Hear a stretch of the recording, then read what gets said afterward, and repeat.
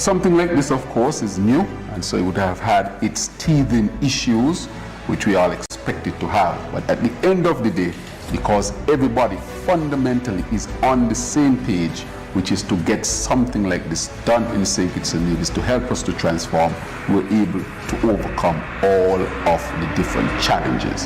And today, we are here. We are here launching this course. The Terrance Drew College and Dr. Wilkin for facilitating us and hosting this training. And we would also like to thank our Prime Minister for donating the resources and the funds needed to purchase the electric vehicles and the equipment that we need to make this possible. And I know he truly believes in St. Kitts and Nevis becoming a sustainable island state, and we want to do our part to make sure that that happens. We are grateful to be a part of this so that we can enhance the future skills of our students and the workforce in general, so that we can continue embarking on innovation, sustainability, but also reaching our neighbors so that we can also contribute to that curriculum agenda. The Ministry of Education believes firmly in digital solutions, in partnerships, and in transforming education so that we meet the needs of this sustainable island state. I know we say we are trying to move towards there, but we have certainly made certain leaps in that direction, and therefore I would say we are well on our way. This program sees us at a fitting time when we ourselves in the Ministry of Education are looking at ensuring that we have vehicles that are electric vehicles. So if we are to make sure that we are on the cutting edge, we must have the facilities through which we can train individuals, whether it's within the Ministry of Education, in terms of our bus drivers, knowing the type of vehicles that we intend to procure, so that when they utilize them, they're able to best use them and make sure that anything goes wrong, they have some information as to what to do next. So having this course on island is critical for us. From the Ministry of Education, we just procured 2 electric school buses. So now that the training is happening in St. Kitts, we are positioning our citizens to be equipped to ensure that we get the best use out of our vehicles when they do arrive. I'm happy with the outline of the course, but more specifically interested in the health and safety aspect of the training, and like the PSI, to encourage our participants to take advantage of the information that will be shared, and at the same time you share it with others as well. So you're being trained to help train others, so that in the region, we in the OECS, I think we might be the first in the OECS who is offering this training, which even makes the history even more heartwarming. We have a regional responsibility. As St. Kitts and Nevis, we are launching this, but of course we want to extend this to our regional brothers and sisters. There might be something in their area that they can invite us to. So together we are leveraging our resources to make sure that we achieve sustainability, not just in St. Kitts and Nevis, but throughout the region. And so I'm elated. So I want to say to the participants to really take full advantage of the opportunity to learn, full advantage in helping to transform your various jurisdictions into sustainable areas, whether it's a state or community. It all starts with a single step, and we are making a simple step today, which we know will be down into bigger and greater things.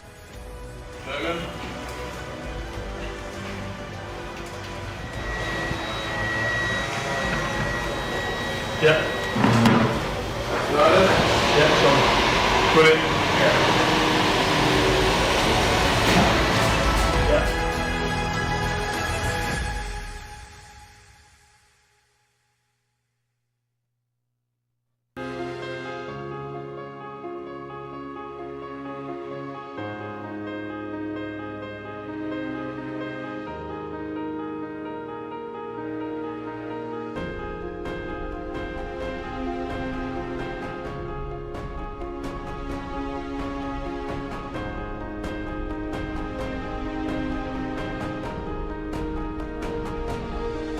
This lobby. It was obviously a labor of love from a number of stakeholders, and it rings true what has happened here. I reflected while I was sitting on a few songs that have been sung in this country before, where there are people who play different parts, and if they come together uniquely, they can sing one song and get a beautiful production. Also, if they work together, they can also be an unstoppable force. This project is not just about revitalizing a physical space by adding color. As you know, TDC, we donated the paint for this project. This is certainly a symbol of commitment to the well-being of our community. If you really want to demonstrate teamwork, look at this project where together everyone achieves more.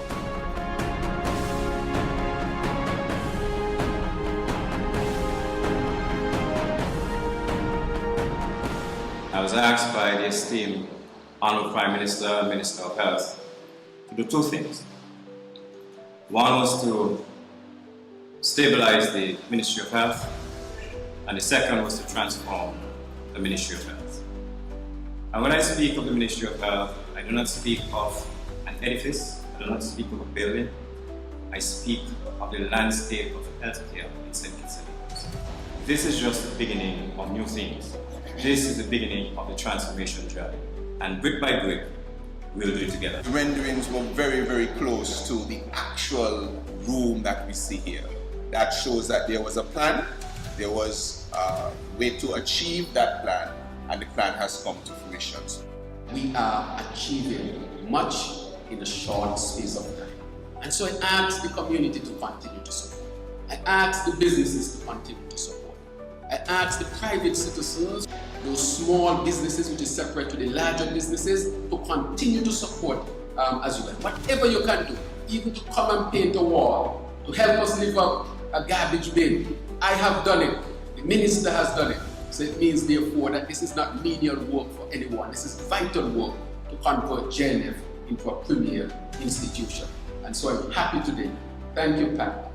Thank you, Glenn, Cable, TDC, and all of the smaller vendors who would have contributed in some way. Thanks to all of us that today the lobby adds to our improved healthcare, because when you come here, this ambience can surely lift your spirit.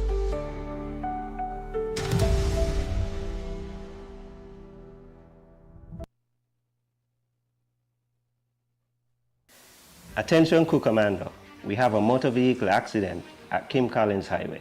The driver is trapped and appears to be seriously injured. Emergency medical services and police are en route. Proceed to the scene and prepare to perform extrication.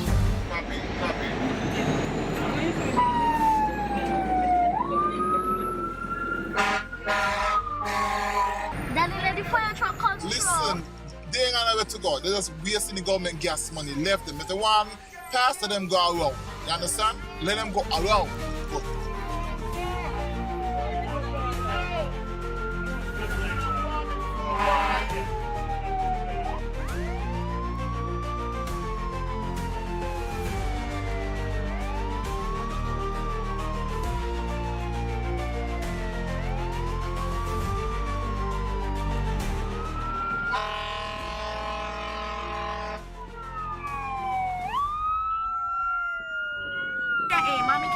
It can't be a mother care.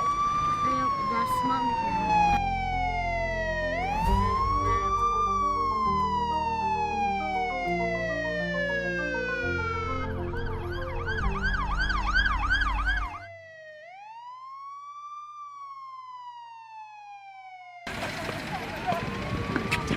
Oh, let me what? Tell me what? No, tell me what? Tell me what? Tell me what? Tell me what? Let me go.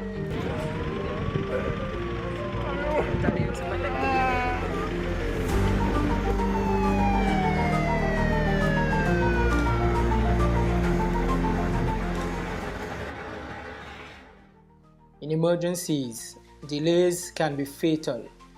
A life was lost today because precious time was wasted. In emergencies, please pull over for emergency vehicles.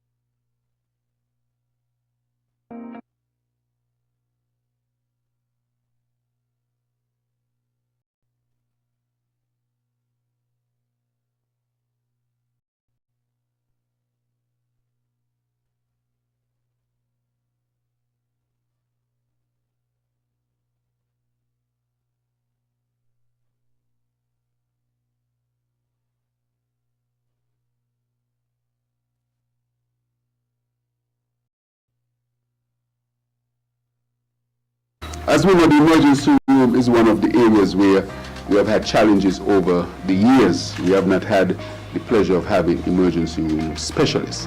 As you know, in the US, not every emergency room is manned by emergency room specialists. You go out of the major cities and the emergency rooms are manned a lot of times by family doctors who have extra training in emergency room medicine. But we have young people, or people who are talented, educated, and they are eager to learn so that they can, of course, improve their skills and build their confidence so that they can, of course, deliver the type of health care that we wish to deliver. We are sincerely grateful for your efforts to be here to help us. You may not know it, but your efforts here would have a tremendous impact on the improvement of healthcare here in St. Kitts and Nevis. I want to thank Dr. Maloney, who heard the call of us reaching out to our professionals from St. Kitts and Nevis in the diaspora who can come home and help with nation building. So Dr. Maloney, I want to thank you on behalf of all of us for heeding the call and making the extra steps to get this done. This is not easy. From what I know, it is the first time it is being done, and so we had to go through a lot of matters and challenges that were not faced before, but with determination and having one purpose, which is to improve healthcare services for our people, we have come to this point. So I want to thank you sincerely. Can you please put your hands together for Dr. Maloney? Thank you so much for inviting us here. We do hope that this will be a future relationship that we can build on. During our time here this week, we'll be doing multiple things. So we will be teaching cardiovascular emergencies, as well as basic heart and lung ultrasounds. Our administrative team will be here to kind of sit through the different processes in the emergency room and our triage system and see how we can make the system more efficient. And obviously we'll ask for feedback at the end of the week to see how we can make our training better for you as we move into the future. Going forward, we'll also be offering hospital administration, such as Dr. Morton, Dr. Wilkin, whoever wants to come, an observership at Rutgers and UMS, where you can come and kind of see the way that our hospital system works and figure out how you can implement change here that you want to see changed here. As well as, you know, anything else that you need from us in terms of whatever we can provide in terms of future training. I know we've talked about strokes and abdominal pains going forward, as well as procedural training as well. So we're really just hoping that this relationship will be one that is successful and we can help each other out in the future. So thank you.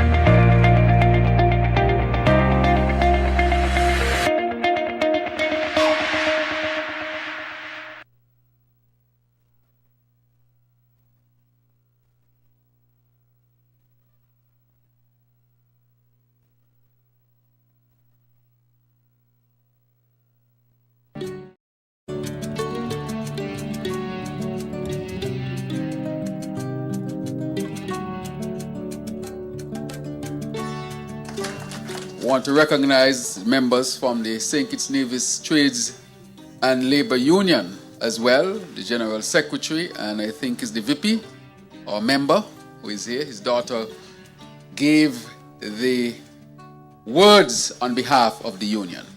But let me also recognize the leadership of the Rastafari movement here in St. Kitts and Nevis. That movement has been instrumental in ensuring that we never, ever forget what took place here in 1935. And after 90 years since that event, we are here in a space signaling, of course, the coming of greater things. So put your hands together for the Rastafari movement. And of course, to recognize all others who are here with us. Let me say that recently I shared a stage with Hilary Beckles. You might know who he is. Vice Chancellor of UWI, correct? A historian, one of the most recognized historians, not just in the Caribbean region, but across the world, especially how he chronicles the history of the Caribbean. And this is a recognized historian. He's an academic. He's also an activist because he, in a sense, is the leader of the reparation movement in the Caribbean and throughout the world. He has just been named, I think, president of the United Nations University. And in a speech that he gave, he said that the liberation movement or the march toward independence started right here in St. Kitts and Nevis. And the date he gave, and I don't think that he is wrong, he said that everything started in 1934 and culminated right here in 1935. So here we have a prolific historian as Sir Hilary Beckles crediting the Buckley's uprising as the starting point for the liberation and decolonization across the whole world. And so I usually say to some of my friends from India that the struggle started not with Gandhi, but in a small village in St. Kitts and Nevis called Buckley's. That must be remembered.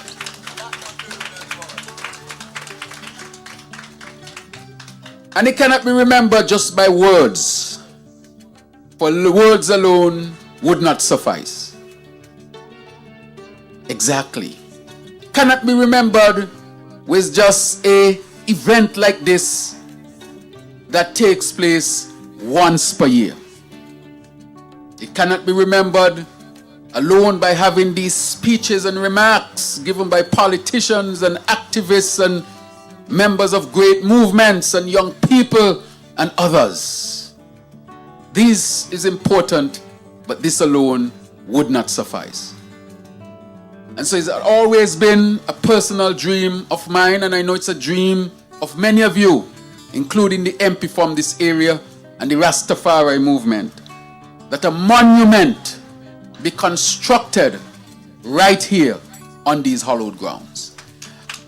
And for those of you who weren't here, he announced tonight that this piece of land that stretches from one road all the way down to the fence of the JNF hospital is being acquired and is in the final stages to be owned by the Buckley's Uprising Committee, for which the purpose is to construct a monument never to be removed. And that is a tremendous achievement.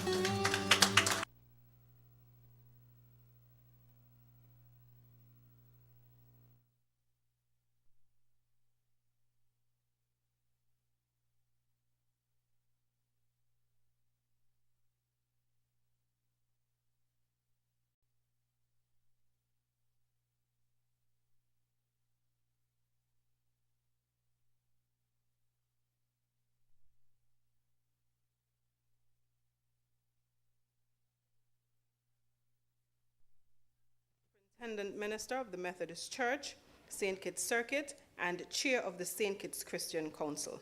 Reverend Brown.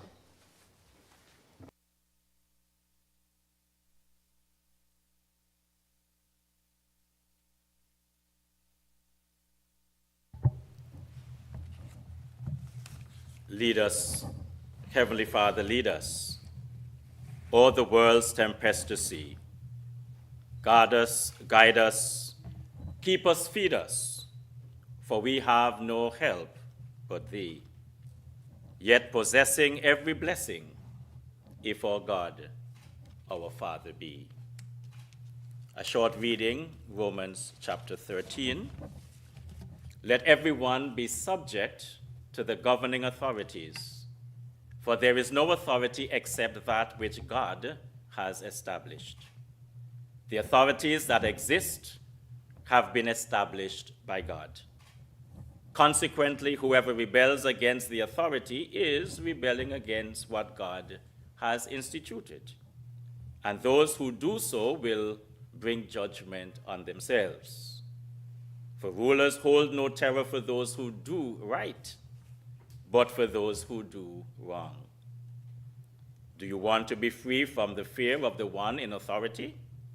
Then do what is right, and you will be commended. For the one in authority is God's servant for your good. But if you do wrong, be afraid. For rulers do not bear the sword for no reason. They are God's servant, agents of wrath to bring punishment on the wrongdoer. Therefore, it is necessary to submit to the authorities, not only because of possible punishment, but also because of a matter of conscience. That is why you pay taxes, for the authorities are God's servant, who give their full time to governing. Give to everyone what you owe them. If you owe taxes, pay taxes. If revenue, then revenue. If respect, then respect. If honor, then honor. To serve the present age, my calling to fulfill. Oh, may it all my powers engage to do my Master's will. Let us pray. Most gracious God, our Heavenly Father, we thank you for your gift of today, for calling us into your service, for national leadership. We are privileged to serve, but we also understand the awesome responsibility as we make decisions and pass laws to govern our federation. As we host our first sitting of the National Assembly in 2025, we invoke the presence of your Holy Spirit to lead and guide our debates and our decisions. We pray your blessings upon all members of the National Assembly. Especially, O God, we pray for the Honourable Speaker as she strives to maintain order in this honourable House. We pray that ideas will contend, and that the well-being of our people and the needs of the Federation will be foremost in our minds. Grant us, Lord, your grace and the spirit of oneness as a people, and that in this new year, the spirit of unity will guide us, and we will experience unprecedented growth and development in all aspects of our national life. So bless us, O God, and bless all who have duties to perform within this assembly. And we pray, O God, that we will honor you in all that we do and all that we say. So bless us now, we pray, in Jesus' mighty name. Amen. The Lord bless you and keep you. The Lord make his face shine upon you and be gracious unto you. And may the Lord lift up the light of his countenance upon you and grant you his peace. Amen. Amen. Thank you kindly, Reverend Brown. You may be seated.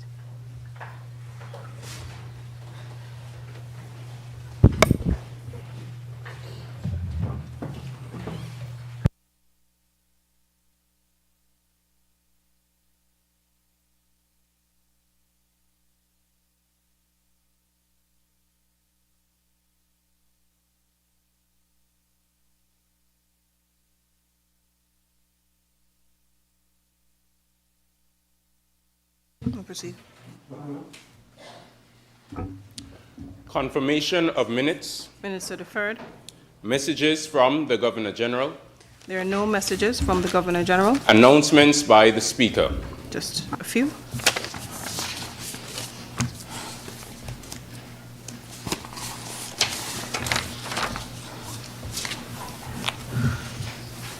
Good morning, everyone, and welcome to our first sitting of the 2025 legislative year.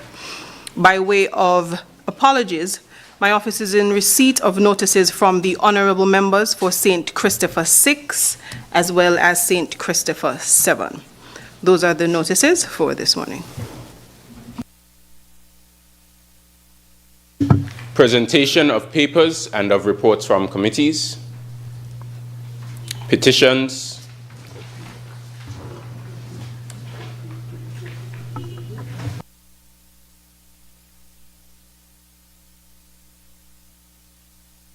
I recognize the Honourable Member for St. Christopher 8. Yes, Madam Speaker, thank you. I rise with your leave to lay before this Honourable House two reports, and one of the report, of course, Madam Speaker, is, and I read, pursuant to Section 441(2) of the Social Security Act, I hereby lay before the National Assembly the financial statements of the Social Security Board for the year ended December 31st, 2023, prepared by independent external auditing firm BDO Eastern Caribbean.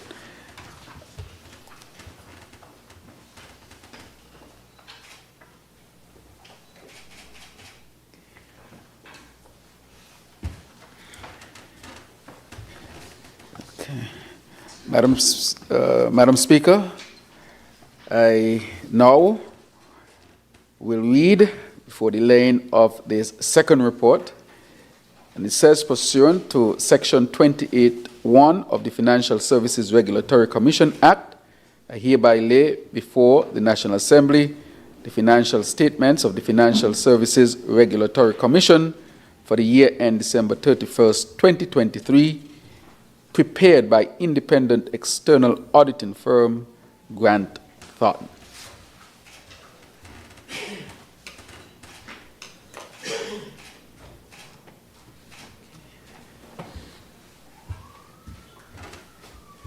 May it please you, Madam Speaker. I recognize the Honourable Attorney-General. May it please you, Madam Speaker.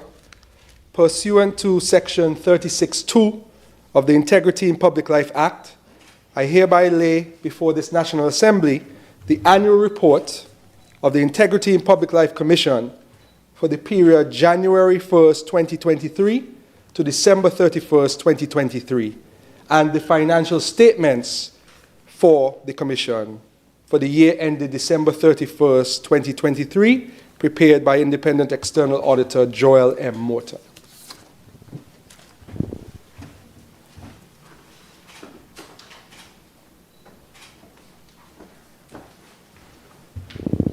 May it please you, Madam Speaker.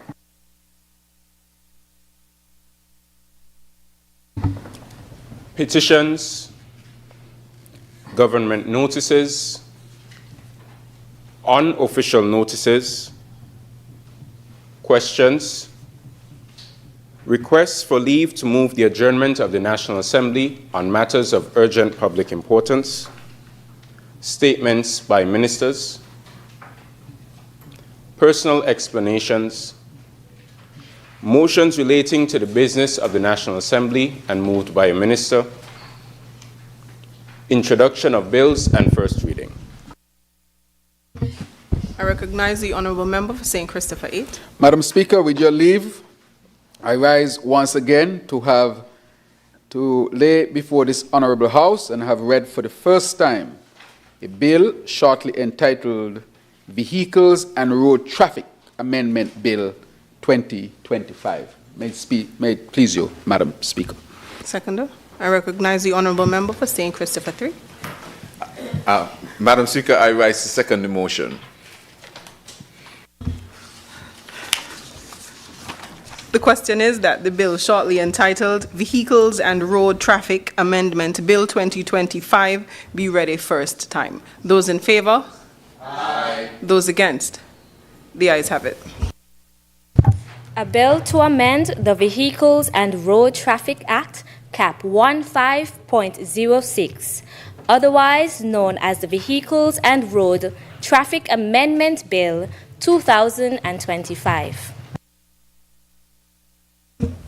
The bill shortly entitled Vehicles and Road Traffic Amendment Bill 2025 has been read a first time. Public business, bills second reading.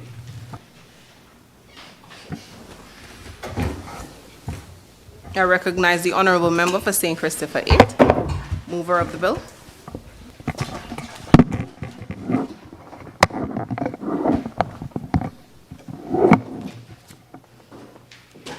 Madam Speaker, with your leave once again, I rise to lead the debate of and have read for the second time in this Honourable House the bill shortly entitled Vehicles and Road Traffic Amendment Bill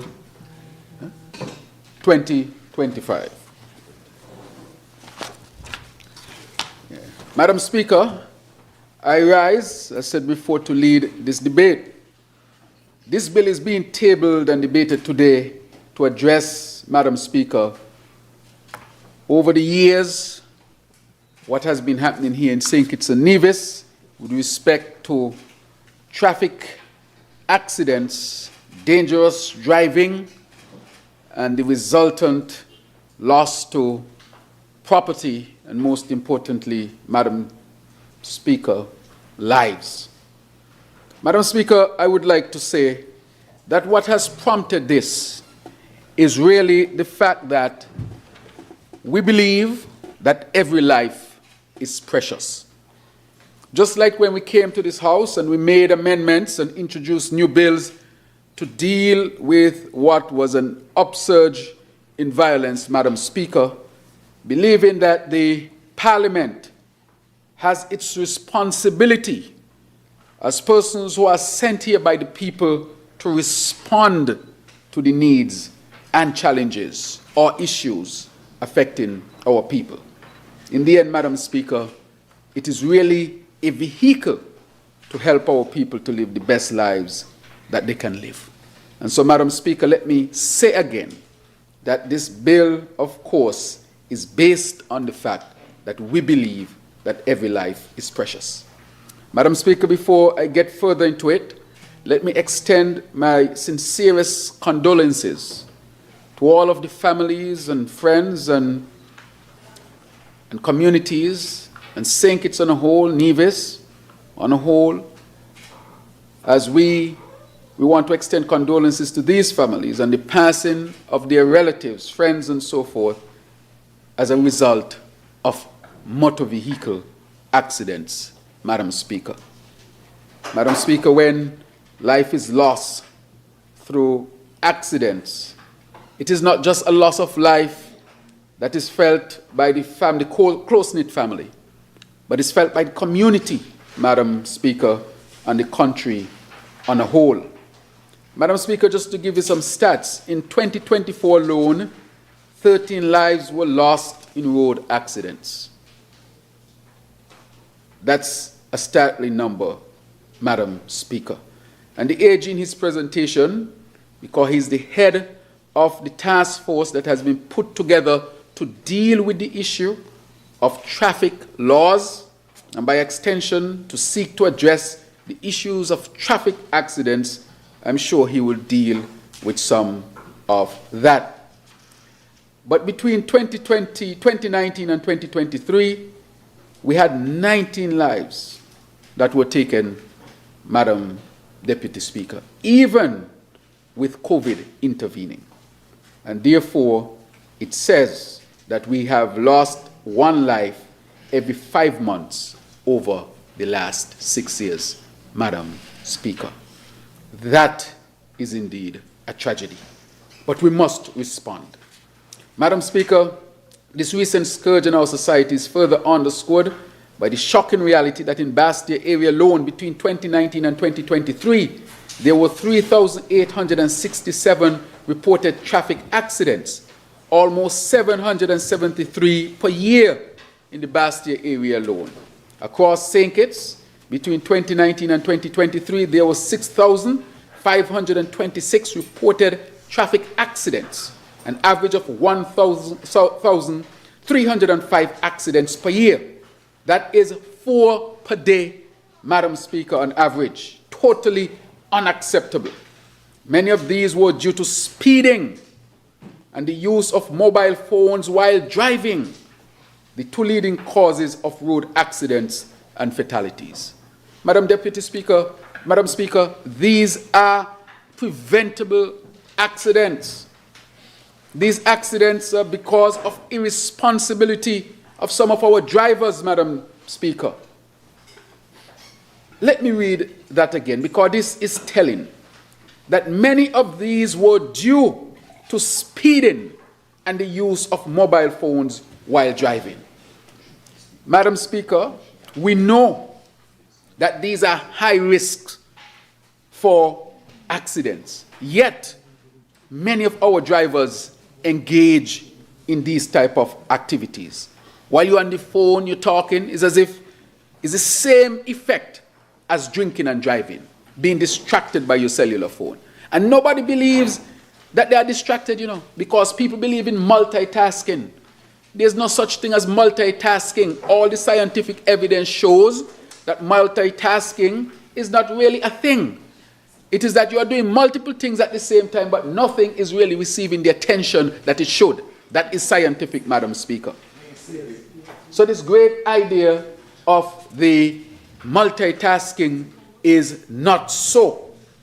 And therefore, I want to encourage our people to stay off the phones when they are driving and to drive within the speed limit. Madam Speaker, St. Kitts is small. Nevis is small.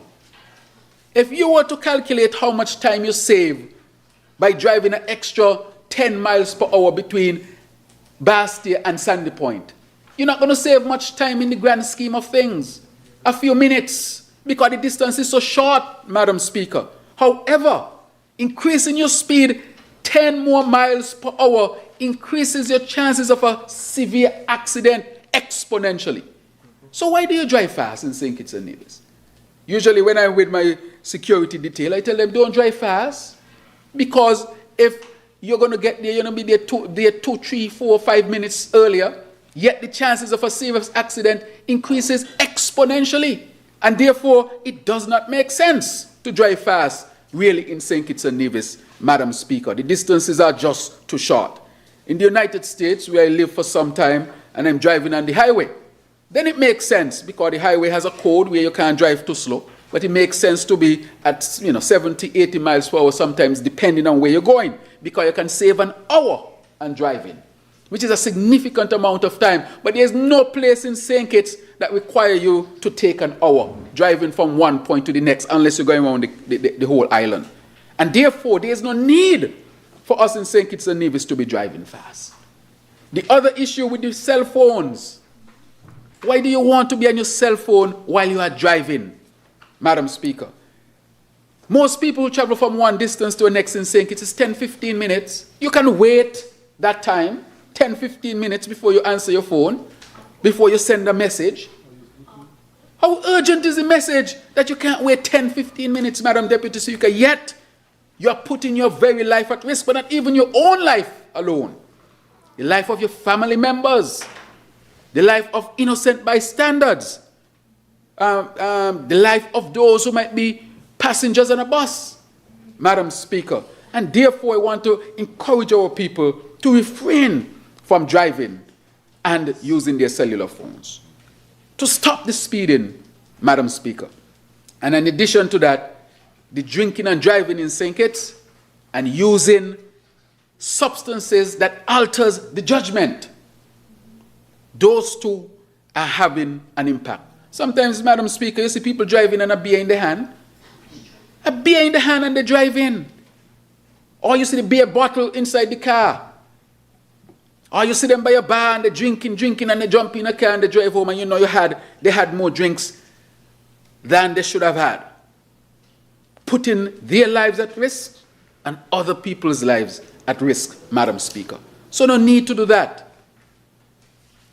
I would also say that when you use cannabis as well, because it mellows you, as is said,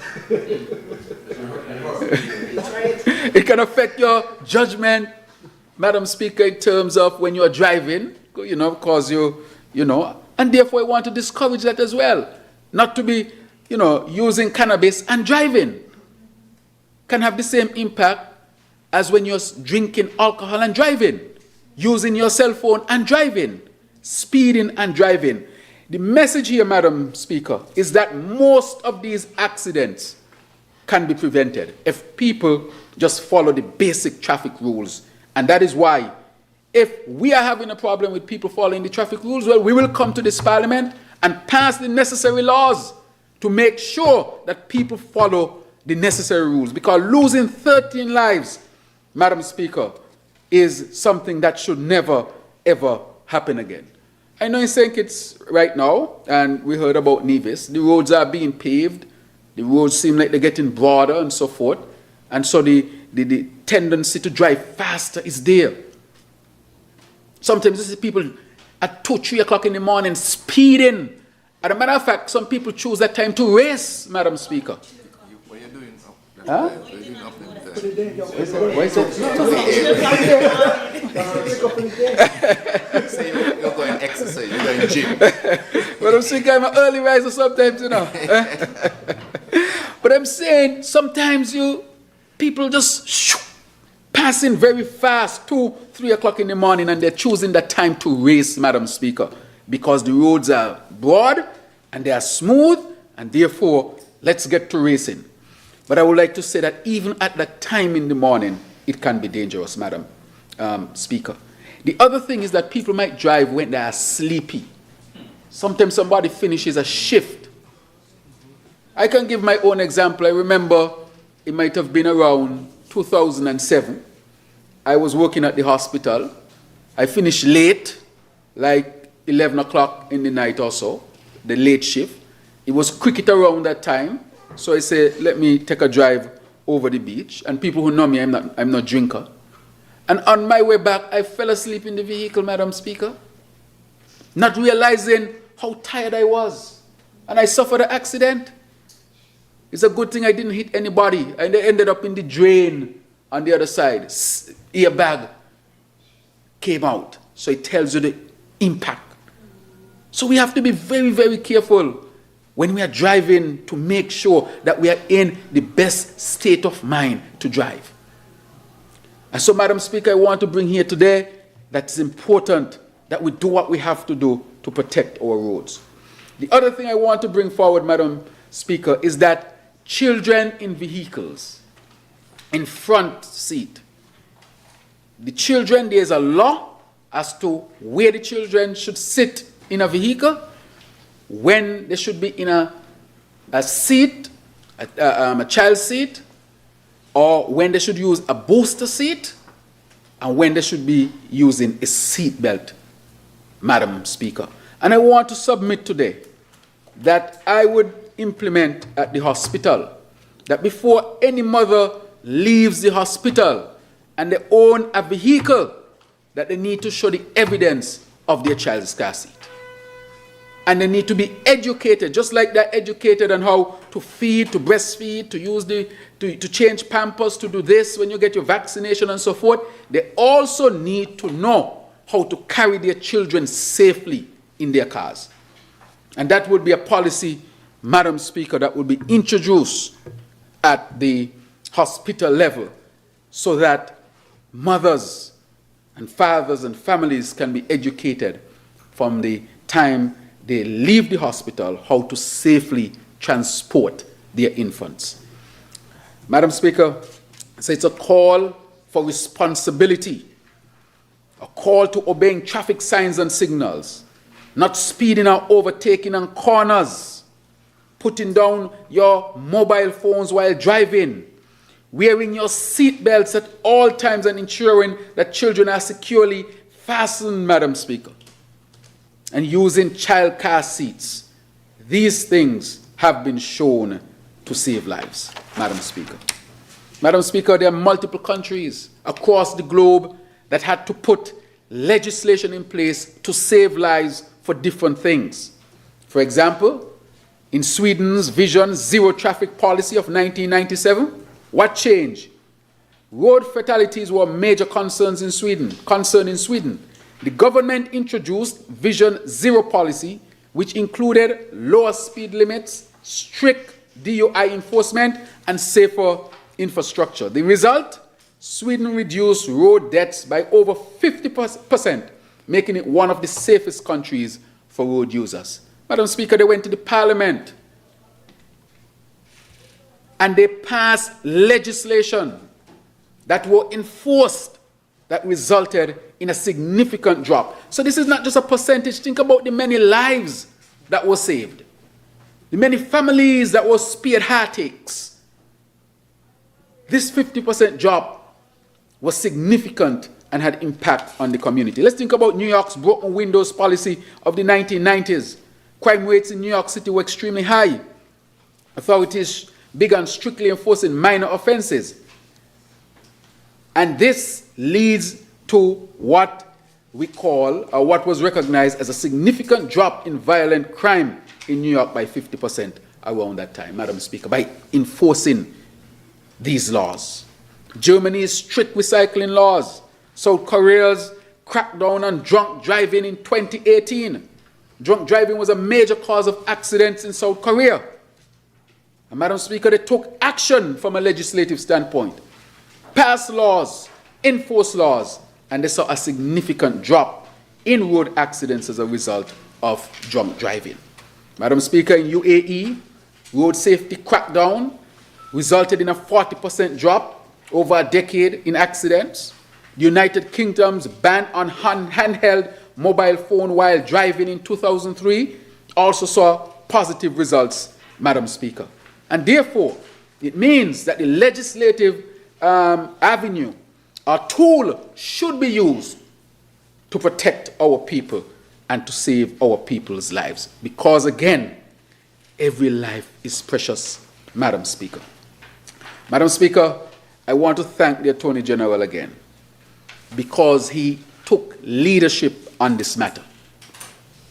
And he didn't just take it. This was done last year, where a committee was formed, which he'll speak to take a number of measures. And what we have is what you call the Sustainable Road Safety Project and new measures, Madam Speaker. Madam Speaker, recognizing this national need for a change of driving culture, this government launched the Sustainable Road Safety Project in October of 2024, Madam Speaker. And through data analysis, public consultations, and strategic planning, this project has guided the reforms we are now implementing. So, Madam Speaker, this was done very prudently. It was done with consultation, and it was done in a committee or type of framework. This was done by the Sustainable Road Safety Project and new measures. Madam Speaker, what are we seeking with this? Because we have to respond. Madam Speaker, when you hear the lives that are lost because of this, it is hard. When you go to the funerals and you see the parents and the family members and the community, and you know that this could have been prevented, but it seems like some people are not following the traffic rules, and therefore we have to use the legislative avenue to make sure that we get people to comply, and this is also a means to deter those who would otherwise violate the traffic rules. So, Madam Speaker, this is what is being proposed. Reckless and dangerous driving fines have been increased to $6,000 to $8,000, with repeat offenders facing up to $20,000 in fines and imprisonment. We have to get serious, Madam Deputy Speaker, because a life lost will not come back until the appropriate time, according to the Holy Bible.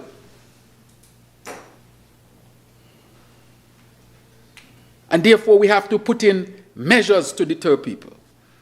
Madam Speaker, careless driving fines have doubled, reaching $8,000 for causing bodily injury, with repeat offenders facing up to $10,000 in fines and imprisonment. Because if you keep repeating and repeating and repeating, then the penalty should become stiffer and stiffer, and you might lose your freedom for some time, for you to get the message that this is a serious matter, Madam Speaker. And this is beyond you losing your license as well. Driving under the influence of alcohol or any substance that alters your judgment will now carry a fine of up to $10,000 for first offenses and $20,000 for repeat offenses, with longer imprisonment terms. I had a conversation with the commissioner, and part of the training would be how to do the sobriety test. It's a basic medical exam that anybody with a grade 4 or 5 education can do. And then the breathalyzer, and then blood test. Because if persons are driving under the influence, we are going to detect them. So you'll see people on this side, Madam Speaker, asked to write to walk a straight line, asked to follow the finger, to ensure that these persons are not masking in any way the use of alcohol. Madam Speaker, therefore, we are getting serious with this. Causing death by dangerous driving now carries a maximum penalty of 10 years, while causing death by careless driving carries up to 6 years, Madam Speaker. This is serious because persons cannot just be careless and just result in the loss of life, and then you walk in the street without any penalty to send a message that we will not accept the loss of life due to carelessness and recklessness and irresponsibility, Madam Speaker. Madam Speaker, we are introducing technology. We have been introducing a lot of technology in this country. As a matter of fact, St. Kitts and Nevis is possibly one of the leaders when it comes to the digital transformation.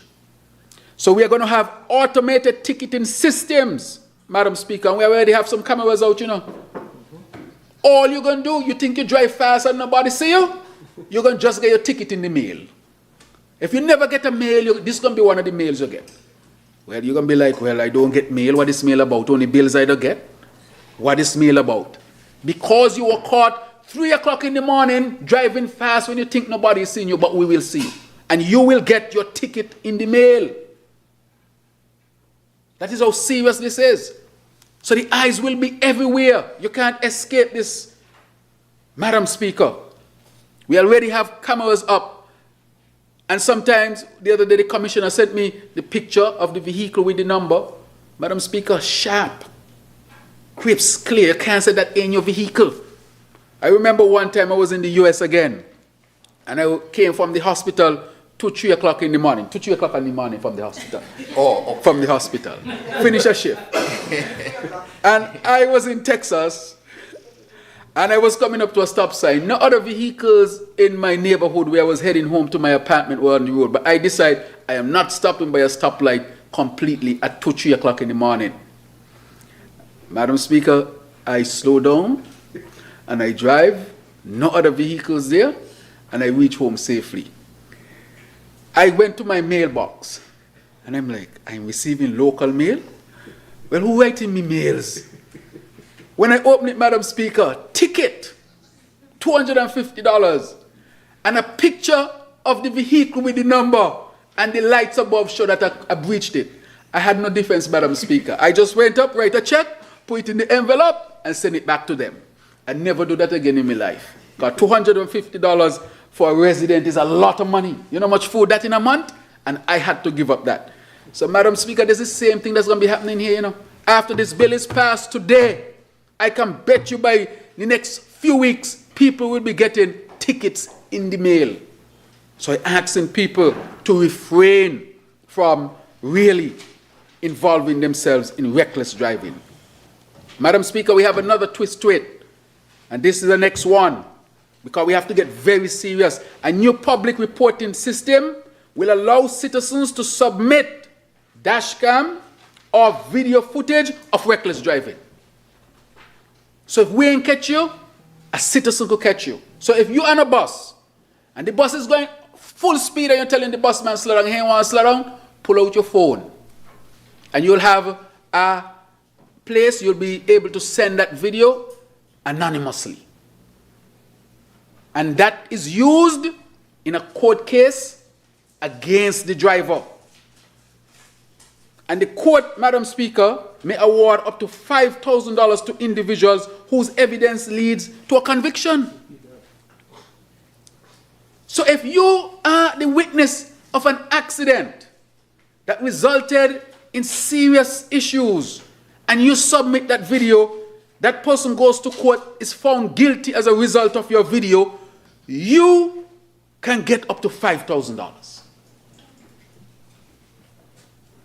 So citizens going to make sure that they are monitoring the traffic as well, Madam Speaker. So if you think, because sometimes, you know, the police is around the corner, as soon as one person see the police, everybody else who is driving, flashing. Because there's a secret code in St. Kitts, flash how many times? Me, no. And you know police is around the corner. That's how they do it. And the police is around the corner. And then everybody starts to say, okay, slow down. As soon as they pass the police, full speed again, Madam Speaker. But if you are involved and a citizen, catch you on video and submit that video, the public will be updated as to where they can submit that video anonymously. You don't have to say who you are to the public. And you can actually, once a court case comes of it, and that person is found guilty, and your video helped that process, you will be compensated. So it's not just the state will be compensated, you will be compensated, Madam Speaker. And once this bill is passed today, and we set up the site for the video, we hope we see a lot of videos coming in, so that people can know you cannot violate the traffic laws, Madam Speaker. This is going to have a tremendous positive impact on saving lives. Saving lives. So the anonymous reporting provision protect whistleblowers who submit video evidence. They will be protected. Madam Speaker, we're also going to have dash cams will be duty free. So if you want to bring in your dash cam, it will be duty free, and it will make it easier for our citizens to install them and report dangerous drivers. What we are saying is that the government cannot do it alone. We need, see the dash cam there, Madam Speaker, they're showing a video of it. We need our people to be on top of this. When it comes to child car seats will be duty-free, Madam Speaker, duty-free, making them more affordable and therefore prevalent. They will be duty-free, Madam Speaker. And failure to use a child car seat in your car would result in a fine of up to $500. And really, at the hospital level, you are supposed to leave the hospital demonstrating that you know how to use a car seat and that you have a car seat. So, Madam Speaker, the duty of the Parliament is clear. We must set strong penalties for actions that destroy human life and property and discourage dangerous practices. But laws are not alone. This is a national effort. Each of us, drivers, passengers, pedestrians, must commit to a culture of safety. Madam Speaker, look how nice the child looks in that car seat. We must change our behavior. We must be responsible for each other. Our goal is ambitious but necessary. 0 road fatalities by 2030. That is what we are aiming for, Madam Speaker. The Sustainable Road Safety Project will continue to roll out education campaigns, better road infrastructure, as we can see, and partnerships with the private sector to ensure that every measure is taken to save lives. So let us honor those, as I said before, who have lost lives. And we really extend our deepest condolences again. So, Madam Speaker, let us commit today to driving responsibly, staying vigilant and making our roads safer for all. Together, Madam Speaker, we can make this vision a reality. I call our people to action. You have to be part of the solution. The government cannot do it alone. Everybody must be mindful and look out and make sure that we are abiding by the traffic rules. So this short but important amendment bill seeks to change our road cultures for better. Therefore, Madam Speaker, I wish this bill safe passage, and may our roads be safer and may lives be saved as a result. Thank you, Madam Speaker. Thank you to the Honourable Member for St. Christopher 8, mover of the bill. I recognize the Honourable Attorney-General.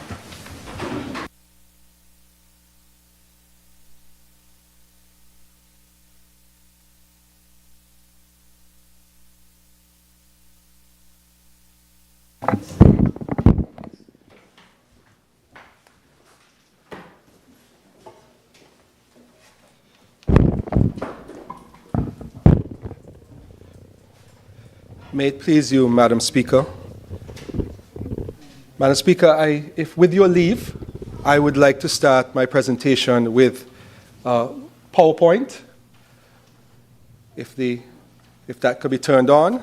And while we wait, Madam Speaker, I must say that I was looking up the details about our activity in Parliament, And I must take the opportunity to congratulate you, because in the 27 months of this session of Parliament, this is the 28th sitting.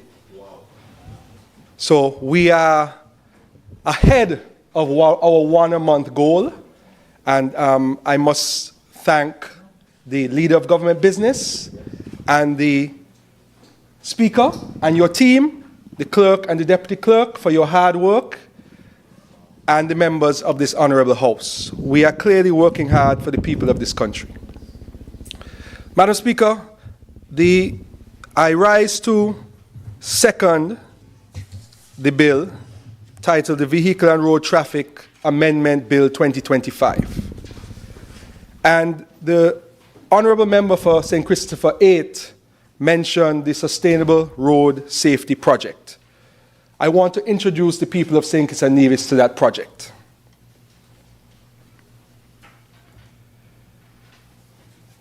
The members of the Interministerial Sustainable Road Safety Committee are myself as chair, the Deputy Commissioner representing the Licensing Authority and the St. Christopher and Nevis Police Force, the Permanent Secretary in the Ministry of Infrastructure, who is responsible for Public Works, Mr. Kevin Liddy, who is the Chairman of the Traffic Safety and Public Driver Board, and Mr. Bervin Daniel, who is the Traffic Lights Technician and Engineer at the Public Works Department. We first met in October 24 and decided on the mission and vision of the Sustainable Road Safety Project. The mission is to enhance road safety in St. Kitts and Nevis through comprehensive data analysis, public consultation, and the implementation of sustainable measures aimed at reducing traffic accidents and fatalities to zero by 2030. Not traffic accidents to zero, because that's an impossible goal. But we believe that in these next 5 years, if we are diligent in implementing the proposed policies, that we can reach to zero fatalities by 2030. The vision of the Sustainable Road Safety Project is a nation where road safety is paramount, traffic laws are respected, and the infrastructure supports safe and efficient travel for all road users.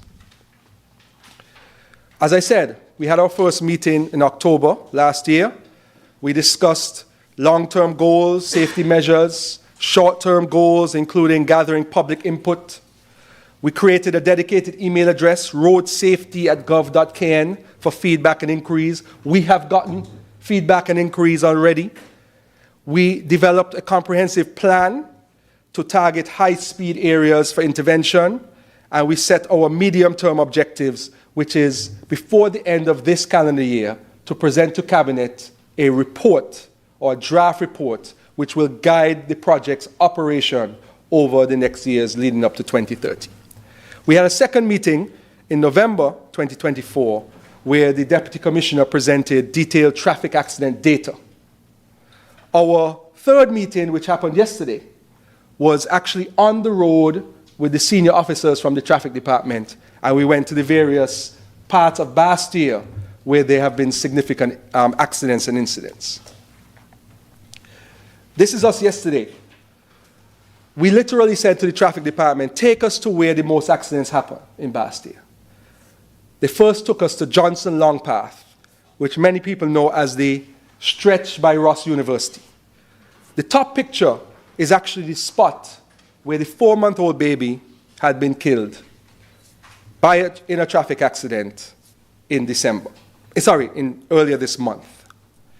The reason for that accident is before the court, so I cannot speak too many details, but it was an overtaken incident. And what happens in this area, there's a slight incline, and a corner. But what has been happening, why this particular spot has had many incidents, is because persons they build up speed coming by Ross University and try to overtake on this hill to pass traffic, to then increase their speed further when they get by the nursing school area or what will be the area of the new Smart Hospital. The bottom picture is actually a spot just outside the nursing school, which we know it as, on that same stretch, where it has had the most accidents in the Bastille area on Johnson Long Path. It is where you come up out of Mattingley, you come over a slight incline, and there's a stretch where you can see all the way to the end of the road where you go down by the gut by Ross University. And there's a lot of speed in that area, lots of overtaking in that area. And that is a trouble area. So what we did was we had discussions with the traffic officials, and we have some potential solutions for those problem areas. In the next photo, we went to the roundabouts. The roundabouts actually have extreme cause for concern because there are numerous accidents at those roundabouts throughout Bastille. We went to the roundabout by Buckley's, the one that takes you down to the movies, and freshly constructed wall with a hole in it. We couldn't even figure out from the angle of the hole how the vehicle got through that wall. But more than likely, it was speed and loss of control. Then we went to the Monkey Hill roundabout. And what we observed is almost half of the users using the roundabouts incorrectly, and I'll get to that a little further. We then traveled to a spot in Bastille where the speed limit is 40 miles per hour. It's called the Kim Collins Highway. But the average speed, because there's a camera, as the Prime Minister indicated, is, drum roll, 70 miles per hour. So when the camera is picking up vehicles traversing the Kim Collins Highway, this is around in the middle, just where Coney Island was, actually. If you look in the top picture, you would see that's the area where Coney Island was. The average speed on that 40 mile per hour road is 70 miles per hour. The other night, they caught somebody going 85 on the speed camera. So, after, with successful implementation or passage of this Amendment Act, those speed cameras can now be in effect, and potentially the persons who choose not to abide by the speed limit on that road will get a ticket either in the mail or by service of a police officer. So that was quite a troubling area. And what we did was we stood on the side of the road and we observed. We observed trucks. The maximum speed a big truck is supposed to go is 30 miles per hour. We observed much faster than that. We also observed persons speeding generally in that area. So that is another area of concern, and that is an area where, I don't know if you recall, Madam Speaker, there was an accident involving an ambulance because persons did not heed the ambulance siren and did not move. The ambulance was trying to get to a scene and collided with another vehicle. So those are the concern areas, and then we went to this Central Bank roundabout, which is also a general concern. So what we, okay, good, yes. So our main discussions thus far, as I have indicated before, and I think I indicated in Parliament during the budget debates, we're doing it in phases. We're going to try to review St. Kitts first, District A and B, and then go to Nevis. So this is not just a St. Kitts thing. This is something that we're taking to Nevis as well, because the licensing authority is responsible for Nevis.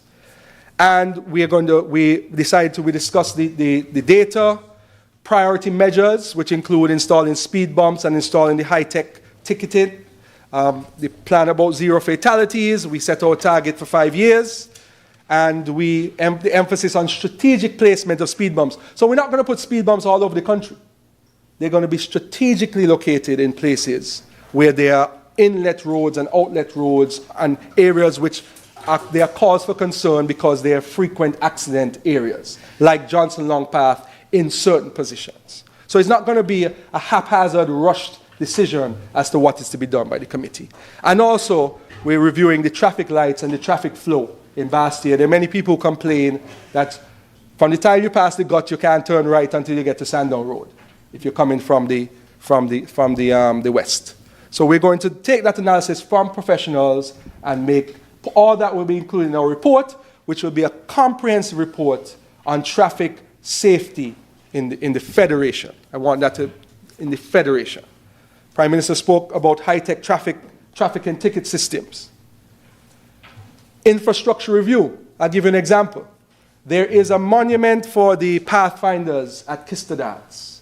And when the road was changed, widened in that area, the monument now is a little further in. So when you're approaching from Kistadats to enter Wellington Road, it's very difficult to see down Wellington Road, and there have been some accidents caused by that. So simple solutions like removing that monument, replacing it, moving it somewhere else is what is going to be part of our urgent review of infrastructural issues. So it's not just ticketing or speeding and using phones, it's also the infrastructural places. For example, Sandown Road entering onto Bay Road, onto Pond Road. It's very difficult to look west because the church wall is almost right at the corner. So things like mirrors and so forth are going to be implemented. And we're going to create safe road use policies and a PR campaign where we're going to have educational videos with some of the local celebrities in St. Kitts and Nevis explaining how things are done. So it's a comprehensive solution. It's not just what we're doing today, but what we're doing today is a very important and fundamental aspect of what the Sustainable Road Safety Project is all about. We've also reached out to the private sector. I've written to all the insurance companies asking, can you partner with us? And most of them already responded and said yes. We're finalizing potentially, for example, we are starting a project at one of the roundabouts where the private sector will partner with us and they will help us to erect signage and also road markings, etc., to make those areas more usable. Now, the traffic data. Prime Minister said he expected me to deal with it, and I think it's important for our people to understand where we are. Look at this spreadsheet, Madam Speaker.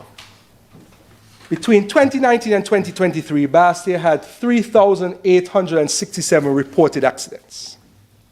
Old Road, which actually starts at the gut just before Ross University, had 611 accidents in that period. Small district. These numbers are unbelievable. Keon, 523 accidents during that period. Now, what's even more disturbing, Madam Speaker, if we look at the second spreadsheet, there were 19 fatalities from fatal accidents between 2019 and 2023, and you add on 13 last year. And look at the number of serious accidents, 128 in that 5-year period. Next slide. Yes. This is now an updated, including the 2024, where there were 22 fatal accidents, but 27 fatalities. Because prior to, in the past 5 years, prior to the incident where 5 people lost their life in one accident, and the other incident in December where 2 people lost their life in an accident, it had been a single fatality type of accident. So those numbers are startling, Madam Speaker, and I hope our people see them and they recognize the issue that we have. 6,670 accidents reported in the years 2020 to 2024. So the key, next slide, the key accident data is this. 31 fatal accidents in the Federation between 2020 and 2024. 36 persons have died from those accidents. 36 persons have died in those accidents. St. Kitts and Nevis. A person died on the road every 7 months on average. There have been 8,569 accidents in total, 1,714 per year for 2020 to 2024. 158 serious accidents in that period. Main causes of accidents, as the member for number 8 said, speeding and mobile phone use while driving. The worst areas, Bastia, 773 accidents per year, and Old Road, 122 accidents per year. The worst speeding spots were Johnson Long Path, which is by Ross University, and Kim Collins Highway. And the roundabout accidents are due to poor usage. So, I hope everybody is listening.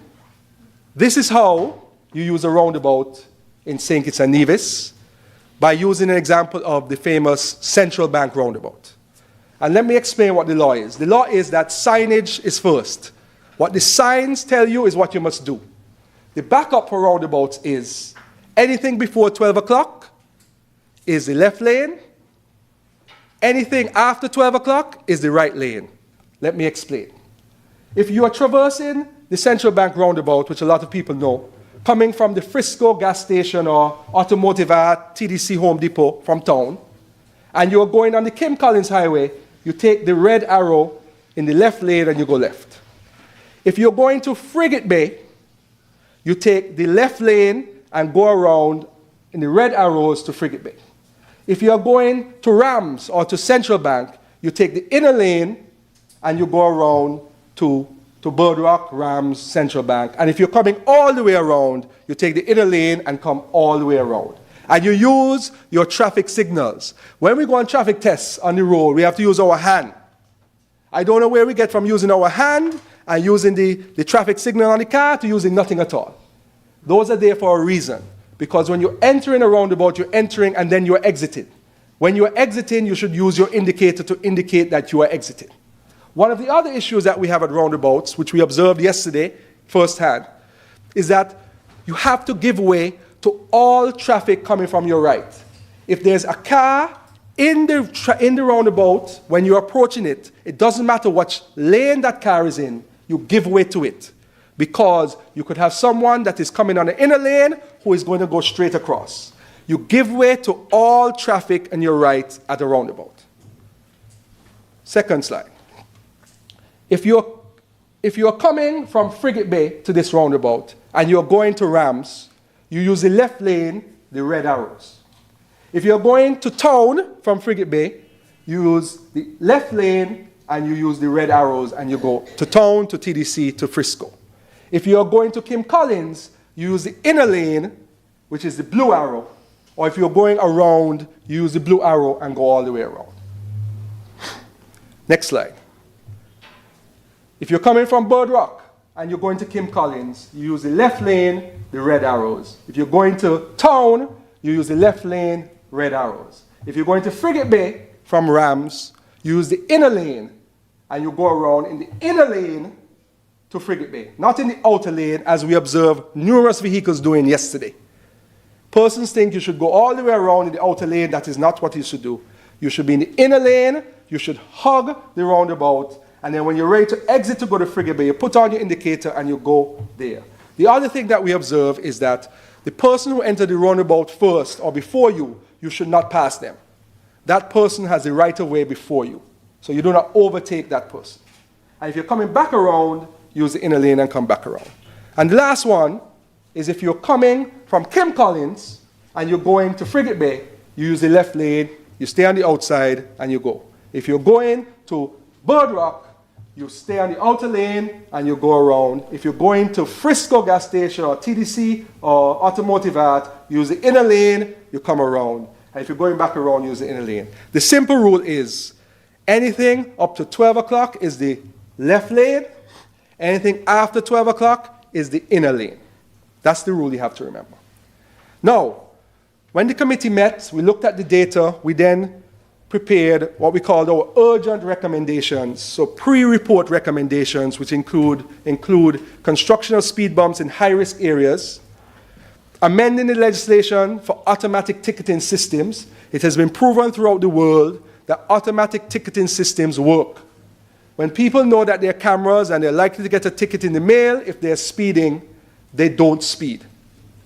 We also recommended stiffer penalties for speeding and dangerous driving violations. I want to make it clear, not for tickets. There's no increase for the speeding ticket in this proposed amendment. It is increasing the fines for careless and reckless and dangerous driving. That is what this amendment does. And we also plan to enhance road markings and signage around the roundabouts, hopefully in partnership with the private sector who have indicated their willingness to assist. The next steps, what we're doing today, implementation of some of the urgent recommendations. We're going to go out to the public and do consultations. We're still figuring out how we're doing that, if we're going to have a monthly or a bi-weekly radio program, if we're going to go to town hall and so forth. But people have been submitting their emails to roadsafety@gov.kn to give us ideas on different areas where there are trouble spots in the different communities. We're also going to further analyze the data. We're going to hire professional consultants to advise us on traffic flow and other issues. We're going to draft the report, submit it to Cabinet, and then when the report is agreed, we will then publish it so the general public is aware. That is my presentation, Madam Speaker, on the Sustainable Road Safety Project. Now, particular regard to the bill.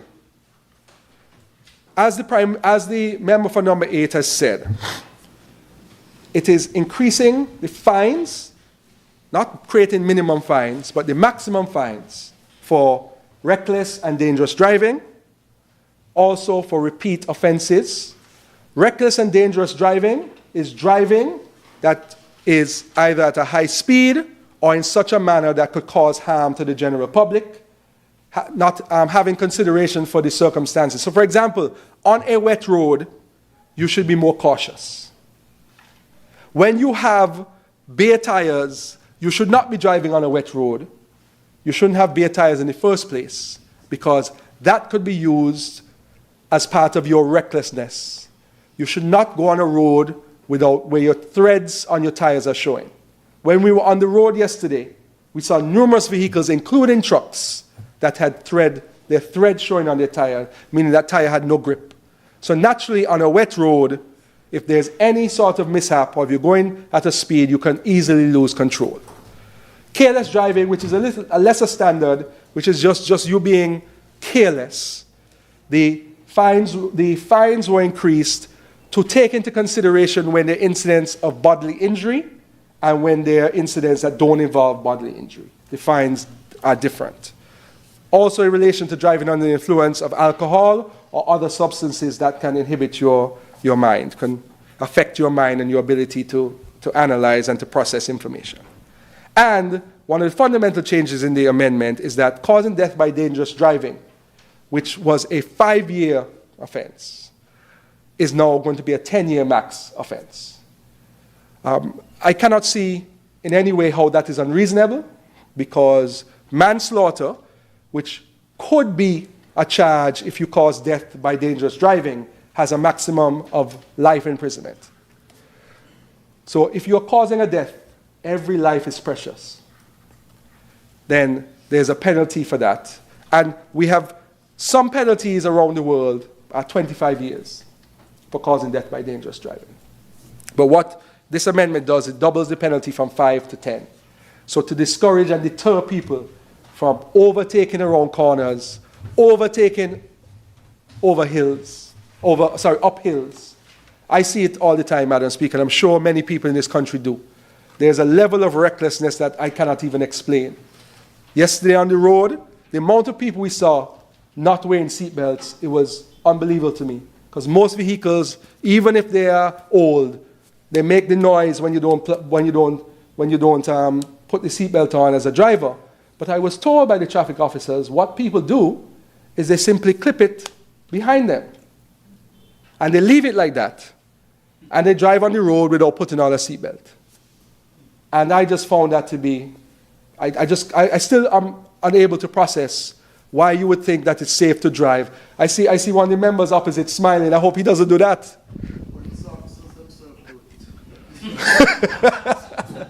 Nobody should be doing that. Your seatbelt is there, and the reason why the cars beep when your seatbelt is not buckled is because it's not safe for you to drive, especially as a driver with a steering wheel in front of you, airbag or not, with a seatbelt save lives. The audiovisual persons in the Parliament are very, very proactive. Seatbelts save lives, Madam Speaker. Also, the automatic ticketing, as I indicated, we are proposing that the amendment, and one of the amendments we intend to propose as an alternative to the actual circulated bill, is that to make the automated system work, what has to happen is the owner of the vehicle has to get the ticket. Let's take it to its logical conclusion, Madam Speaker. If you're driving on the Kim Collins Highway where there's a camera right now, and the camera catches the vehicle before it passes the speed sensor, after it passes the speed sensor, and it gets the license plate. it doesn't necessarily capture who is driving. So how automated systems work is that the ticket is sent to the owner of the vehicle. The owner of the vehicle from then can decide, you know, you borrowed my car and you went and sped on the Kim Collins Highway. But the owner is still the one that is responsible. So the amendment provides for the summons or the ticket to be issued to the actual owner of the vehicle, because the police have the records of the owner, even though the owner might not be the driver. But that is, now owners have to also think about, who am I lending my car to? And you have the ultimate responsibility. If you want to collect from the person who borrowed your car, you go and do that. The same system, our traffic lights, we are informed by the member of the committee, Mr. Daniel, who is the traffic light engineer, are configured such that we can install red light cameras. I give this story. I visited another Caribbean island recently. I won't mention the name. But I observed with the officer, the protocol officer that was driving me, that every red light, 5 people came through it. 5 people, every red light, they came through the red light. Almost like it was the culture. That is one of the most dangerous and reckless things you can do, because when you come through a red light, somebody else more than likely who is perpendicular to you is coming through a green light, and you can be T-boned. One of our PSAs got T-boned on the Bay Road by Sandown Road. I have known other people who have been hit, their cars have been hit by persons coming through red lights. It is extremely dangerous. Oh yes, the third most unsafe place after Johnson Long Path and Kim Collins is Sandown Road. The Sandown Road traffic lights that intersect with Bay Road. So we cannot tolerate that in St. Kitts and Nevis, because our intention is to save lives. So what we're going to do is we're going to send out procurement for our RFP for persons to provide the automated red light camera. So just as the example given by the member for number 8, if you run the red light, you're going to get a nice message in the mail, or police summon you with a ticket to say that you have run the red light, breached the traffic laws, and you therefore have a fine.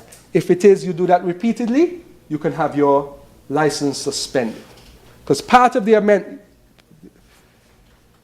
I like this team. Madam Speaker, they have provided the actual traffic lights on the Bay Road, which there are many. I travel there almost every day. And when I come out to Sandown Road, even when the light is green, I still look. Because I have known too many people who have had incidents at that corner.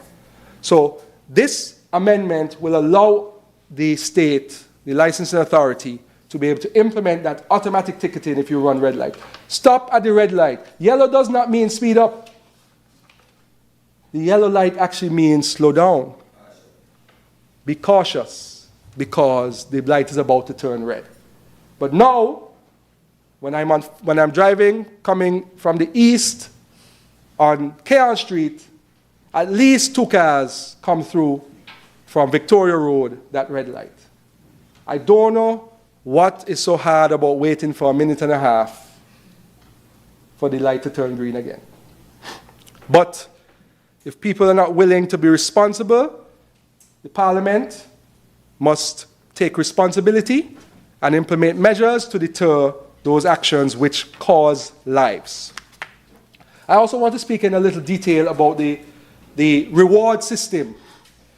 This is not just a government thing. This is an all of us thing. When a family loses 2 members because of reckless driving, that is a community and family issue. We all must be in this together. So part of our collective responsibility is this reward system implemented under the amendment. What it does, it says, is that if you have a dash cam, and a dash cam simply is a camera that is installed in your car that looks forward. Some of them actually have it in their rear. This is an example of a dash cam, Madam Speaker. It's installed, it either goes on your rear view mirror or it goes on your dash, and it records what's in front of you. So if you are driving, and I observe traffic offenses and reckless driving all the time, you can simply take your dash cam footage, deliver it to the police. We're going to give a designated entity how you do it and an email address. You can then provide an affidavit stating, this is my name, this is the dash cam brand I use, this is the video, I presented the video XYZ. that does not necessarily go to court. If you say you want it to be done anonymously, then the evidence can be presented anonymously. Nobody will ever know that it's through your dash cam the footage was provided. It can also be a pedestrian on the road who sees reckless driving and is recording. Say somebody is on a video call while they're standing on the side of the road, and they see an accident about to happen, and they switch their camera around and they record it. That can also be submitted. And as the member for number 8 said, if the information you have provided results in a conviction, the court can decide to give you a reward of up to $5,000 for provision of that evidence. And that amount is not paid by the state, it is paid by the convicted person. So the convicted person could potentially pay a fine, be imprisoned, and pay a reward or contribution to the person who provided the evidence that was able to allow for the conviction. This can also be used in cameras on people's homes. Some people have cameras that point in intersections or on the road. That sort of evidence can be submitted under the reward system. And as the member for number 8 said, dash cams from today will be duty free. So if you want to import, to order, to bring it in, it will be duty free from today. So we're encouraging a resident participation in the process of ensuring that there's safety on the road. And one of the other measures in the amendment is the fine, inclusion of a fine of $500 for persons who do not use proper car seats for children traveling in vehicles. And I want to, Madam Speaker, if you could just give me a second so I could pull up the act. I want to make it clear what the legislation says in regard to child seats, so that everyone can be aware and there's no confusion. And I encourage persons to use Voice It to find out about the laws of St. Kitts and Nevis. It says here that the driver of a vehicle shall ensure that once that vehicle is in motion, a child seat that contains a passenger shall be positioned in the rear seat of the vehicle. A child seat shall be used in any case where a passenger is under the height of 3 feet. The child seat referred to in Subregulation 2 must be suitable for the weight of the particular passenger and must be installed and used in accordance with the manufacturer's instructions. My kids are big now, but I use car seats. I remember how to hook you. They have a clamp it's about 3 pounds that hooks into the back seat of the car. And then you also put the seat belt in it. And it is, when you shake it, it's almost like it shakes the car because it almost becomes part of the frame of the car. And that is what protects children.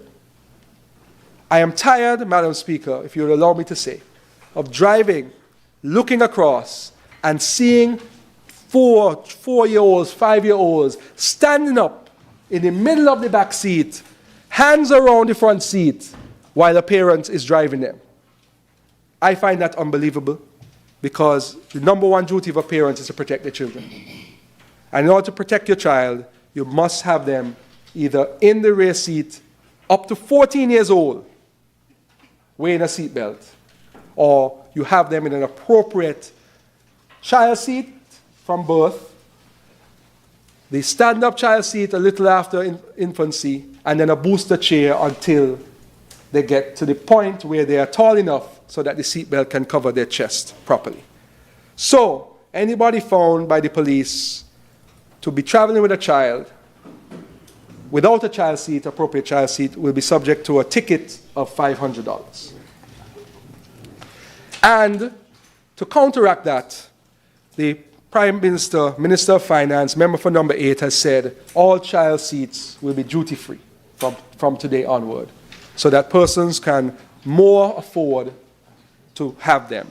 I encourage parents whose children graduate from the various seats to either find a friend who has a small child and donate. I don't have my car seats anymore. I have donated them to friends, given them away to friends. Or take them to the Ministry of Youth Affairs so that they can find persons who may not be able to afford car seats to use the car seats. And I think the Minister will speak a little bit about that. But we have to look out for each other, Madam Speaker, and it's very important that we protect our young people. We cannot let the life of that 4-month-old child taken from us earlier this month not be a lesson for us to do better and be better. It's an unfortunate lesson, but it's a lesson that needs to change the culture of our driving and our behavior when it comes to children in our vehicles and their security and safety in this country. And Madam Speaker, I want, one more point before I wrap up. I don't want anyone to be concerned about this video reporting system. As I said, it can be anonymous. If you don't care whether there's anonymity, you can put your name. But it's important for us to come together as a community and report incidents of reckless driving. The goal of all of these amendments, even though short and limited in scope, is to save lives, because every life is precious. And I undertake, as chair of the Sustainable Road Safety Project, to give my all to make sure that this project becomes a reality. Everyone on the committee is committed. I don't think I've ever, other than cabinet, I've never seen such a passionate entire group of people. We are excited to change the culture of our road traffic in St. Kitts and Nevis, and we are committed to doing the best we can do for the people of this country, and we intend to provide a comprehensive report to the people, hopefully by the end of this year, so that we can implement and we can ensure that incidents that happened in New Guinea, incidents that happened on the F.T. Williams Highway, and incidents that happened on Johnson Long Path do not become a norm. They become activities that we do not see in our society. And with those few words, Madam Speaker, may it please you.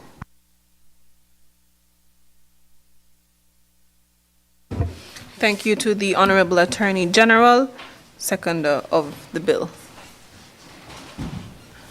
I recognize the Honourable Member for Nevis. Thank you very much, Madam Speaker, and I rise to make a brief contribution to the bill before this Honourable House today. And first of all, I want to say that I do welcome this, the amendments and this bill, and probably may come a little late, but at least it's here. Of course, we have to be as much in the Federation as proactive as possible instead of just being reactive. And so, as I said, I welcome the bill, Madam Deputy Speaker, and I rise to make a brief contribution. I want to say first, I want to join with the others in extending condolences to the family of that little precious infant. And I also want to say that in that same accident, we almost lost our Miss Culture swimwear winner.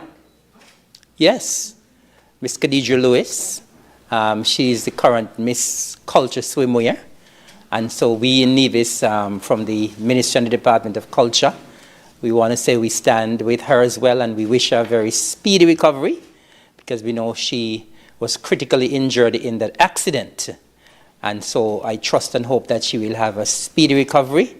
So Miss Lewis, if you're listening, or anybody for her, we have been trying to reach out to her for some time, but we haven't been able to do so.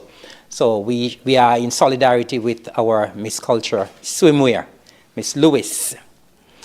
Madam Speaker, I would have spoken about these accidents and so on during our last sitting here in December during the budget debates, and I just wanted to lend my voice again.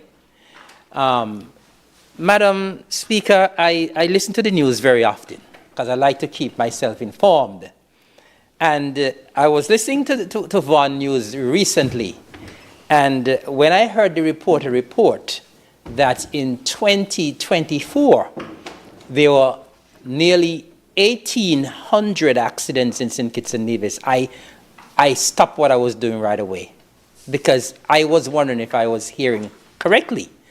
But then when the clip came in from the traffic official to substantiate what the news item was saying, that is when I really believed that we had almost 1,800 accidents in Little St. Kitts and Nevis.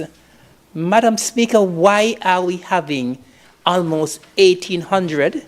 I mean, the figures suggested it was over 1,300 in St. Kitts and over 400 on Nevis.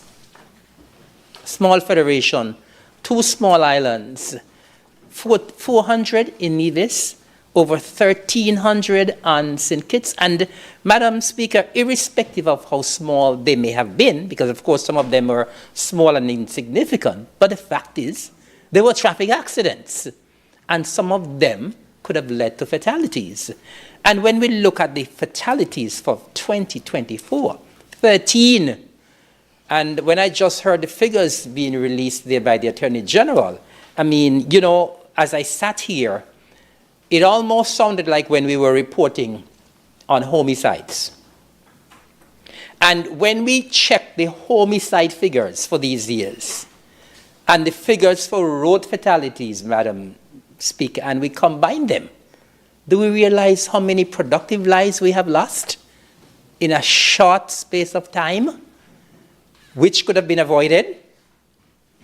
And so I believe we should all speak with one voice from this Honourable House, that the behavior of some of our drivers on the road is not acceptable and should be condemned when they are driving too fast, when they are driving under the influence, or what have you. Madam Speaker, I just wanted to reiterate some of the things were said by the mover of the bill, because these accidents just don't happen like that. One of the main things is speeding. We hear of that. And we want to reiterate as well that nowhere in St. Kitts, I don't know about St. Kitts, but nowhere in Nevis is far. Nowhere is far. And I keep telling people that all of the time. Nowhere is far. You could get from point A to point B in a very short space of time. You can get around the island in Nevis in less than an hour. Less than an hour. And of course, with the excellent roads that we have now, I mean, it cuts down the time significantly as well. And so there is absolutely no need for you to be speeding. Some persons want to leave home at 8 to get to work for 8. And that is not possible. It is not possible. And bearing in mind that almost everybody on the road, almost everybody has a vehicle now. You're actually seeing traffic blocks now, traffic jams now, you know? And so almost everybody has a vehicle. And so you can't expect that you're going to leave home at 8 to get to work for 8. That is not possible, right? And so we need to cut down on the speeding. And when the AG spoke about the trucks, oh Lord have mercy. When I see these truck drivers and the rate that they're going on the roads, Madam Speaker, I mean, it's frightening. Because you know, if one of these big trucks catch you, they're going to crush you. You know? And you not only have to look out for the other drivers, you have to look out for the pedestrians as well. Because there are times when people are actually exercising on the road, and it's a bit frightening sometimes with the speed with which they pass you. And we have to be mindful of that. And so I am here once again asking our people, our drivers, please be mindful of how you drive on the road. You can be killing yourself, you can be killing your relative, you could be killing your friend. And so the speeding is absolutely not necessary, irrespective of what time of the day or night, whether it's 2 or 3 in the morning, as the mover said, there's no time for that, for the speeding. And there's no place in St. Kitts and Nevis for speeding when we are such a small country. Madam Speaker, the cell phone use is a big issue as well. Huge issue. And we need to continue to plug this. We need to continue to talk about it on a daily basis. I remember a couple of days ago I was on the road, and a vehicle was coming straight at me, and I had to honk my horn. And then a couple of days later, I saw the lady who was driving the vehicle, and she said, "Eric, I apologize." She came and she was smiling. She said, "I apologize." He said, "You know what happened? My cell phone was ringing, and I was searching in the bag for the cell phone. And we know ladies have a hard time finding something in their bag because the bag is always cluttered with so many things that I'm sure you have that problem, Madam Speaker, as well, in finding things in your bag. Right? And so she was searching in her bag for her cell phone. And she driving. And so she said, Lord, please, I beg your pardon, but I was searching in my bag for my cell phone. In the meantime, she was coming over on me. If I didn't honk my horn, it would have been an accident. And, you know, sometimes we observe people on the road, and I know, because Nevis is small, you see people on the road often. And I know there's one particular individual. And almost every time I see that individual on the road, they're driving, one hand on the wheel, and the phone is like this. And I keep saying, are these people for real? And so this cell phone thing, when we get into our vehicles, we need to put them aside. Put them aside. I know sometimes they're connected to the vehicle and you can, but sometimes even that distracts you. And it's amazing what a small distraction could cause a massive accident. No matter how you think, I'm just going to pick it up quickly, that distraction could cause a massive accident and it could cause fatalities. And so we want to encourage our drivers, stay away from the cell phone. There's nothing too urgent that you can't pick up the conversation when you get to work or when you get at home. Stay off the cell phone, please, when you're driving. And of course, when you're driving under the influence. You know, Madam Speaker, a lot of the times, I mean, our local folks here believe that it's just when you go out to a party, when you go out to a bar, it's cool to drink a case of beer and then you get behind the wheel. And you know, sometimes people are actually competing as to see who can drink the most. That is not cool. Drivers, that is not cool. Young folks, that is not cool. It's not cool. There's nothing wrong with having a drink. But you have to be mindful. You have to be mindful that when you drink a little too much and you get behind the wheel, that could actually be your last breath. So please, I'm asking persons to be mindful of that as well, Madam Speaker. And so we must speak with one voice from this Honourable House, and we must encourage people to desist from the bad practices that are causing 1,800 accidents in St. Kitts and Nevis. We are hoping that when the statistics come out for 2025, it could be less than 8.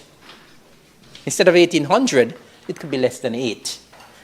Madam Speaker, I have a few questions, though, with regards to the amendments. And as I said, I am in support I welcome the amendments and I welcome the bill, because we must find a way of putting a curb on these accidents and these road fatalities. And so in the amendment to Section 40, where it says that any person who, when driving or attempting to drive, or when in charge of a motor vehicle on a road and is under the influence of drink or drug, I just want to reiterate here that I'm hopeful that the requisite equipment would be in place to ensure that you know that somebody is under the influence of whether it's drink or drug. Because we cannot assume things these days. In a society where everybody takes you to court, you can't just watch somebody and say, well, your eyes look red, so you look like you were drinking or you were smoking. You have to make sure that you have the equipment that is necessary to prove the fact that the person has been driving under the influence of drug or drink. Madam Speaker, the other question I want to raise, because I read the amendments, and I noticed that there is a heavy influence in the amendments with regards to increased fines and prison time as well. However, noticeably absent, Madam Speaker, is the disqualification of driver's license. It's there? Well, in some of the amendments, I'm not seeing it. I see it in some, but I think it should be in practically all.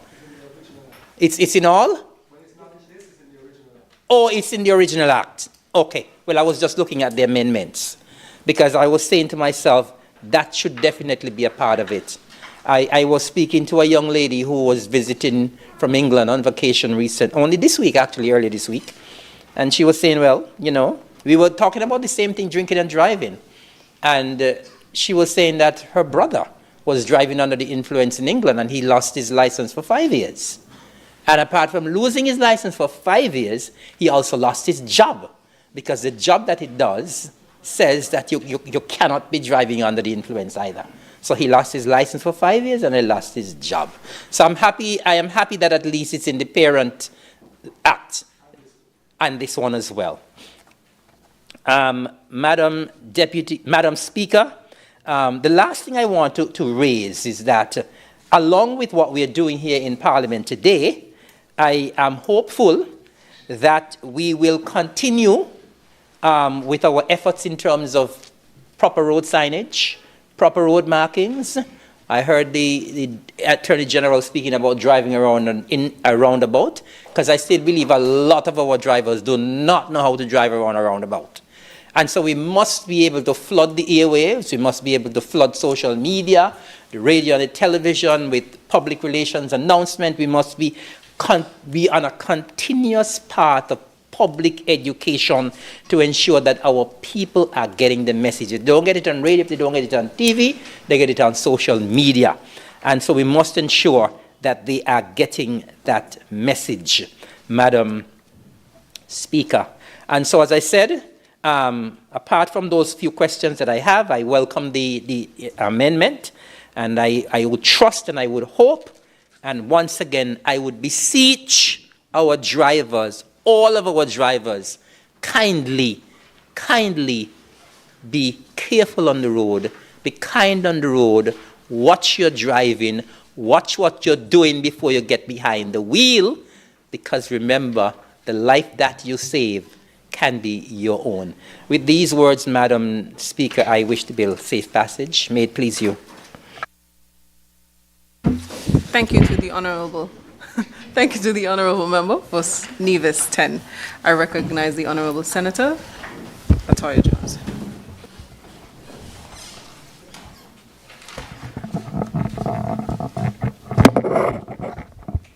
Madam Speaker, I rise to deliver brief contribution regarding the important bill, Vehicles and Road Traffic Amendment Bill 2025. I too support the proposed amendments, which include increased fines, extended terms of imprisonment, the suspension of driver's license for traffic violations, the integration of technology such as video footage for enforcement, and the implementation of incentives for public reporting of offenses. Additionally, I endorse continuous efforts to improve road conditions and signage to enhance the safety of our road networks. I also welcome the automated ticketing system as mentioned by the mover of the bill. Madam Speaker, these measures are pivotal in deterring behaviors such as speeding, reckless driving, and driving under the influence. While these legislative changes signify a substantial advancement, it is crucial to underscore the significance of personal responsibility and accountability. Madam Speaker, we are here doing our part, and so I want to take this opportunity to encourage the public to do their part as well. All of us, Madam Speaker, have to take personal responsibility and accountability.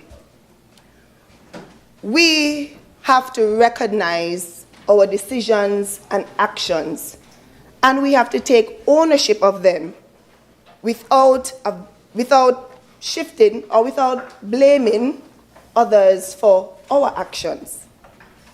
We must self-reflect on our behavior and choices, identify areas for improvement, and make necessary adjustments. I must say, when I was reading the amendments to the bill, I kept saying to myself, where can I improve? Or what it is I am doing that I can do better? And these are questions that we have to ask ourselves, because we are not perfect. Even though we are parliamentarians and we're here making the necessary changes, we too sometimes could be at fault. So we have to work on improving ourselves. We must hold ourselves to high standards as responsible motorists to protect not only our own lives, but also the lives of others. Madam Speaker, reflecting on the past year, I'm profoundly saddened by the tragic loss of lives due to traffic accidents. In St. Kitts Nevis, we mourn the loss of 13 individuals for this year. I think it was mentioned, or last year, sorry. 2019 to 2023, as mentioned, it was 19 lives. I think the Honourable Attorney-General mentioned 31, but it's 32 deaths over 6 years. This reality is a poignant reminder of the urgent need for vigilance and responsibility on our roads. At this time, Madam Speaker, I would like to express my condolences to all families who have lost their loved ones in traffic accidents. I know it is not easy losing your loved ones, especially suddenly. Imagine you wake up this morning, you pray together, you eat together, and you drove down the road only to get a call to be told my family was in a tragic accident and she died on the spot. Madam Speaker, it's one thing to be ill and your family know, come to terms and say, things are not looking well, there's a chance this person is going to pass away. It's another when it just happens suddenly. You didn't even get to tell the person, I love you, or goodbye. And so, Madam Speaker, we have to be careful when we are driving on the road. Despite these heartbreaking incidents, we continue to witness a concerning frequency of road-related occurrences. Madam Speaker, I take this opportunity to urge all road users to exercise caution and to assume full responsibility for their conduct while driving. It is essential to consider not only one's convenience, but also the safety of others. Driving is a significant responsibility that warrants the utmost patience and seriousness. Madam Speaker, I know when I was in school, I think it was fifth form, even before I graduated, I'm thinking, I want my license. I want to be able to drive. Mind you, I am not thinking about the seriousness that comes with driving. All I'm thinking, if I want to go to town, you jump in your vehicle, start the ignition, and you go to town. You're not thinking that I could go on the road and possibly, by accident, kill someone. And I want us to reflect on that. Us as young people especially, because that is the attitude that we have.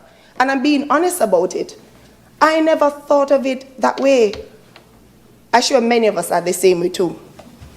But we have to think about it, long and hard about it. Are we ready to take this step in our lives? Because we have to protect ourselves, protect our families, and protect those around us. Madam Speaker, while encouraging all road users, I want to speak to the bus drivers.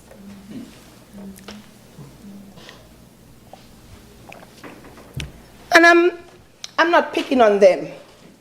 But the reason I single them out is because, Madam Speaker, they carry a lot of passengers.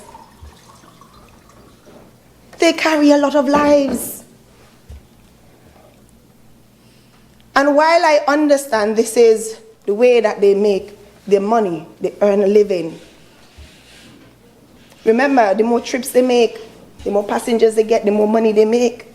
Yes, I'm not saying that you can't work to make money, but the lives of your passengers should be priority. You should drive responsibly. The safety of your passengers is and should be paramount. You think if you make $500 today, that could compare to your reckless driving causing the life of one person? No, you can't put money on a life. And so, Madam Speaker, I want to encourage our bus drivers and motorists to drive carefully on the road. Madam Speaker, when our people are faced with temptation to consume alcohol or drugs, or if under time constraints, I encourage individuals to evaluate their decisions carefully. Acting responsibly is vital, which includes refraining from driving under the influence and avoiding speeding or reckless behavior. Furthermore, it is essential to acknowledge that arriving late does not justify engaging in risky behaviors, as such actions can increase the likelihood of accidents. So, if you're attending events, social gatherings, party, I advise you to have a designated driver. I prefer you even call an Uber than get on the road and drive and you're intoxicated or you've been using drugs. As it relates to lateness, Madam Speaker, I think it was mentioned before, if you have a work commitment for 8 a.m. and you leave home 8:05, you're done late. It doesn't change the reality of what is happening. 5 past, half an hour, doesn't matter, you are late. So it is imperative to exercise sound judgment and drive responsibly. Madam Speaker, I want to mention, because I remember while I'm a parliamentarian, I think I could speak to this, I'm a politician as well.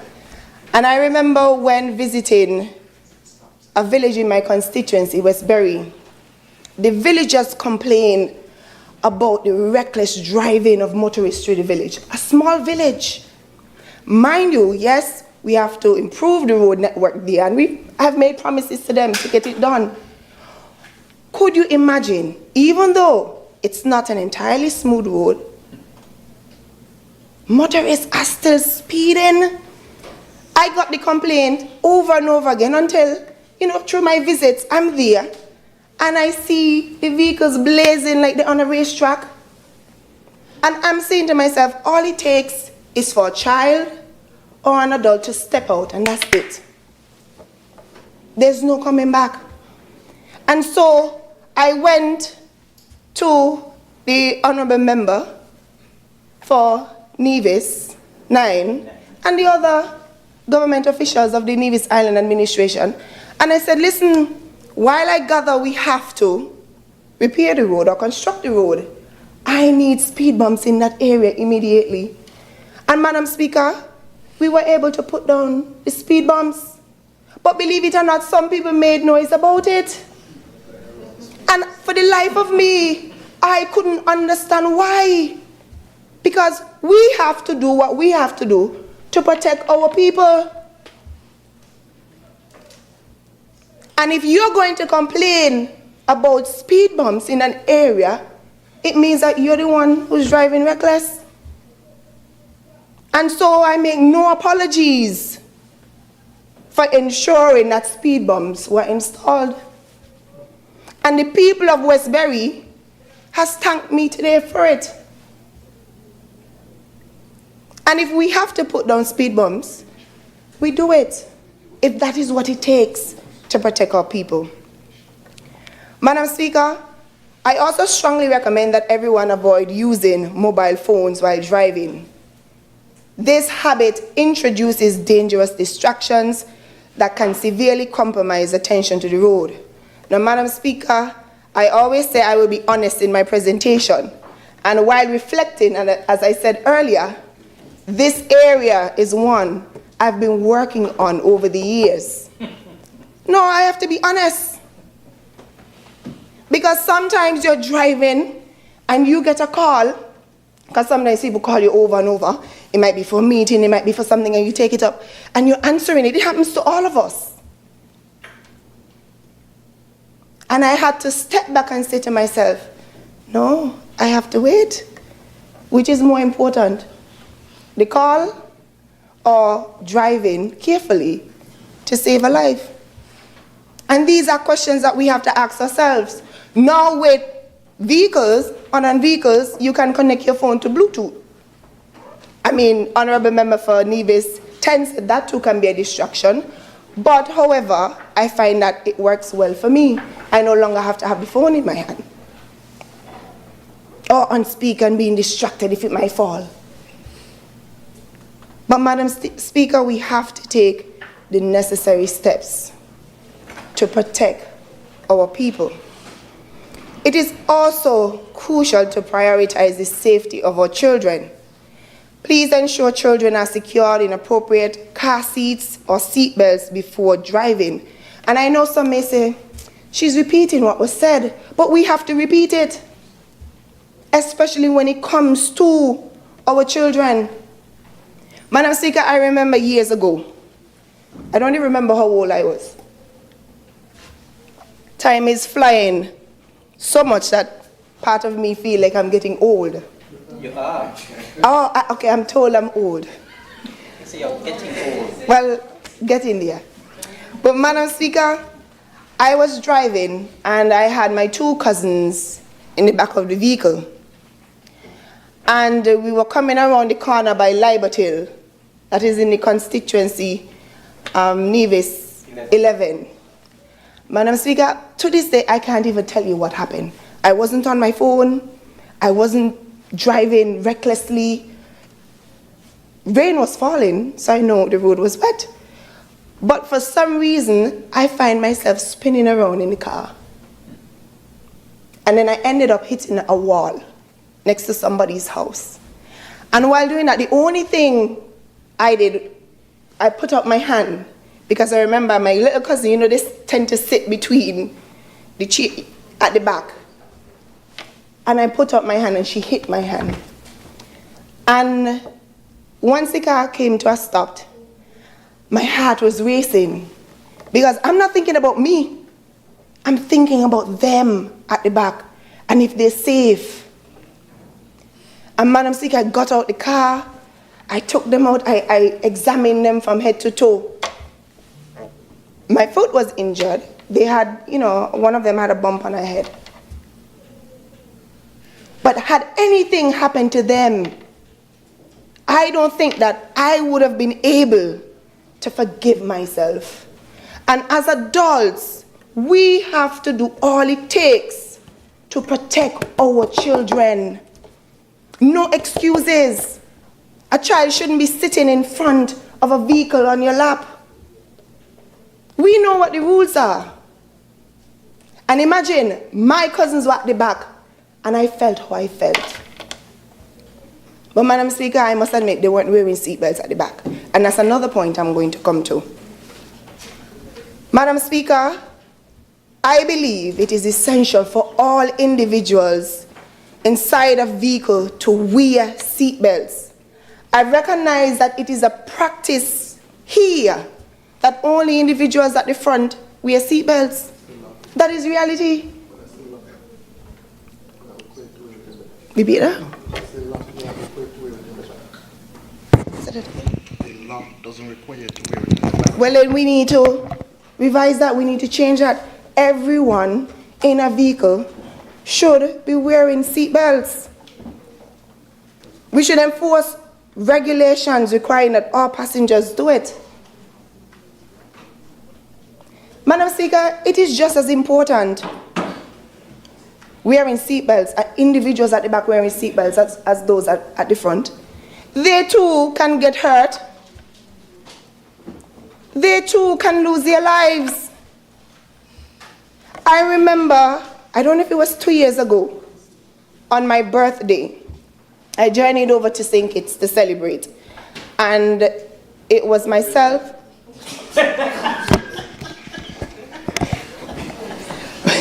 Madam Speaker, I shall continue. Madam Speaker, I journeyed to St. Kitts to celebrate my birthday. And the last I checked, St. Kitts Nevis is one federation, and I have all rights to celebrate in St. Kitts as well. Don't I remember for Nevis? Of course. Thank you. 9. Okay. Okay. Madam Speaker, I journeyed to St. Kitts to celebrate my birthday.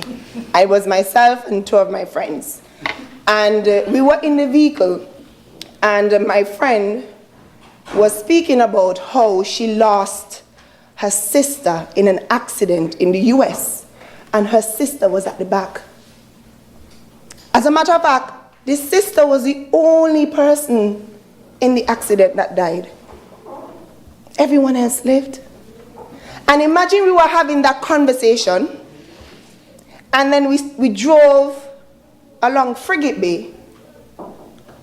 Only while we were there, came at a stop for somebody to hit me from the back. And in that moment, I sat there and I was like, but we just spoke about this. We just spoke about this. But luckily, the individual at the back, she was wearing her seatbelt. But I just found it strange that we were just having this conversation and it happened. So, Madam Speaker, we have to make those changes to ensure that passengers at the back also have to wear their seatbelt. Madam Speaker, sometimes when you speak, people like to distract you, but you have to stay focused. You have to stay focused, Madam Speaker. And I want the general public to stay focused, read the amendments, reflect, and make the necessary changes. I wish to reiterate that a life saved through careful and responsible behavior could very well be your own. With these few words, Madam Speaker, I take my leave. Thank you to the Honourable Senator Jones. I recognize the Honourable Member for Nevis 9. Madam Speaker, thank you for the opportunity. There has been already quite a few presentations, and I'm not attempting to prolong the sitting unduly.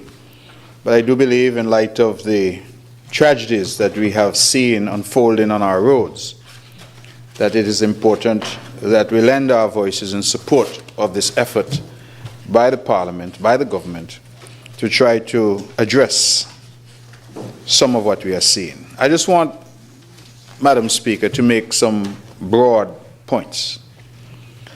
I feel that I have heard much from the government side and from the opposition benches as well. All supportive, all good ideas. I join in extending my condolences, as I did in the budget debates, to the families of all those who have lost loved ones. And I join my colleague from Nevis 10 in asking for the speedy recovery of our Miss Culture Armor swimsuit. It is particularly tragic when we see people taken as these people have been taken from us. Accidents, of course, are by their nature not things that we are prepared for. And so my heart goes out to these families. But I want to make, Madam Speaker, a broad point here. That what we're trying to do today is to legislate behavior. What we're trying to do is to say to our people that they need to adjust their behavior. And there's a word that has crept into my lexicon in recent times where I urge people to be responsible. Why do I say that? The road network in St. Kitts and Nevis continues to improve. Roads are smoother, wider, and we continue to innovate. For example, when I got my license many moons ago, we didn't have roundabouts in Nevis. When I got my license many moons ago, we didn't have street lights in St. Kitts. In fact, I believe the street lights in St. Kitts only came maybe 5 or 6 years ago. And oftentimes we graft new technology, put it into being without there being corresponding education. I smiled to myself when the Honourable Attorney-General used his diagrams this morning in his video to try to tell people how to use a roundabout. Because that's part of the problem. We have not, as a country, done what is necessary to educate our people in terms of proper road usage. And so you find that people just, because they sometimes don't know, just do what they think is the right thing to do, which sometimes leads to tragedy. But it really comes back to us saying that we want our people to be responsible. The 3 o'clock in the morning that we have heard of, spoken to by the mover, a lot of us, being on the road at that hour, we feel, man, there's nobody on the road, there's no traffic on the road, and so we can speed, we can do whatever it is we're doing on the road. We can race, we can engage in reckless behavior. I say that to say this, that it is inconceivable and it would be, frankly, silly for us here in the Parliament to think that simply by passing legislation, simply by making it and making the penalties harsher, that we can change behavior out there. That is why the appeal made by the good senator on this side resonates with me, because we have to start with the individuals and we have to say to people, listen, you have responsibility. We have in this country engaged, I feel, in the last several years in what I like to refer to as some social engineering. Cannabis is one of those things. You have a lot of proponents, including myself, who have said, you know, we need to do more to make it more available, to allow our people to engage in business, etc. And I've looked at it from the economic side. And we have, in this Parliament over the years, tinkered and altered our provisions in relation to ganja, cannabis, marijuana, whatever you want to call it. One of the things that has been sorely missing in our efforts at social engineering, in our efforts at opening up our society to new norms, is the education. So if you go on 4th Street, St. Kitts, or you go on Main Street, Nevis, you see these youngsters, especially on a Friday, rolling up the spliff, smoking in public. As I understand it, that's against the law. But they do it anyway. In fact, I will share with the House that recently I had a meeting with some of the restaurateurs at Pinnace Beach, where we have refurbished and redeveloped that area in Nevis. And they're saying that the youngsters now are coming and sitting at the bar, at the restaurants, and want to light up and smoke right there. I reached out to the police in Nevis and said, listen, we need to do something about it. And I was a little surprised at the response from the police, because the police said to me that they are aware, but apparently it's a ticketable offense, but they've never been given any tickets to hand out. You see, it brings me to the point that was made by the member for number 10. As we look at the legislation and we see things there, for example, about driving under the influence of alcohol, driving under the influence of drugs, the relevant question that springs to mind is, how are we going to know? How are we going to prove? How are we going to monitor to ensure that when persons are in some state, some altered state, let me use that language, that in fact the legislation can catch them?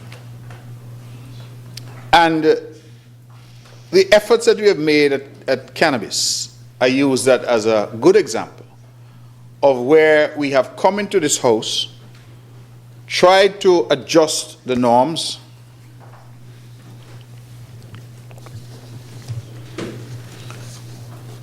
where, Madam Speaker, we've come into this House, tried to adjust the norms of behavior, acceptable behavior in the society, said what we will now accept and what we will not accept. And nevertheless, we have not then put in place the mechanisms to allow the police to effectively do what they need to do. So I hear the mover. He said you'll have to walk straight line and do handstand and all kinds of things when they figure that you are inebriated, you're in an altered state. Alcohol, I suppose many of us more familiar with that and how that looks and smells when somebody is perhaps past the limit. But we all know, Madam Speaker, you are learned in the law, I used to be, that the policeman saying he smell alcohol or saying the person look drunk is not going to stand up. So in other countries, they have invested in the infrastructure. So traffic police or police, they have the apparatus to do the breathalyzer, etc. And they have now given that legislative teeth. So if that you fail the breathalyzer, then the consequences follow. I am not aware, and perhaps the Honourable Mover or the Attorney-General can educate us, what the equivalent would be for drugs, as they say. We talk about marijuana because I think all of us can attest to the fact that it seems like the use is prevalent in our society. But there are other drugs. There are hallucinogens. There are drugs, some take you up, some take you down. What then can we put in place? Because some of these drugs may not have a smell.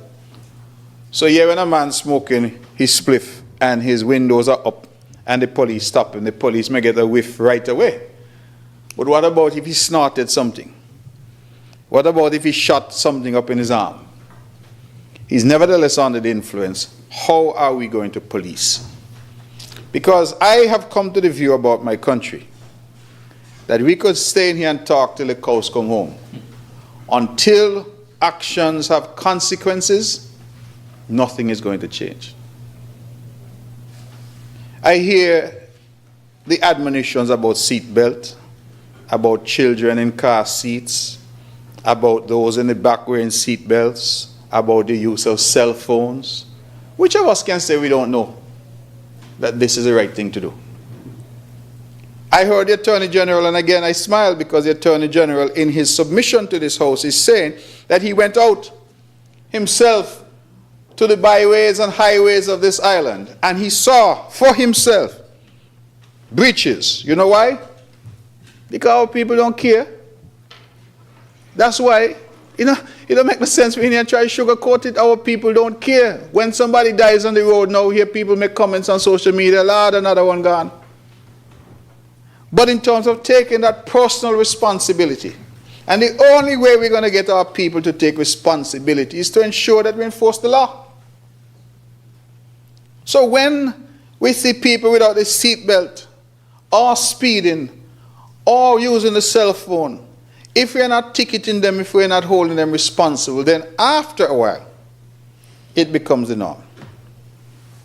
I had an incident in Nevis just a few weeks ago, where a public servant came to see me to say that a certain action that she had been engaged in at her workplace had now been, she had received a letter to say she could no longer continue. And I said, but why would you have been engaging in this action at your workplace? And the worker responded and said, but I've been doing it for a long time. Nobody ever told me that I can't do it. Turns out, it's against the SRNOs. But as the worker said, nobody ever told her. So now her complaint is, why you come telling me no? Why did you not enforce the provision all the time? Because she was doing what she was doing openly, it wasn't in secret. And that, I think, continues to be the problem in our country. The Parliament passes law. We give big speeches in this House. We say all the right things. But then out on the street, it does not translate because we then do not do the necessary things. So when the police said to me that smoking ganja in public is a ticketable offense, but they don't have the tickets, that tells me that we are not getting the essence of what we're seeking to do in here translated out there. And I don't know, I ask people if the high is better if they do it in public, because I don't understand. I grew up in a place in Nevis called Brownhill, and everybody in Brownhill except me used to smoke. Positive. What I don't understand, Madam Speaker, is that people used to do their thing, but the man would do his thing home. The Rasta man, them would do their thing if they get together. Now it seems fellas travel miles to get into town to sit down on 4th Street. Because the weed no sweet. The high not a good high unless you're doing it on 4th Street. It's like a show self thing now. So you go down to Penny's and you sit down at one of the bars and you're on the stool and you wrap your joint and you smoke your joint because somehow you got to show people. And this behavior is not going to change unless we start to do what we need to do to crack down on it. So we are engaged in social engineering. We are asking people to change their attitudes, change their modes of behavior. And I've come to the realization, sad as it is, that appealing to people's good nature is not going to be enough. I saw a quote the other day say, good people knowingly do bad things. And I say, what? Sounds odd. I say, yeah. People may know that something is wrong, but they do it still. So there has to be the controls. And we as Parliament, when we pass legislation, translate that through the society with enforcement. Otherwise, we're spinning top in mud. We have heard all about the statistics. The statistics are alarming. There's no doubt. But I want to take us to the provisions themselves. Before I do that, let me make one other small point. We have, I think, the perfect storm that's brewing in St. Kitts and Nevis. And all of us come in here and we wring our hands and we say these statistics are alarming. And they are.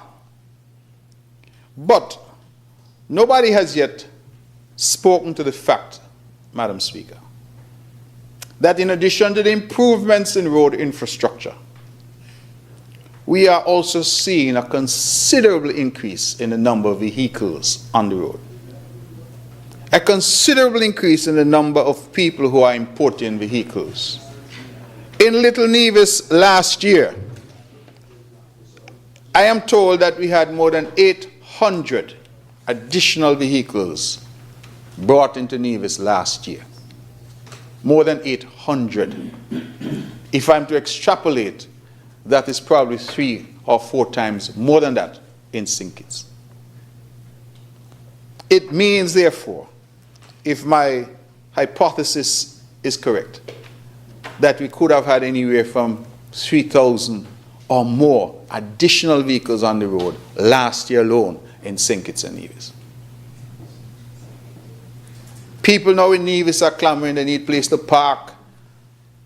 Charlestown needs to provide more parking, etc. Because the vehicles keep coming. In some places in the world, they've tried to, again, social engineer. In Bermuda, they restricted to 1 vehicle per household. In Nevis now, I have seen some households with 2 people and 5 cars parked outside. That's become the norm. As people become more affluent, as people start to work, as we talk about the economy is growing, people want to flex. So I'm going to order a vehicle because that is an indication that I have come of age, that I'm at a point now where I'm independent. And while I applaud that and congratulate our people, we who are charged at this point in our history with leadership have to be cognizant that one thing will impact the other. More vehicles on the road, Nevis now, Little Nevis, having traffic jam.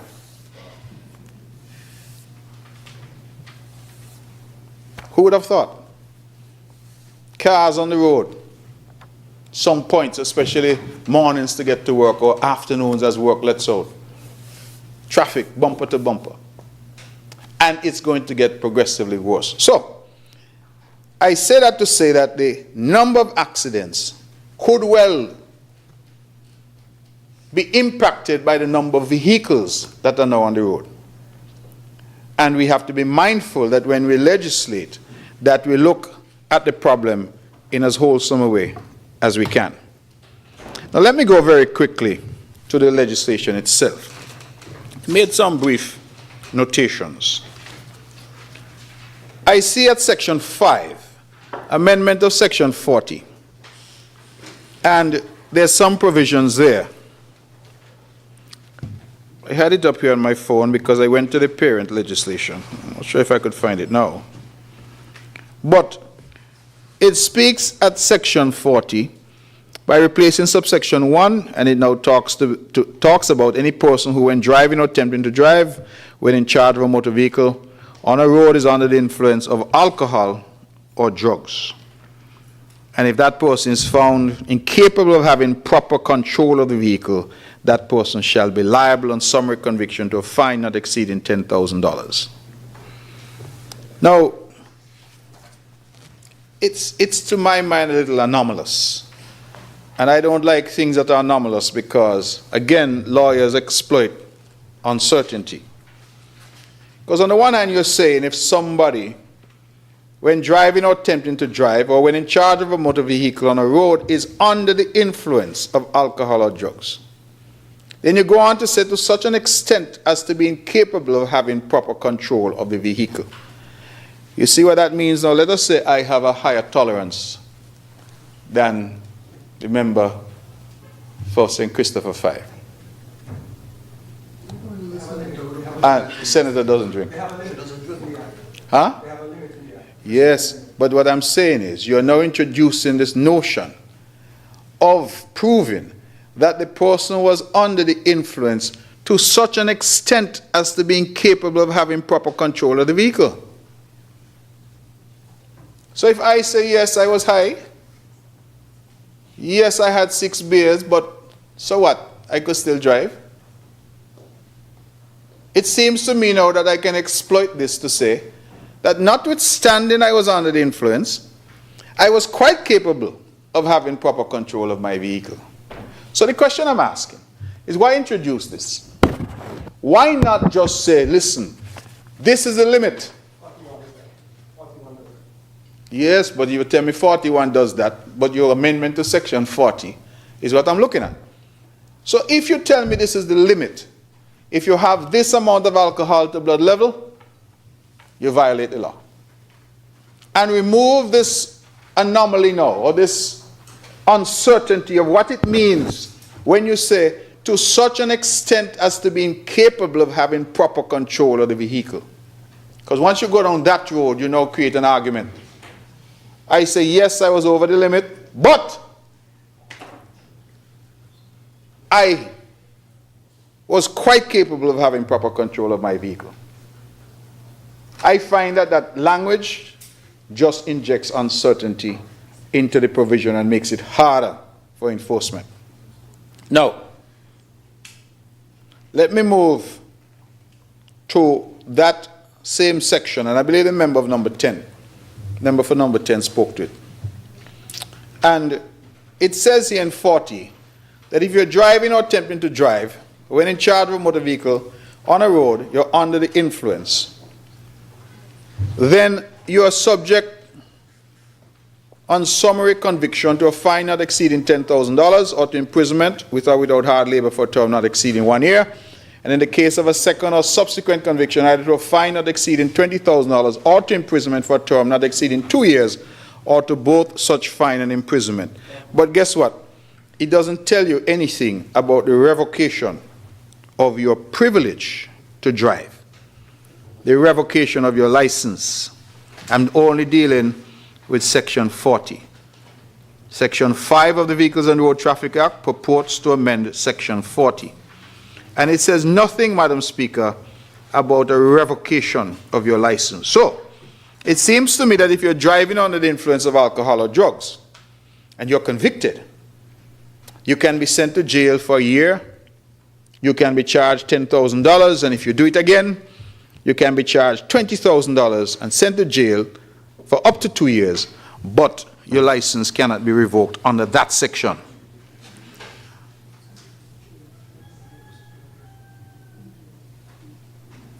I go now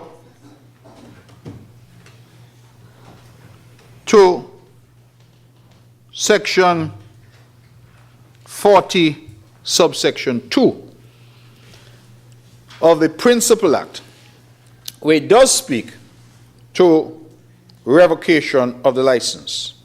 It says here, a person convicted of an offense shall, without prejudice to the power of the court to order a longer period of disqualification, be disqualified a period of 12 months from the date of conviction.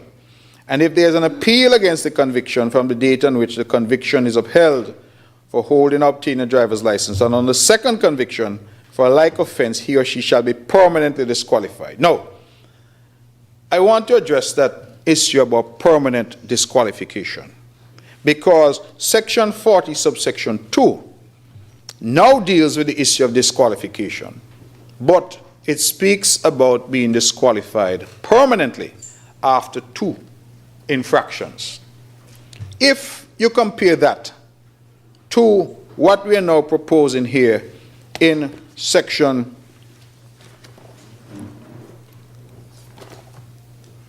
7 of this bill, the amendment to section 48 of the Principal Act.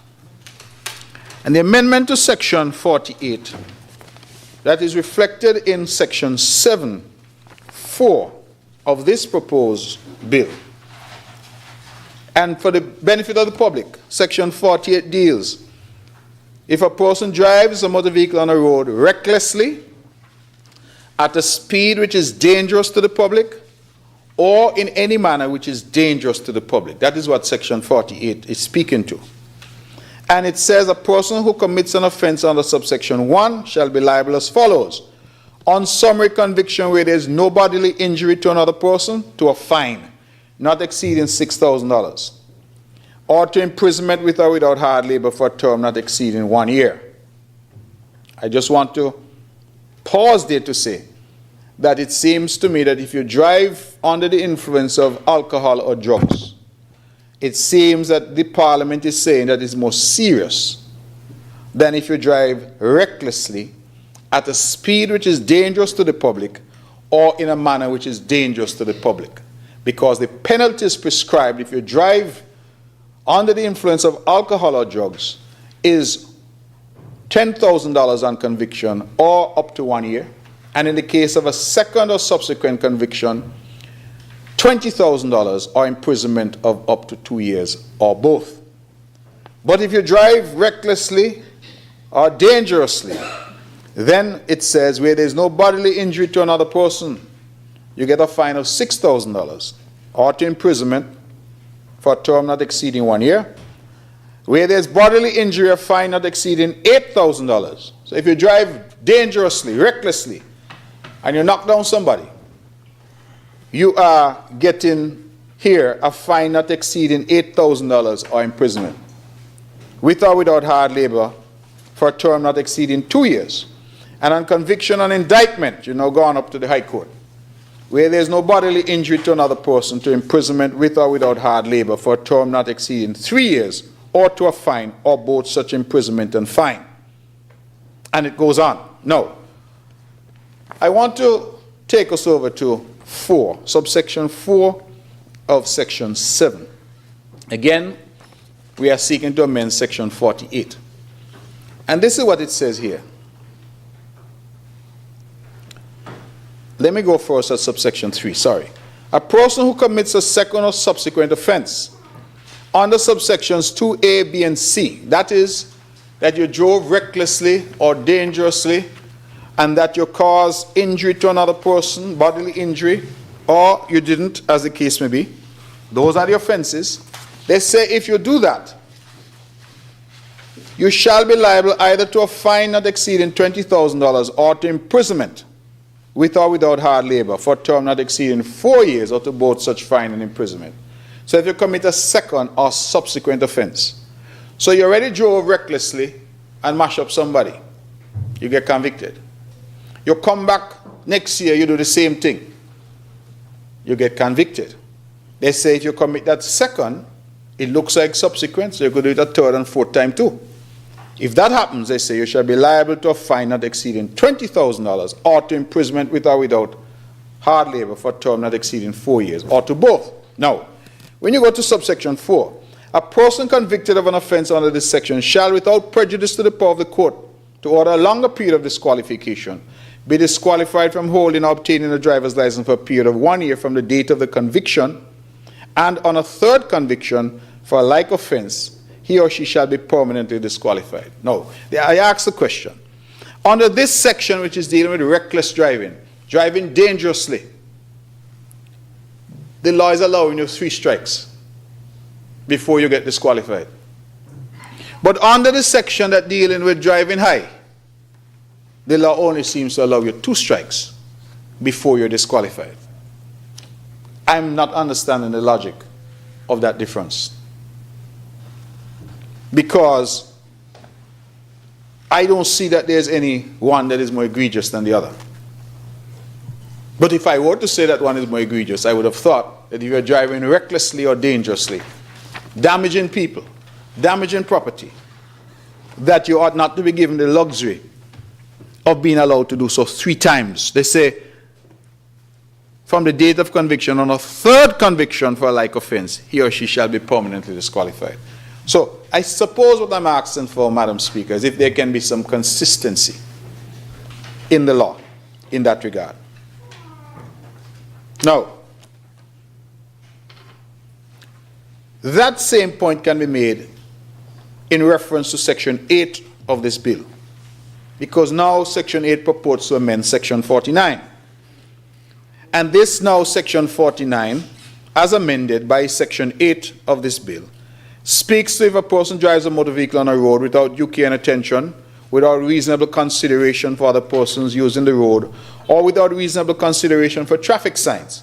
And it goes down at 8.4, a person convicted for a like offense under this section for a second or subsequent time shall, without prejudice to the power of the court to order a longer period of disqualification, be disqualified for holding or obtaining a driver's license for a period of 6 months from the date of the conviction, and on a third conviction for a like offense for a period of 1 year.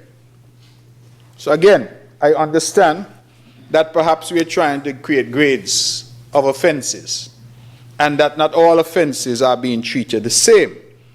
But again, to my mind, we have to create a framework where people understand that there are consequences for breaching the law. And to meet the outcry that we have heard of so many deaths and so many accidents on the road, I think that we need to give this as much teeth as we can, and we need to enforce it. So I will make that point and move on. Before I move on, however, let me just go back to Section 40, I think it was. Section 40 of the Principal Act,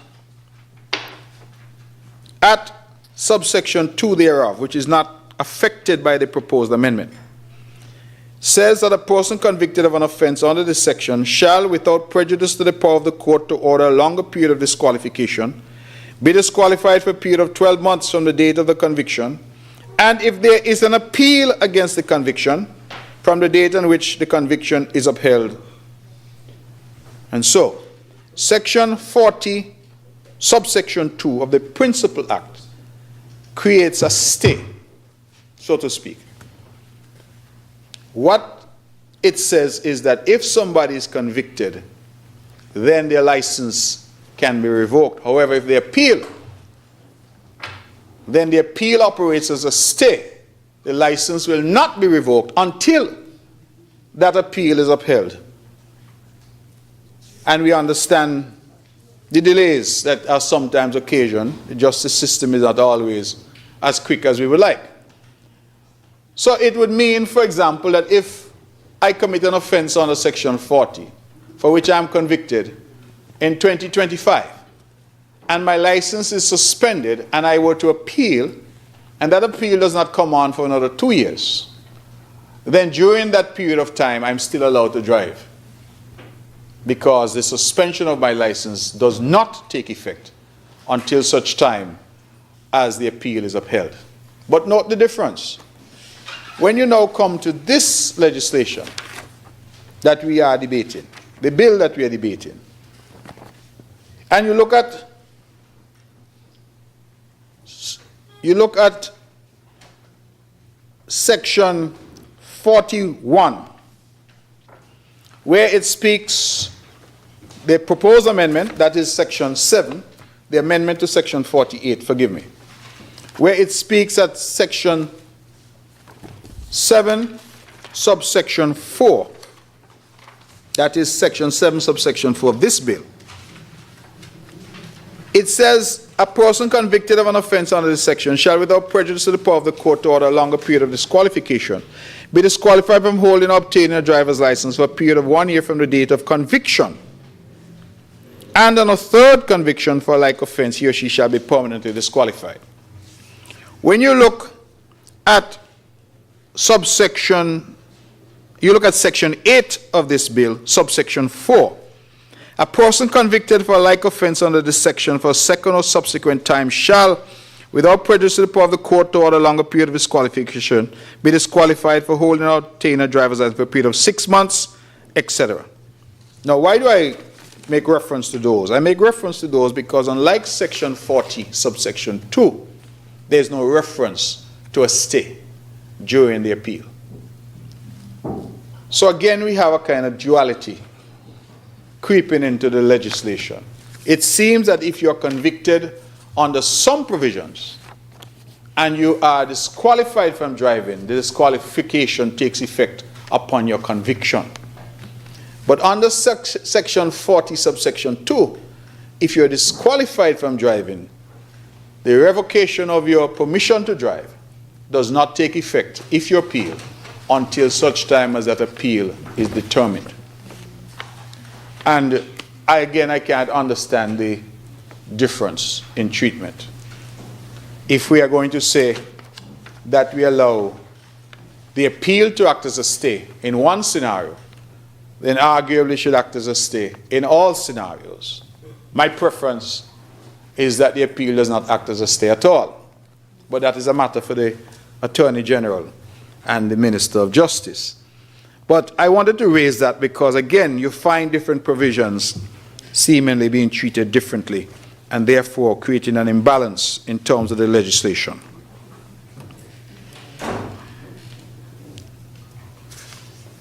I am wrapping up quickly. Let me just, Madam Speaker, refer to this notion of anonymous evidence. And again, I am just raising it as a query. I understand what you're trying to do. But let me get this right, Section 9 of this bill speaks to the amendment of Section 50 of the parent legislation. Forgive me, I really need to go to Section 12. So Section 12 of the Vehicles and Road Traffic Amendment Bill, which we are now debating, speaks to the inserting of the following part immediately after Part 7 of the parent legislation. And it talks about submission of video footage. We saw the Honourable Attorney-General use the screens quite effectively to show about the dash cam and all of that. In fact, we have, I think, quite properly asked the general public to help us and to record. And if they record, they can submit what they've recorded and even get some reward. I think up to $5,000, I read somewhere. So that's good. Law enforcement generally all around the world relies on the public to help them. But I want to just take that same Section 12 of this bill and look at where we are proposing to amend Section 98. It says provisions for anonymous evidence. A witness who provides video footage may opt to give evidence or swear to an affidavit under this act anonymously. That's a big word. It just means that they're not disclosing who they are. The court, provided that the court is satisfied that anonymity is necessary to ensure the safety of the witness or protection from harassment, and B, the identity of the witness is disclosed to the judge in a sealed record. Anonymous evidence may be given via remote means provided by the approved by the court, including a live video link. Now, what I find is interesting is that the provisions immediately above that say that members of the public can come and give evidence. And if you were to look with me, Madam Speaker, at section 9, I'm sorry, I'm going back to 9, forgive me. So I have it here. Section 12, forgive me, subsection 2, section 12, subsection 4. A party may cross-examine a deponent of an affidavit referred to in subsection 2 that has been introduced in evidence with leave of the court. Now, it seems to me, therefore, that we are saying we want members of the public engaged to help us police the law. And we want members of the public, when they see reckless driving and they have their dash cam and they have their video footage, to submit it, and they may even be able to get a reward for submitting it. Great, bravo, I support that.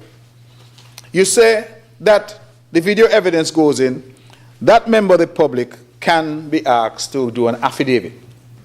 And if they were to do an affidavit, then there's provision under this amendment, section 12, subsection 4, that that person could be cross-examined. It, however, goes down to say that there is an alternative where you can give evidence anonymously. Now, that right away creates some difficulties. And again, there are people here who are more learned in law than I am. But if you say a man is going to give evidence anonymously, then clearly there is no opportunity. Certainly none is spelled out here as to how you're going to cross-examine that person. And it therefore raises issues of due process and how reliable a conviction could be when somebody is convicted on the evidence of Mr. X, when there's no opportunity to cross-examine Mr. X or to ask Mr. X if what you say you see is really what you see. To ask Mr. X if this videotape was doctored, when the videotape was recorded, to challenge Mr. X in any way, because you don't know who Mr. X is, it's anonymous. So I am understanding why, because it sets out if the court is satisfied that this person would not be safe or would be harassed. And so if the Prime Minister were to have his dash cam and see somebody in his constituency breaking the law, he may not want to lose the vote. So he would want to say to the police anonymously that I saw this person from Keon breaking the law.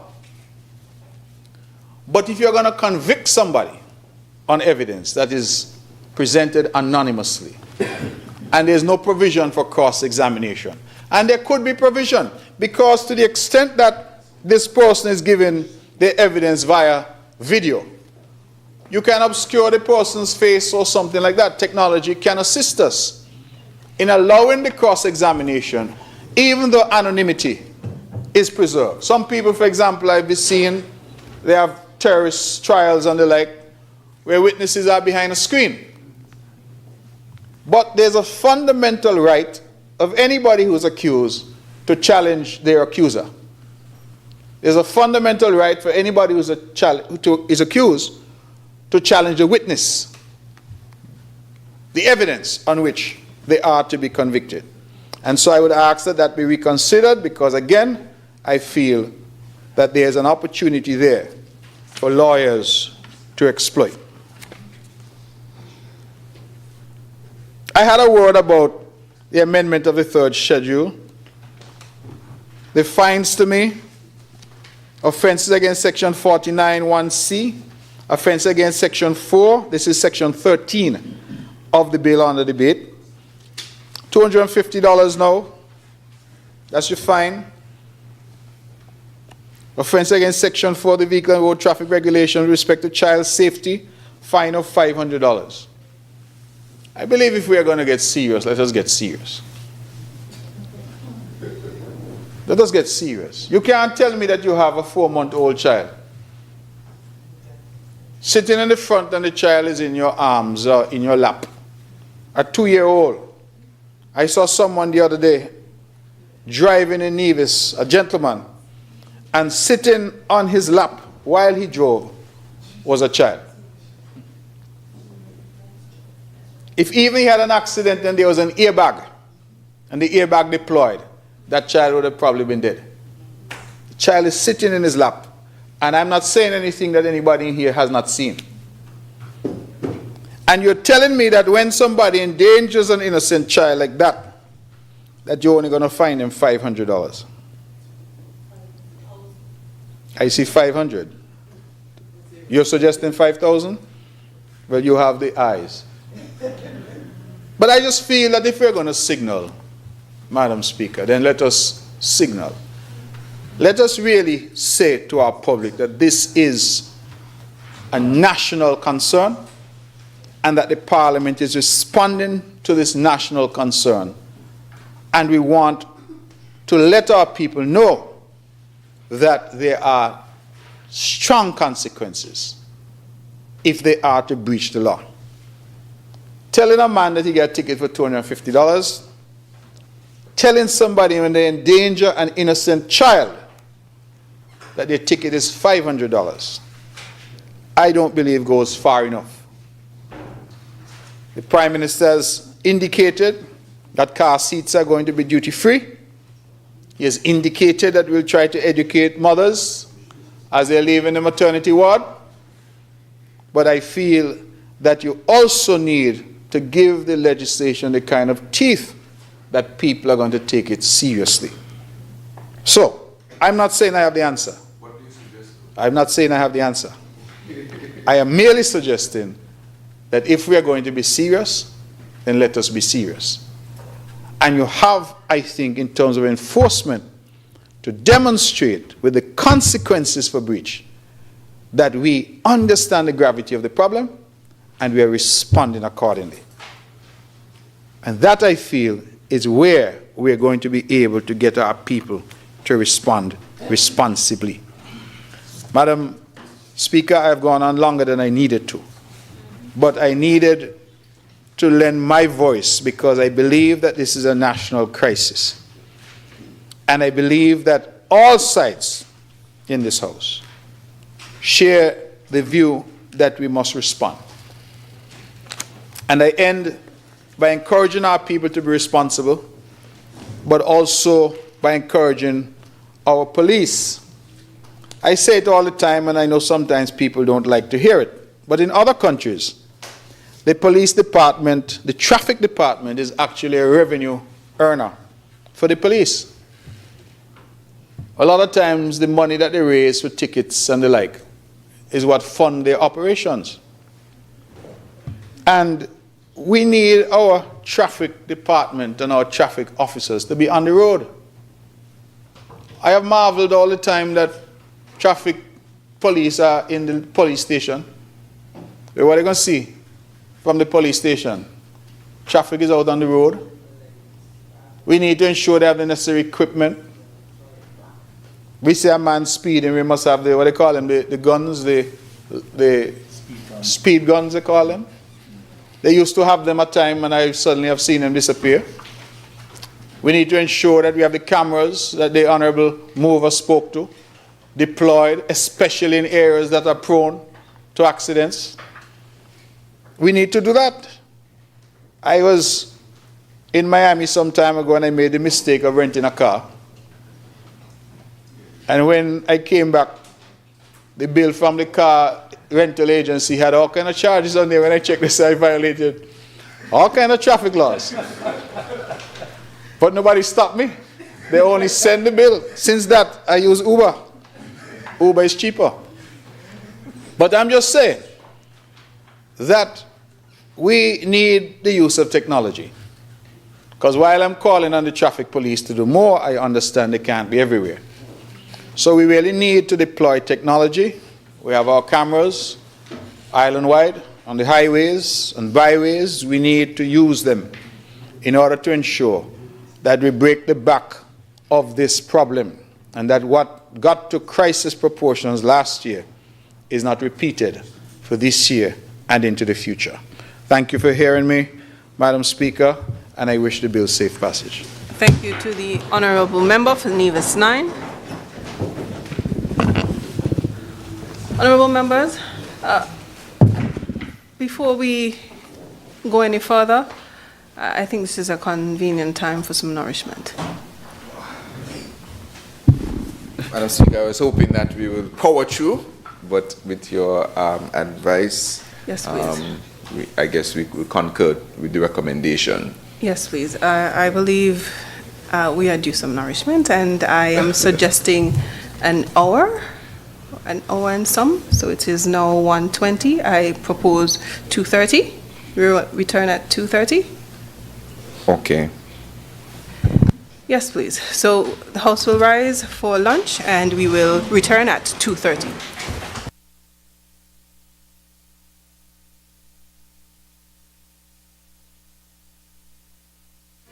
Some of them go get close, some of them go lose clothes. Oh Lord, everything must crash.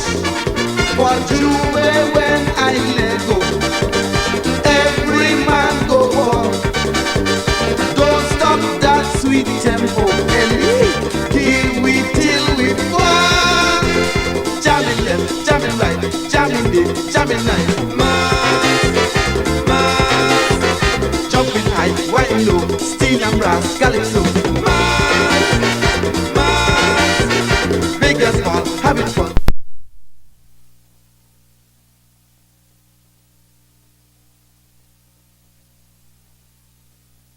And your rights. Type or speak your question.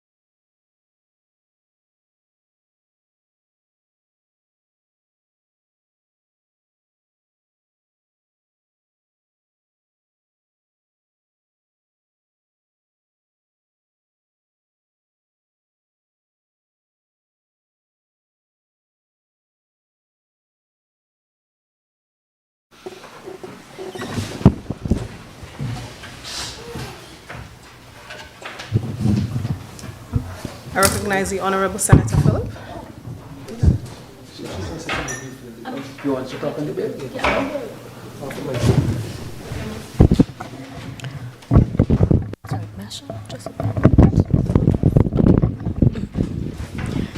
Madam Speaker, I rise to make a brief contribution in support of this bill before the Honourable House. I would like to echo some of the sentiments that have already been shared by colleagues in this National Assembly. However, for me, I'd like to situate my contribution in the context of citizen security to impress upon people of the Federation why it's so important for us all to take individual and collective responsibility when it comes to vehicle and road safety, particularly because, you know, when we talk about creating and cultivating a society that is safe and of peaceful coexistence, it's really important that we all take individual responsibility. I think there are some parallels that we could potentially draw when we think about the objective of this bill and the seriousness of the crimes of, you know, reckless and careless driving. So when we talk about citizen security, this is a concept and a framework that is actually being championed as part of the long-term plan for combating crime and violence in the Federation, Madam Speaker. Citizen security would have come about especially after we were having the increase in gun crimes over the past year in 2024. And, you know, you would have remembered at the time we would have had a call. The Prime Minister would have made a very clear and clarion call to bring everybody together so that we can all take responsibility, recognizing that the issue of, you know, peace and security is an all of society responsibility. I believe the issue of reckless and careless driving is similarly an all of society responsibility, as has been shared and expressed by fellow members of this House. And, you know, although we may not be talking about gun crime here today, we are talking about the crime of careless and reckless driving that, as has been presented by the statistics, has really resulted in a number of unfortunate fatalities. The statistics, I believe, are alarming enough for us to clearly be in this House to pass a bill to be more stringent when persons are reckless in their driving. And so I want us to really reiterate and really highlight the point in terms of, you know, all of us taking responsibility. If we really want to create safe and peaceful coexistence in societies, we all have an individual responsibility to play. Not only when it comes to persons who are involved in, you know, gun crime or drug crime, but also just being safe on the streets, being safe on the road. I would actually be curious to know how these statistics compare. Honourable AG, you said in the past 4 years, from 2020 to 2024, we had 36 deaths. I would be curious to know, like, how that compares to the number of deaths we have had from homicides, because I believe it would be a relatively large percentage. So that's the level of seriousness that we have to take the reality of just the reckless driving that we're seeing in this day and age, which is really unfortunate. I want to make a clarion call to the public and, you know, members of society that if we truly, really want to create peaceful and safe societies, that we have to all take responsibility. And responsibility on the road, you know, we certainly consider, as has been expressed, driving safely, making sure that we're not texting and driving, that we're not under the influence, because this is important. And also we have to police each other. That's a big part of citizen security. It's about how do we relate and respond to each other when it comes to making sure that you are safe as an individual and that your fellow neighbor is safe. And so what I appreciate about this bill, Madam Speaker, is that it actually includes or adds an amendment where we have public reporting for offences. And this really is the opportunity where we allow for members of the public for us to police each other. I believe this insertion of the bill just further it reiterates and further puts the obligation on us to make sure that we help, to make sure that we can all ensure that we play our own parts to make sure that we can actually be safe on our streets, that we can make sure that we keep each other safe as well as ourselves. I think the recommendation and the suggestions are the challenge in relation to the penalties and the fines that was raised by the member from number 9 is valid to consider. I believe also that when we think about persons whose job it is to actually transport persons, so the hire buses that we all are familiar can be very reckless on the street sometimes. Somehow I believe that persons whose job it is and whose obligation it is to transport individuals of the public who are paid to do that should be held at a higher account. So if you're driving a bus and you have passengers on this bus who have no choice but to take your transport, I believe you should be held at a higher responsibility to ensure that your passengers are safe. So if you're a hire bus or if you're a taxi, you can't just be out here driving recklessly, but unfortunately, we notice that a number of hire buses and persons driving these buses can be more reckless than persons driving private commercial vehicles. And so that may be, a note for consideration that if you are in the position where you have the responsibility of transporting others, I believe you ought to be held at a higher penalty because you have an obligation to transport persons who are paying you to ensure that they get from point A to point B safely. And so that's something that I believe ought to be considered. And similarly, or additionally, when it comes to child passengers, Madam Speaker, I am particularly passionate when it comes to, issues around protecting our children. I think that, one of the things that came out as we were doing research around, why young people and children get involved in crime and violence and different delinquent activities is that they don't feel protected. I believe it is an onus and a responsibility for every single member of society to protect those who are most vulnerable, and that is our children, Madam Speaker. And so the requirements in this bill to ensure that persons have safety car seats for children, to make sure that when we are transporting children, that we ensure that they are properly seated and properly belted in. This is a consideration that all of us as parents, as neighbors, as friends, that we need to pay attention to more closely. It may not be the norm in our culture to ensure that our children are in car seats, or to think about the fact that our children can easily be killed in vehicular and road accidents. But it's really important for us to do a better job at really considering our children and young people to make sure that we protect them, because without them we have no future, Madam Speaker. And so I'm very pleased to see that there's also a section in this bill that speaks to the need and requirements for car seats. And we do need to cultivate a culture where we think about the safety of our children a lot more intentionally and a lot more seriously, and be able to make the changes that we can in our behavior to make sure that they are protected.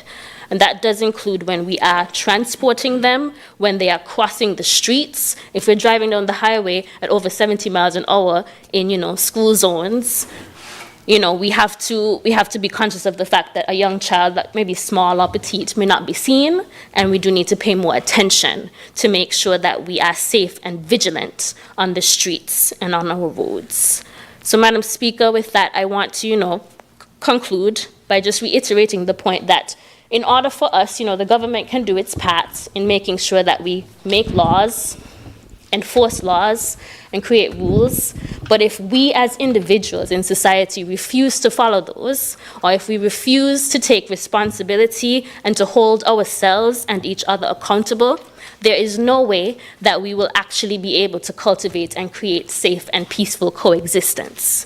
If we truly want to have a peaceful and safe St. Kitts and Nevis, we all need to take individual responsibility. We all have a part to play. How are we complicit in contributing to crime and violence? That is the question.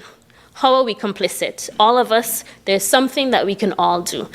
We can be kinder, we can be more patient on the road, we can be more considerate of pedestrians, we can be more considerate of persons driving. It's us, Madam Speaker. The problem is us. If we want to create and cultivate cultures of safety and peace and security, we all have to take individual and collective responsibility. And that really is my point, Madam Speaker. So thank you very much. May it please you. Thank you to the Honourable Senator. I recognize the Honourable Member for Nevis 11. Thank you very much, Madam Speaker. And of course, I rise to make my contribution to this bill that is currently before this Honourable House. But before I do, let me express best wishes to the entire Federation of St. Kitts and Nevis. At least this is the first time we're meeting for the year. And of course, at the end of 2024, we would have expressed all of the best wishes for Christmas and New Year. So since we're here, first time around, and I believe I'm the first one to do so today, but that's okay.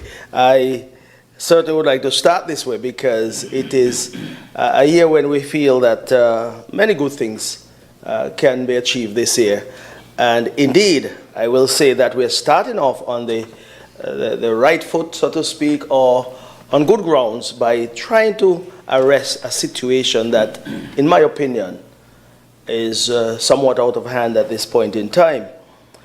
But that being said, Madam Speaker, I believe that the entire Federation of St. Kitts and Nevis, we're fed up of hearing about all of these accidents and the loss of life and the tragedy that these accidents have brought about.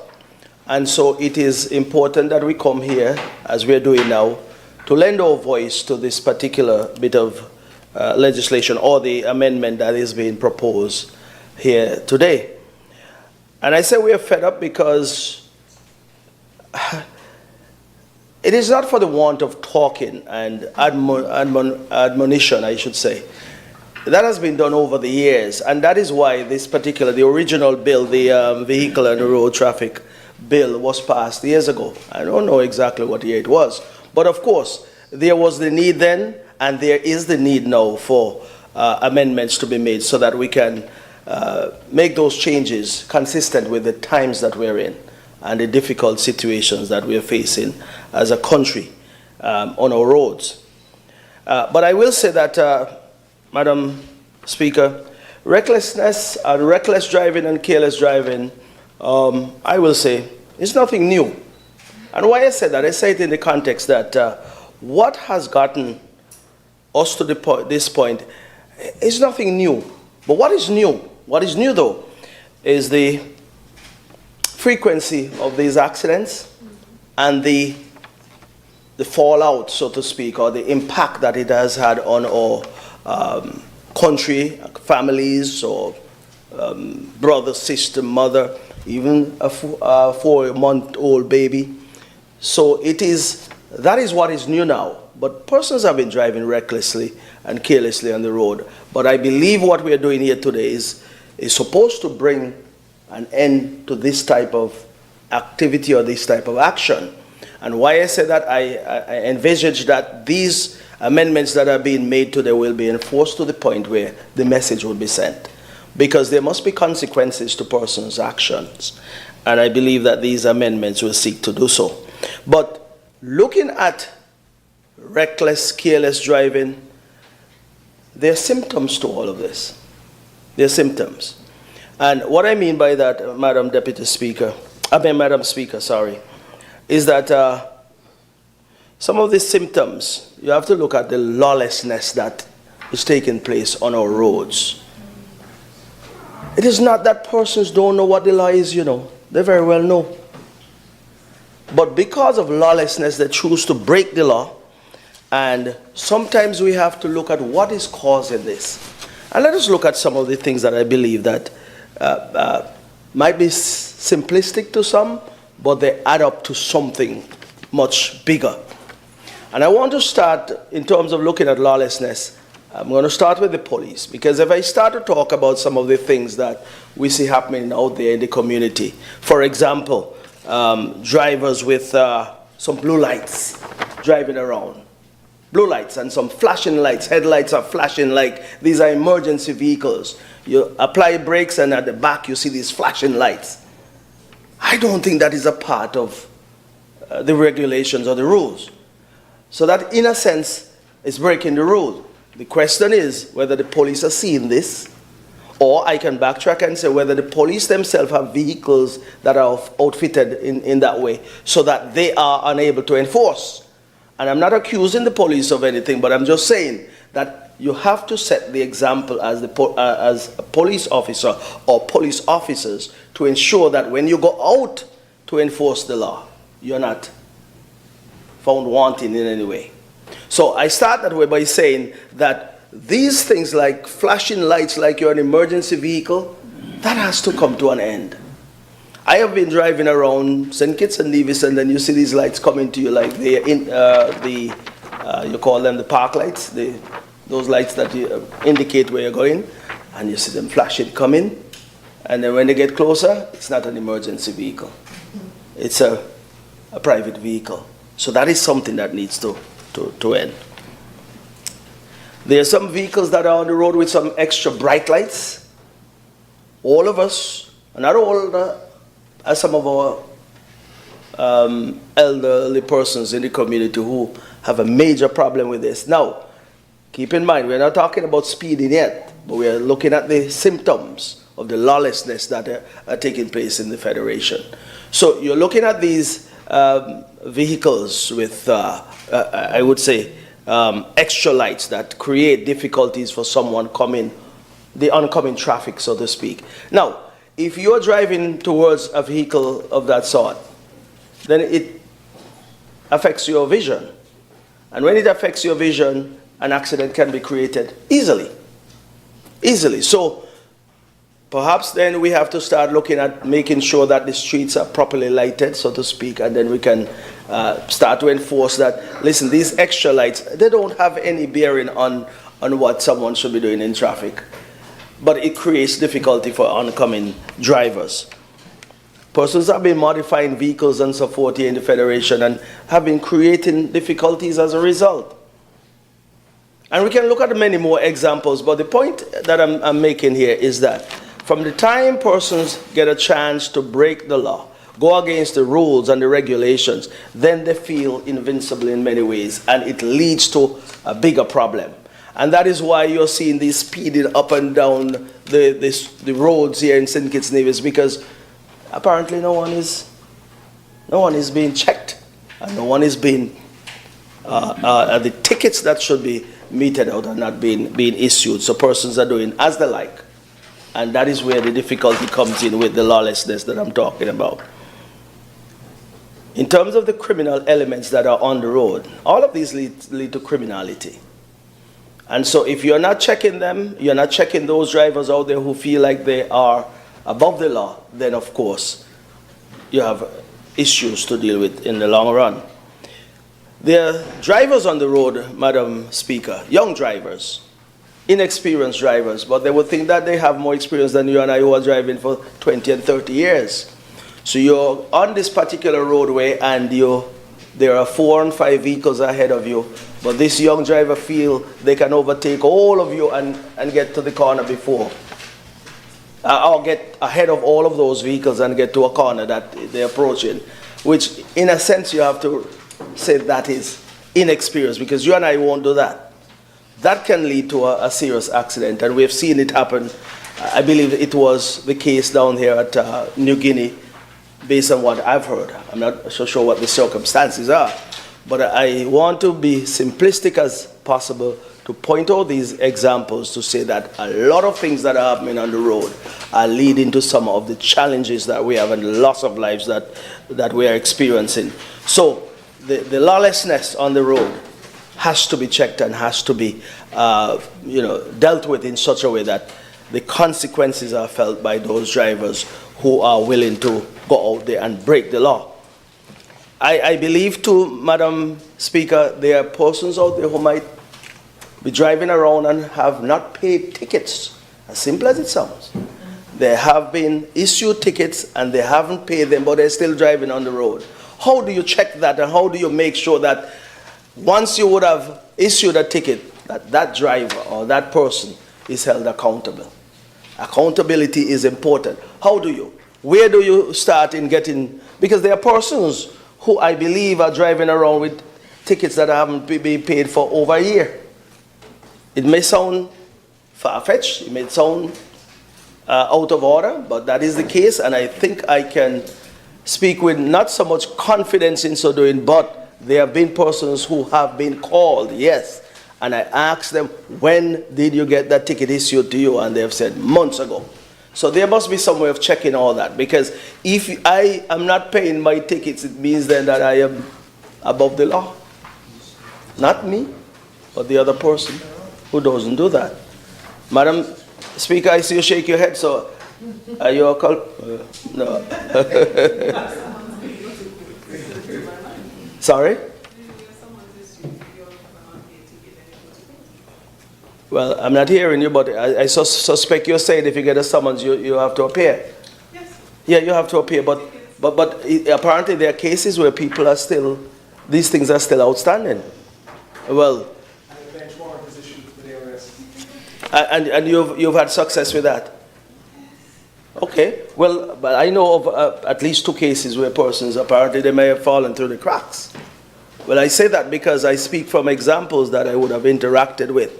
And so I'm making sure that we are doing all these things to cut out all of the lawlessness, all of the lawbreakers, because once they are not prosecuted, it means that they are above the law to some extent, and that is why you'll have the snowball effect where they get on the road, and because they're not as responsible in paying their tickets and adhering to the law, they do irresponsible things on the road. I think that is what these amendments are seeking to accomplish. How do you put this in check so that we don't have to deal with these circumstances over the next 6 months, over the next year? Yeah? So and that's why I say I'm keeping it as simplistic as possible, so that at least we know we have to deal with the smaller things to get to the larger items that we're dealing with. So I believe overall, though, the presentations that would have been made before myself, including the leader of the opposition, he was very thorough and placed things into a certain context that all of us could understand.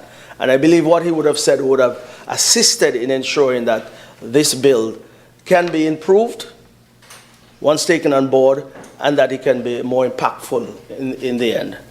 And so, Madam Speaker, I am at this point in time willing to give the credit where it's due, to say, well, this is some amendments that have come at the right time because of the circumstances that we have been facing. And I am to say as well that I sympathize with all who would have had losses of loved ones, friends, and family members over the last at least 2 to 3 months, because it seems as though we have had an uptick in accidents and serious accidents over the last couple of months. Who knows what that 4-month-old baby could have become? Is it a he or she? It was a boy? Is it? Well, a boy. Who knows what that boy could have become when he got to to adulthood and so forth and beyond. Those are resources, and also, the potential that we would have lost out on. Whether it's through crime and criminality, whether through an accident, these are potential that we would have lost out. The next doctor, the next lawyer, the next politician, the next mechanic, the next whatever. And so we want to make sure that we are protecting our young people. And sometimes you have to protect our young people from themselves.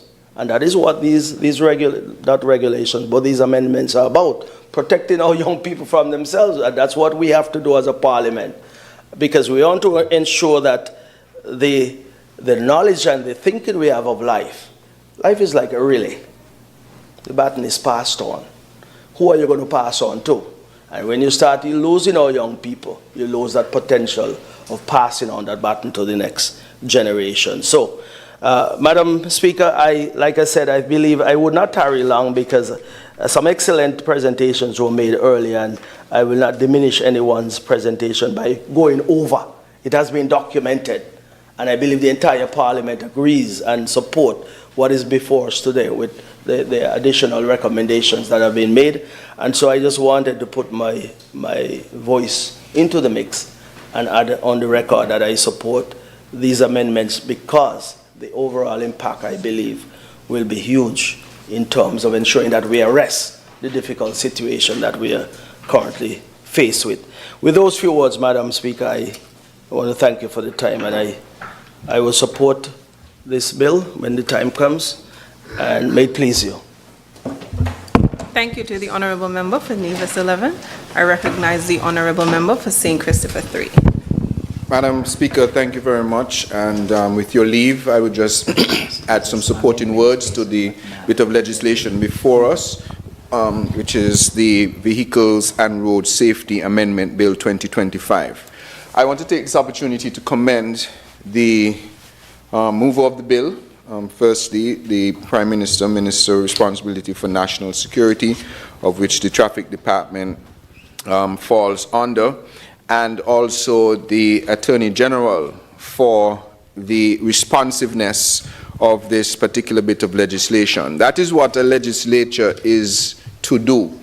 There will be laws that are passed, say, in one era of time based on the prevailing situation at the time. But then there comes a time for revision and upgrade, and oftentimes it comes when something becomes a reality, when you get to see that an existing law may not be sufficient in dealing with present situations. And so I want to commend the response that has gone in, although to be fair and to be frank, this was already in the works in terms of setting up a committee to deal with the vehicle situation and road traffic safety some time ago, since the middle of last year. In fact, the AG in particular has been a strong proponent of safety on the road. And even before we got into the recommendations last year, the Ministry of Public Works, we had given an undertaking that we will start the ball rolling by installing speed bumps around major schools, or schools in general that are close to roadways. I'm not certain if we have completed every single school, but we are in the process of ensuring that there are speed bumps around all the different schools. And this will continue now with the work of the committee led by the AG for a comprehensive overview of our road and safety laws. I think this is critical, and again, I stand to commend the AG and the mover of the bill for us taking this initiative to move this particular process forward. I want to also at this time, I want to encourage something I think I heard the member opposite, Senator opposite, Deputy Speaker mention about responsibility of us as road users. The Parliament is doing its part, the legislature is doing its part, the government is trying to do its part. None of us can do all of what is necessary, but all of us can do some of what is necessary to come together to make a whole. And so I want to encourage drivers on the road.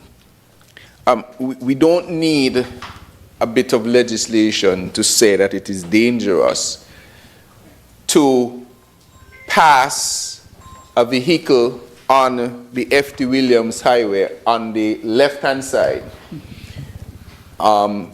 because a vehicle is coming on the right-hand side where it's supposed to be coming. That's, I don't know, how do you legislate that to say that that should not happen? You know, unfortunately, the human race has often showed that you give us an open field and you run wild, even if you know that the field has potential problems. But then you have to put guardrails to guide the human race to say, this is probably the better way that you're supposed to go, the safer way. And so what we're attempting here with this bit of legislation is to provide some guidance, really, to try and legislate behavior, which otherwise sometimes you don't necessarily think you have to. But given what has transpired with the alarming numbers that we have seen, it has become incumbent upon us to at least put it down on paper and then proceed to police it in order to try to alter the behavior. So I want to encourage drivers on the street to take a level of responsibility. For instance, in particular, with our children. I get heartaches when I see children in vehicles and they are unrestrained. Even I have a 10-year-old and an 8-year-old. And no matter how uncool somebody, maybe a classmate, may feel, we still insist that they use their booster seats because it has a weight requirement and they have not yet passed the weight.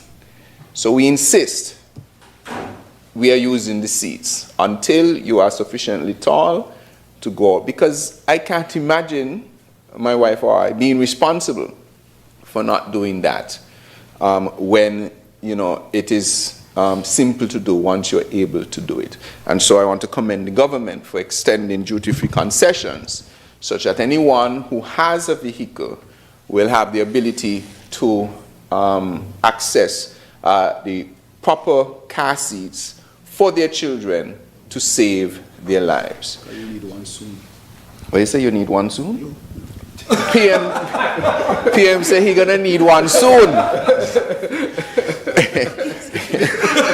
You're trying to say I need one soon? I have already. I thought you donated them already. No, I have. They're using them still. They're using them still. I thought you have the booster one. No, I have the whole thing because, at a certain height, it goes up to a certain height and certain weight, and they are still below those requirements. More reason for another one. But don't worry, I think you're calling for a donation for you. So I will work on it for you, Mr. Prime Minister, because I know the conversations we've been having. So I can't let the public into that one. But it's our responsibility, when it comes to our children, that one, they are in the back seat. Two, that they are properly restrained. Three, don't worry how unstylish it is to have your young child in a car seat and they say, Mommy, nobody else come in school in a car seat. No, my daughters don't even try that, right? Because it is our responsibility. Even when we travel with our car seats. Wherever we go, the airlines allow it for free. We travel, if you have to rent or you have to go in any vehicle, we travel in car seats, and we ask God's protection for any travels that we have and for anybody else.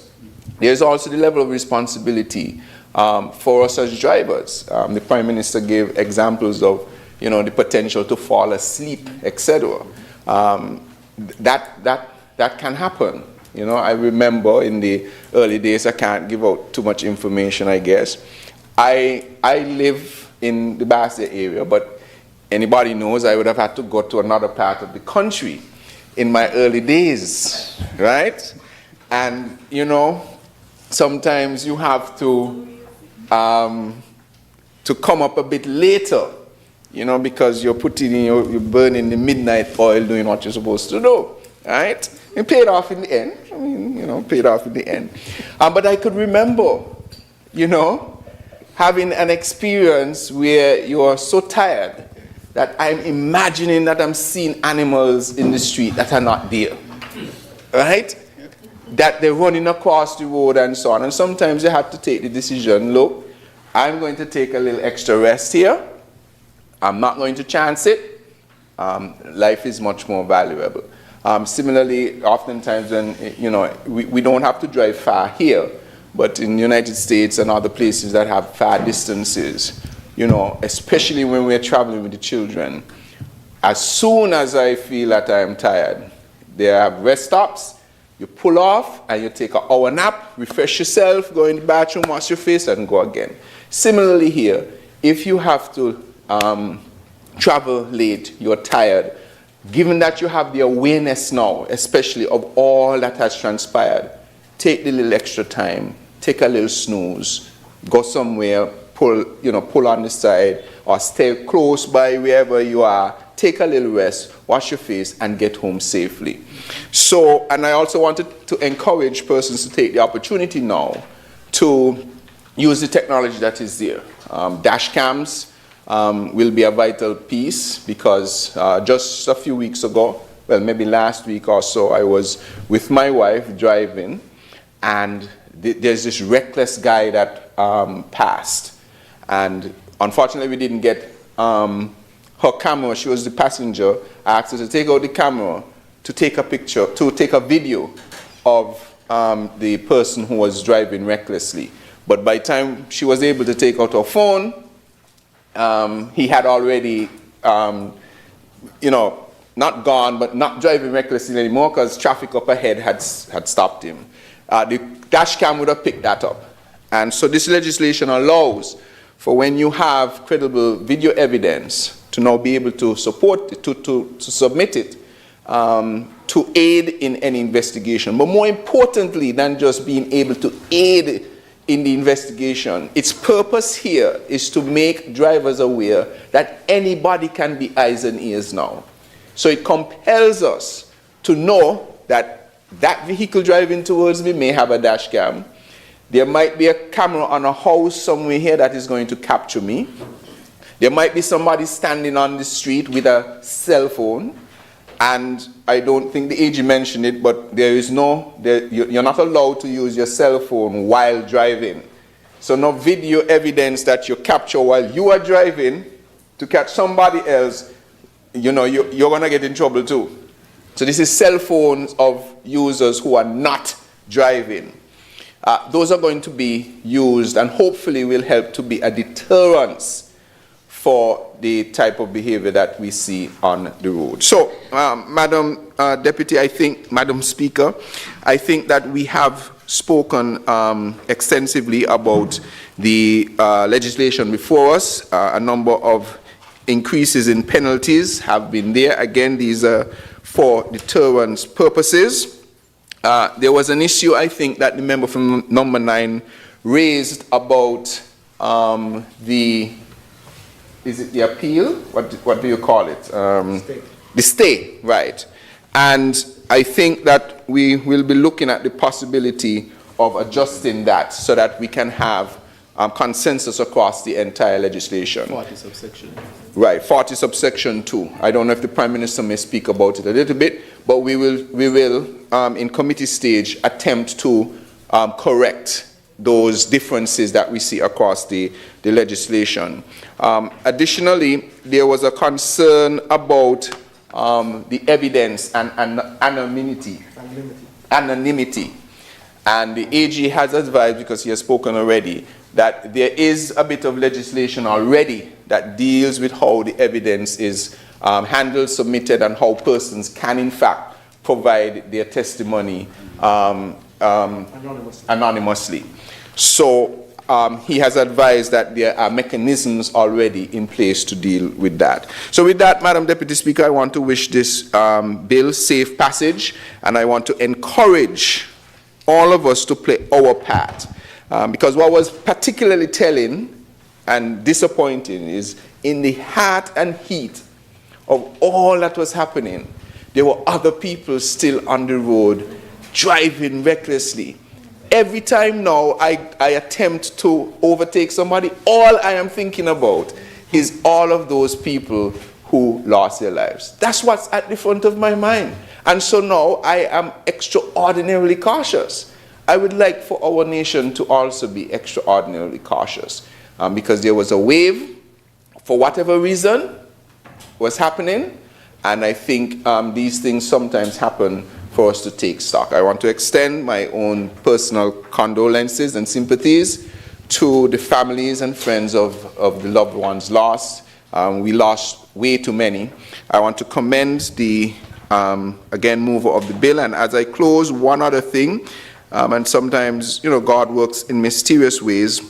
We have actually just received an invitation that is sponsored invitation for the Ministry of Domestic Transport, which I'm the minister for, to attend a ministerial road safety conference in Morocco sometime later this month. Fully funded, so of no cost to the government, and for 4 persons, so The proposed persons will be myself as Minister, Honourable AG as the Chair of the Sustainable Road Safety Project Committee, the Chair of the Transport Board, and the Assistant Commissioner, Henry, who is also on the board. And so there are a number of very important topics that we want to engage in, and if I may, one of them is empowering governments, pathways to sustainable road safety financing. So for the opportunities that we are pursuing, we are going to see how we can leverage international partnership to bring that to St. Kitts and Nevis.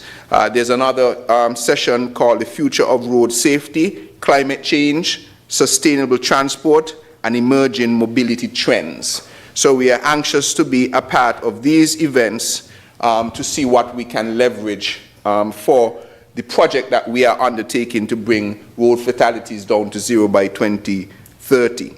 So I want to again thank all the work that has been done so far and wish this bill safe passage too. Thank you to the Honourable Member for St. Christopher 3. Is there another presenter? I recognize the Honourable Member for St. Christopher 8 to do his wrap-up. That can stay. Yes, with your leave, Madam Speaker, I rise to wind up the debate on this most important piece of legislation.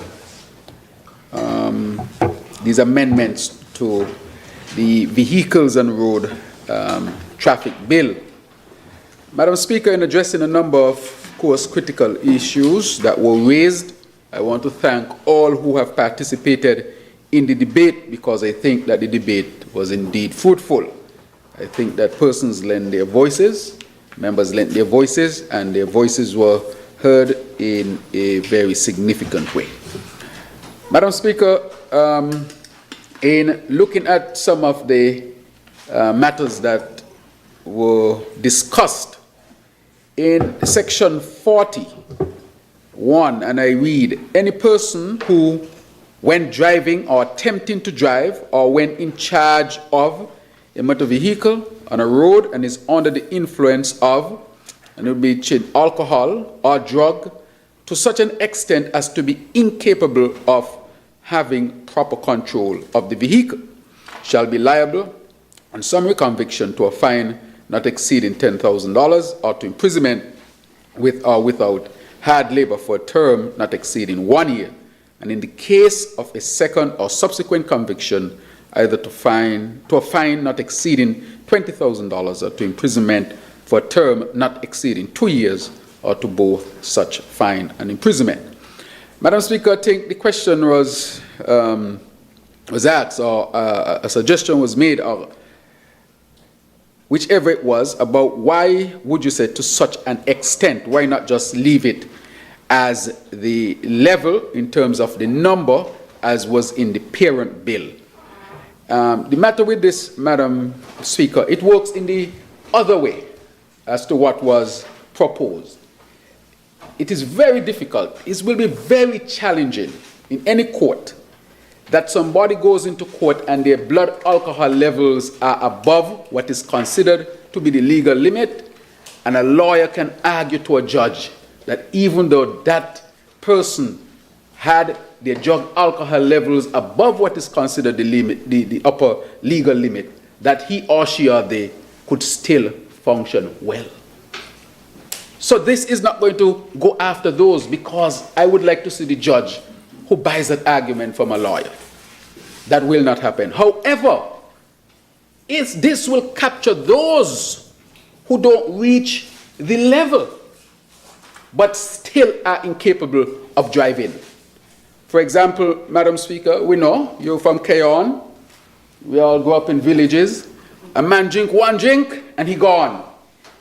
But if you test his blood level, it can be below what is considered to be the upper limit in the legislation. We're going to be able to capture them with the sobriety test. That is why the blood level test alone, whether you do it through breath, or you do it through serum by taking blood, there are people who still would not be at the limit, but they're not capable of driving. That is why you cannot just depend on the breathalyzer. You also have to do the sobriety test, because you can capture those people. There are some, for example, and this is just scientific fact, some races metabolize alcohol differently. They do it very slowly. So a little bit would stay in the blood longer and cause issues, whereas others metabolize quicker. Same thing, there are difference in sexes as well, difference in age as well, and difference in whether you are chronic alcoholic or not. All those influence how you respond to alcohol. So this is perfectly put, because there are those whose numbers will not approach the upper limit, and you might think that they're normal, Madam Speaker, but they're not normal because they cannot handle the alcohol. They smell it and they're drunk. But if you do a blood test, it will show that it's within what you consider to be normal. That is why I said to the Commissioner, we also have to have the police officers trained in carrying out that test on the side of the road. That is why that test is carried out, to catch those whose levels may not rise to the level as in the legislation, but are still incapable of driving because they were drinking, Madam Speaker. That's one. The other matter is, there are those who will take other substances. Madam Speaker, there are drivers who know that they take medications, and when they take those medications, they're not supposed to drive. Such things as Ativan, benzodiazepines, medications used to calm you. You know the doctor told you, do not drive. You come to Tiger Woods. Yes, Tiger Woods. But you take it and you drive. There's no blood test to determine that you have a level of that high enough in your blood that you should not drive. And those blood tests are complicated. However, if you do the proper test on the side of the road, you can pick up somebody who is under the influence of a prescribed drug. But no, they should not be driving. That person should not escape the law. And this will capture those type of persons. Because they said to the extent as to be incapable of having proper control of the vehicle, Madam Speaker. Madam Speaker, the other things, people mix things. You might just drink a beer, smoke a spliff, cannabis, and the combination of both make you incapable, but each one by itself would not. So when you do a blood alcohol level, or you do the breathalyzer, it might come out positive, but you do the blood alcohol level, it's within the normal limit. However, the combination of the alcohol and the marijuana together would make you incapable of driving. And so when you do that test, again, it says such an extent as to be incapable of having proper control. So those persons will be captured. You can't come tell me in the court, well, the blood level was below what the law says. Yeah, but the sobriety test showed that you were incapable. So you would have gotten away had the sobriety test not done. That is why it's critically important that we also do the test to capture those whose blood level are below the normal limit but are still incapable of driving. So that is why it is placed this way in it. But in the parent bill, you'll recognize that if you're above the limit, you will be caught. Because I want to see the human being who is above that limit and tell me they're perfectly fine. Even when that's the problem is this, Madam Speaker. People think, man, I could drink 6 beers and I'm fine. That is the problem. They don't realize alcohol is having an impact on them. They think they are fine. And when you are driving and you have to make that split-second decision, because you are not as fine as you think, a split-second decision is too quick for you to react because the alcohol will not allow you to react so quickly, and then you end up in an accident. But you say, but I wasn't drunk. You don't have to be drunk. But your capacity can be impeded at the very micro level when we are talking about split seconds to make a decisions. We heard about 2 aircraft crashing. One is a helicopter and one was a jet. And they say the aircraft that was going to land was just a few seconds away from landing. And before you know it, they not even giving them a chance to react. because, of course, the time was too short. I want to submit that alcohol can act like that. You may not be openly drunk. Your sobriety test might even be negative, but sometimes it can have an impact on you that you don't realize, and that is why I will say to people, don't drink at all if you know you're going to drive. Some people say, man, let me take one drink. But you don't know how that one drink going to affect you. But one drink could be one drink of whiskey. It could be 40 proof, 60 proof. I was in a country in the Caribbean and they got a drink down there. I think it's 60 proof, you know. You know a lot about it. 60 proof. Well, I have to know it. I learn it. I study it. So you have a drink and you say, man, I only had a drink. But it's a difference between if you had a 60 proof to a 10 proof. Because the 60 proof. So you say, man, I had one drink, that ain't do me nothing, really. But it's a 60 proof you had, Madam Speaker. And so the question is really to catch these persons is that you have to do, variations. One, the breath test, the exam on the side road, and two, you can also do the blood test. The other thing where you said to the extent to be incapable. Let's look at, for example, cannabis. There are some people who, they smell it and they're already starting to feel high. And there are some people who can tolerate it more, but they don't realize the little bit of impact you might have on them in terms of making them mellow. And so they go to drive. And when they're asked to respond very quickly, they cannot respond. And that is when the accidents do happen. And so, Madam Speaker, to the extent as to be incapable of having proper control. And the last point I'll make again, which I made before, is that this will capture those who do not reach the level that is expressed in the legislation, and to capture those who use other substances that are not tested for when you go to the hospital because you had an accident, and therefore the sobriety test can demonstrate that you were indeed under the influence of a mind-altering drug or a capacity-impeding drug or substance. And so that will really catch more people. So I'm saying to persons, please refrain from using substances or anything at all that alters your capacity, including prescribed drugs. If you know the doctor tell you don't take this and drive, do not take it and drive, because you can end up in a serious accident and take your own life or the lives of others who would have been in that accident. Madam Speaker, the other point that was raised in the other section was when it came to reckless driving and comparing it to substances. There can be a difference. Reckless driving can be driving fast and so forth. Let's say you have somebody driving on the King Collins Highway, for example. They're driving 1 o'clock in the morning. Let's say they're somewhat over the speed limit. You capture them. That person may not have intended to do such. However, anybody who uses a substance and drive, they intended to use the substance and drive.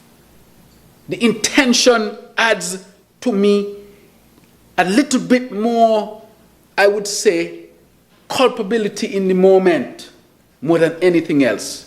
And it should reflect in the penalty. Why do I say that? You knowingly did it. And therefore that should carry a stiffer penalty. Let's look at manslaughter, for example. If you come and you and somebody have a fight, boy, you throw a hand and you catch the person across the jaw and they drop down, hit the head and they pass. You would say, but I didn't intend to kill him.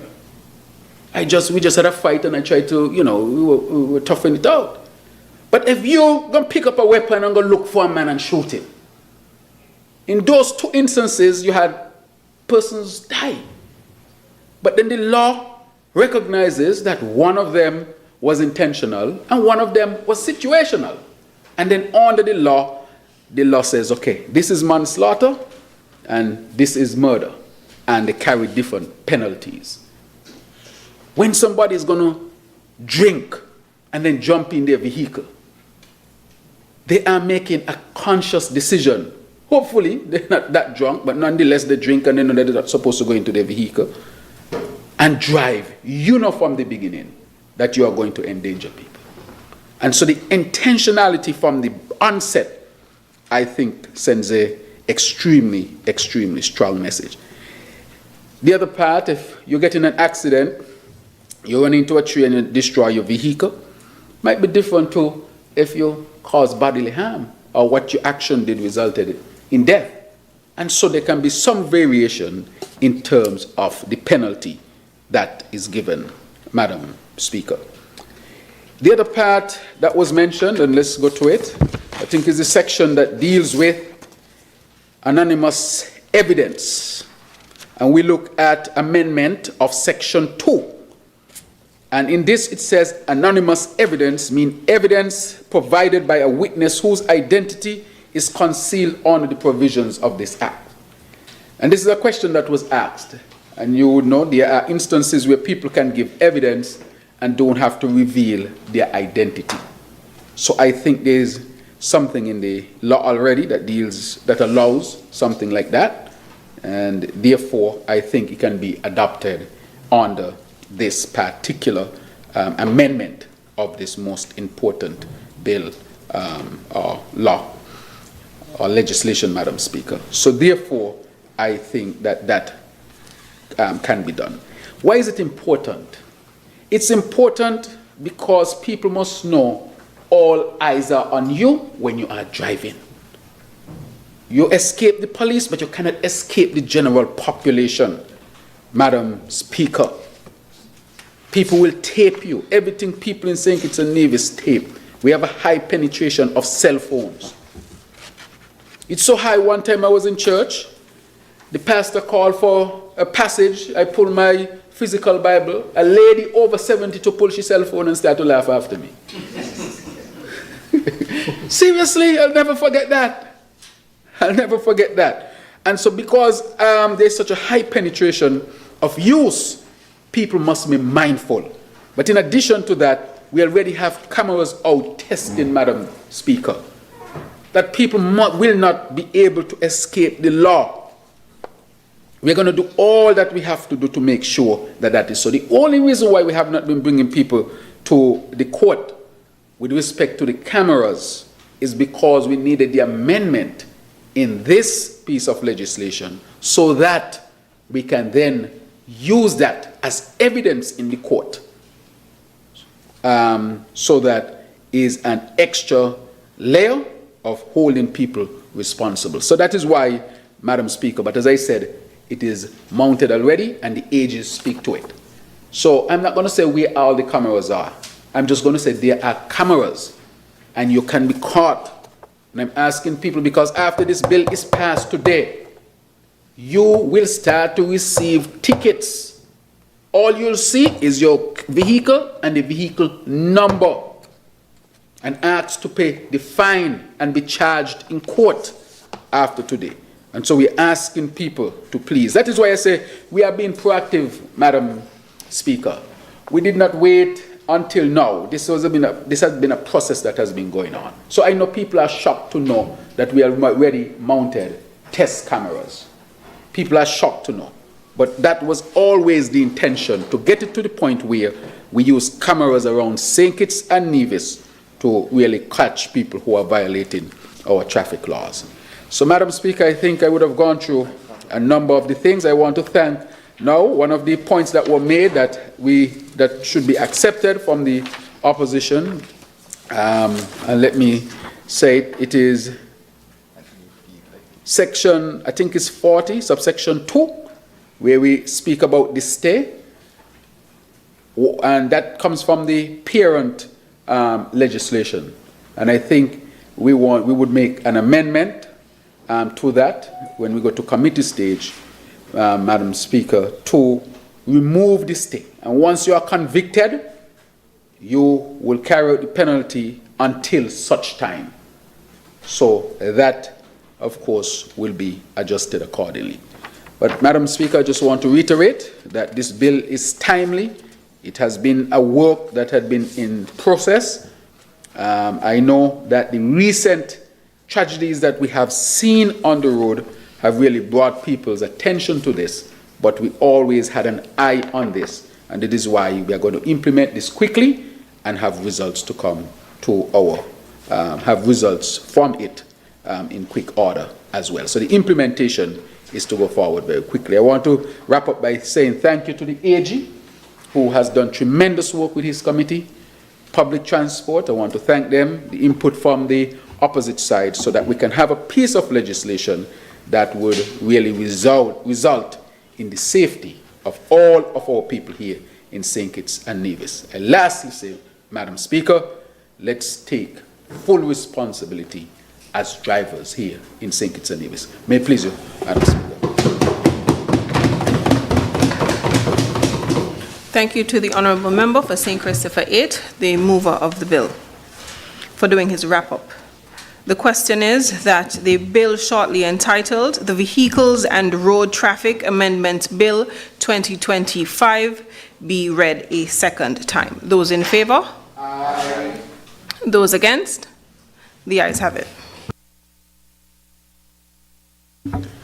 A bill to amend the Vehicles and Road Traffic Act, Cap 15.06, otherwise known as the Vehicles and Road Traffic Amendment Bill 2025.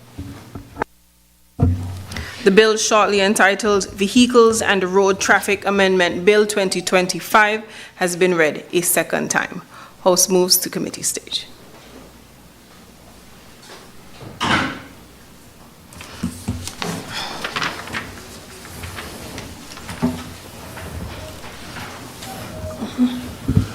Clauses 1 to 3. The question is that clauses 1 through 3 stand part of the bill. Those in favour? Aye. Those against? The ayes have it. Clause 4. The question is that, Honourable Attorney-General? Yes. May it please you, Madam Speaker. Oh, sorry, President? No. Chair, sorry. Chair, there's a proposal circulated to members that Clause 4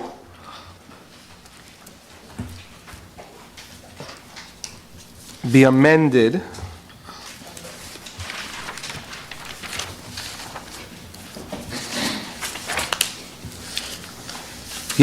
to include an additional amendment that is to the ones listed in the bill, such that there should be a new subclause 10, which reads, notwithstanding any provisions or law to the contrary, the registered owner of a vehicle shall be the person liable to a fine of $4,000 for the offence under the provisions of subsection 1, if the driver of the vehicle cannot be identified from the video or photograph issued with the automated ticket.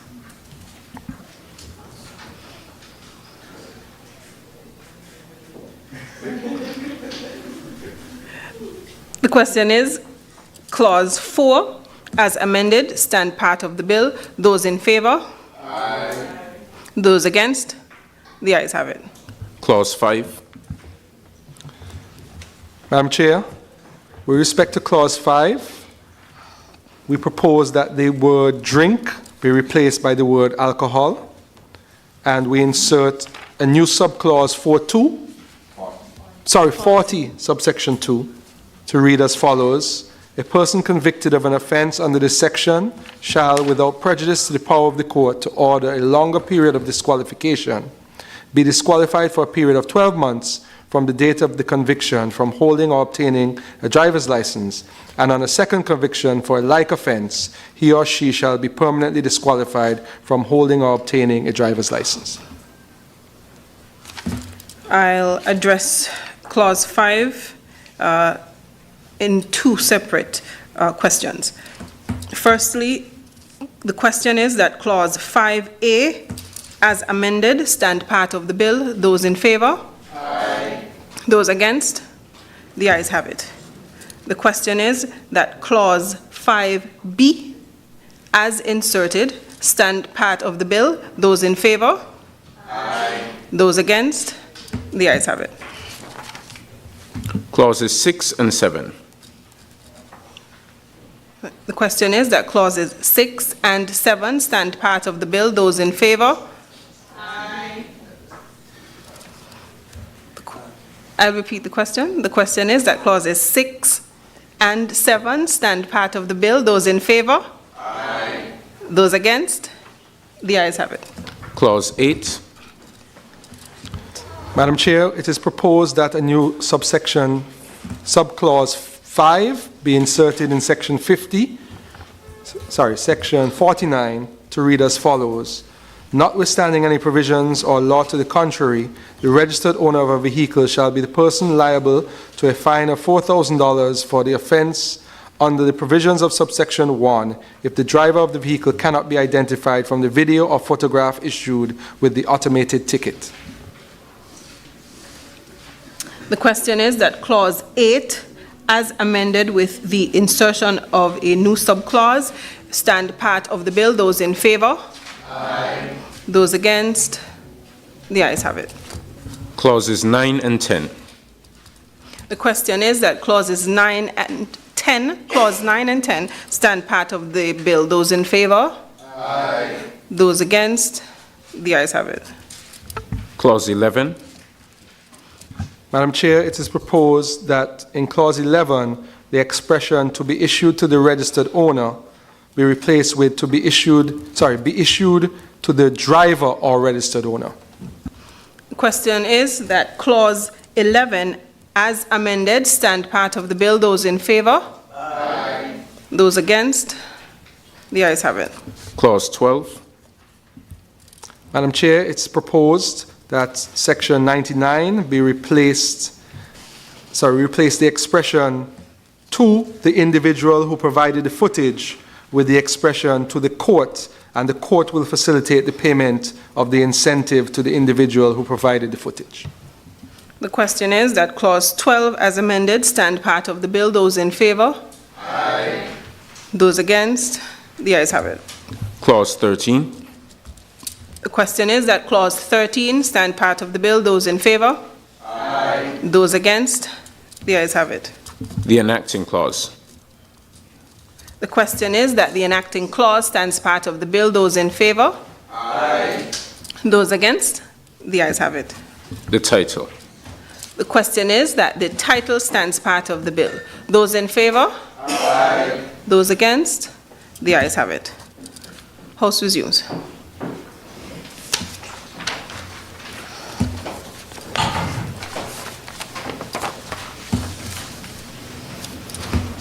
I recognize the Honourable Member for St. Christopher 8.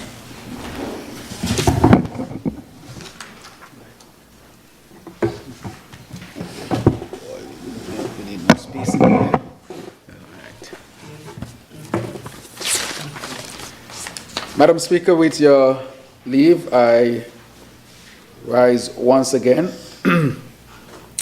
and to report that the bill has passed through committee stage with amendments. And I further move, Madam Speaker, that this is the subsection. Right, 57. Yeah, good. So, Madam Speaker, I also move again that the subsection 57 be suspended and that the bill be read a third time and pass into law.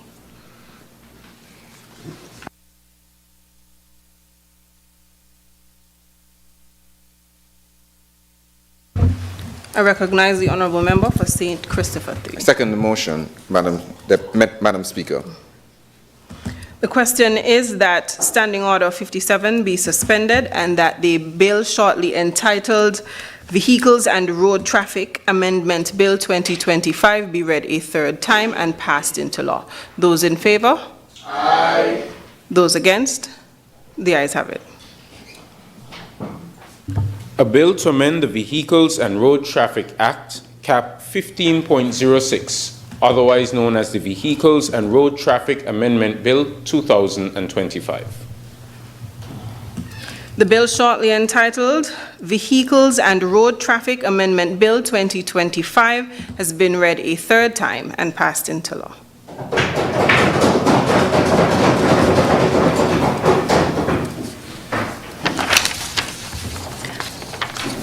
I recognize the Honourable Attorney-General.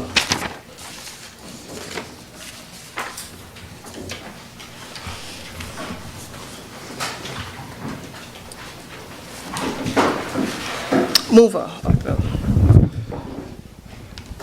Madam Speaker, I apologize on behalf of almost all the members in the House who have been saying, Madam Deputy, and forgetting because we said Madam Deputy Speaker in the last sitting about 1 million times each during the budget debates. So I apologize on all of our behalfs. That's fine, we're one team. Yes. Madam Speaker, I rise to lead the debate of and have read for a second time in this Honourable House the bill shortly entitled Plea Negotiations and Agreements Bill 2024.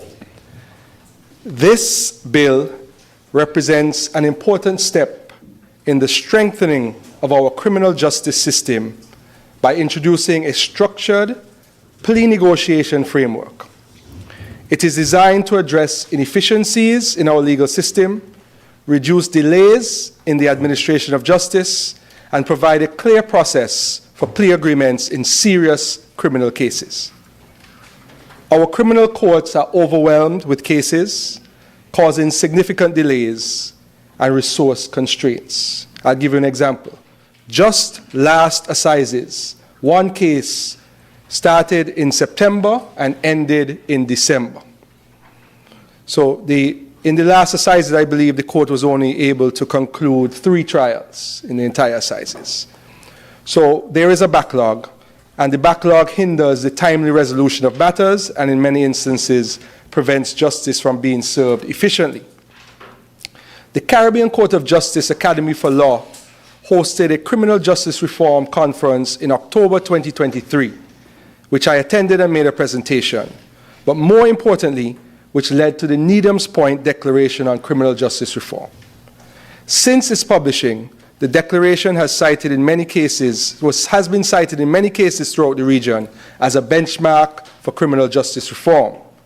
The declaration identified plea bargaining as a crucial tool in addressing case backlogs and expediting the justice process.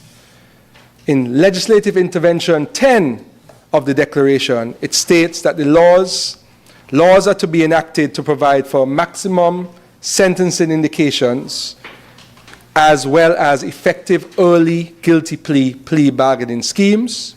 And in the judicial intervention, number 34 in the declaration, that courts should adopt a focused and integrated approach to eliminate criminal case backlogs by using tools and measures such as robust case management coupled with plea bargaining discussions. The European Union-funded PACE Justice Project, of which St. Kitts and Nevis is proud to be a beneficiary, has also committed to training the Director of Public Prosecution's Office Crown Prosecutors, of which you used to be one, Madam Speaker, and relevant stakeholders in plea negotiations, reinforcing the necessity of this bill. Plea negotiations, Madam Speaker, and for the general public to understand, are a well-established practice in legal systems worldwide, providing numerous advantages. 1, efficiency. Cases can be resolved more quickly, freeing up judicial resources for complex trials. 2, resource management. Both the prosecution and defense benefit from saving time and costs. 3, certainty. The process provides clearer and more predictable outcomes for all parties. And 4, victim participation. Victims have an opportunity to contribute to the process through victim impact statements, ensuring their voices are heard in sentencing decisions. Plea bargaining, Madam Speaker, is in essence, if someone is charged with an offense and they are likely to plead guilty, if the offense had a maximum, let's use the causing death by dangerous driving, which is now 10 years max. The person said, listen, I am willing to plead guilty. And they go to the prosecution says, what do you think, if I plead guilty, what sentence do you think I would get? The prosecution can say, well, this was a case of careless driving, causing death by careless driving, for example. So we think you are likely to get 3 years.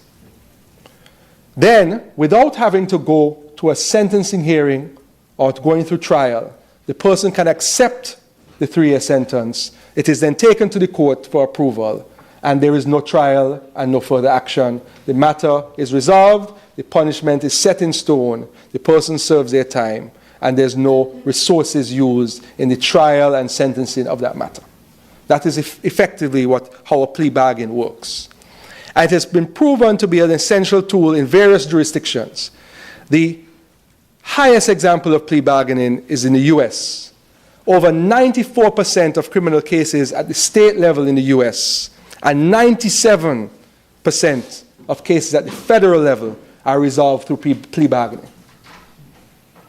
It has significantly reduced the burden on the courts, allowing them to focus on the more serious cases that require full trials. I know many persons in St. Kitts and Nevis watch these crime shows, Law and Order and NCI and so forth, and you always hear about them having a discussion and saying, accused having a discussion with a lawyer saying, should I take the plea? Should I take what they're offering? So if, for example, you do a crime, maybe an armed robbery, and the maximum is 20 years, and the prosecution is saying, if you plead guilty, we'll offer you 8 years. And then the person has to make that tough decision, whether to plead guilty, take the 7 years, or take the chance with court, which is going to take a year, 2 years, and potentially get 20 years. So this is a practice in the US, which we have decided as collectively as a region, we don't want to go to that extreme, because plea bargaining in the States is almost the first resort. But we want to use it to eliminate some of the matters in court and speed up some of the matters through the court, and it's fair to all sides. For example, in Canada, plea bargaining helps streamline criminal proceedings and is governed by strict guidelines, similar to what we propose here, to ensure fairness and transparency. It's also used in the United Kingdom. The Sentencing Council provides structured frameworks for sentencing reductions based on early guilty pleas, incentivizing cooperation while maintaining judicial oversight. In essence, Madam Speaker, it costs money to run a criminal justice system. There are officers, there are prison officers, there's judges, there's clerks, there's registrars. It takes a lot. You have to get a jury impaneled. You have to feed everyone. It's very expensive in all over the world. So plea bargaining has been used as a way to expedite certain matters, take them out of the system, and have fairness for all sides, including the victim and the accused. Trinidad and Tobago has implemented it. Jamaica has implemented it with success. So people might ask how it speeds up the system. The ability to expedite cases is one of the primary benefits of plea bargaining. Criminal trials, particularly for serious offenses, require significant time, resources, from pretrial motions to examination of evidence and witness testimonies. Sometimes in these complex cases, the deposition is bundles of documents this big. And sometimes they're boxes with all the evidence, DNA, video, statements from different witnesses. It gets complex.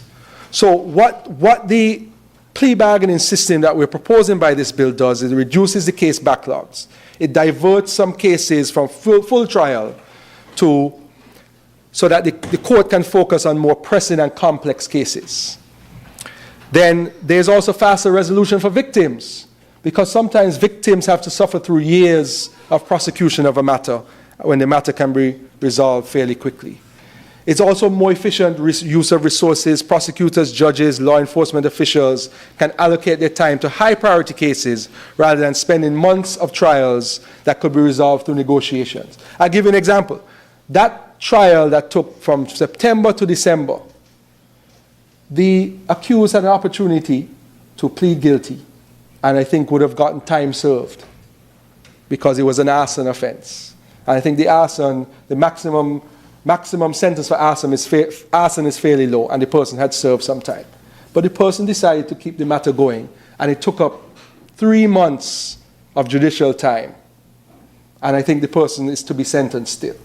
But that is a factor to be taken into consideration by the court, how much of the resources of the court have been taken up by this case. And that person could have what we call pled out and be released by getting time served.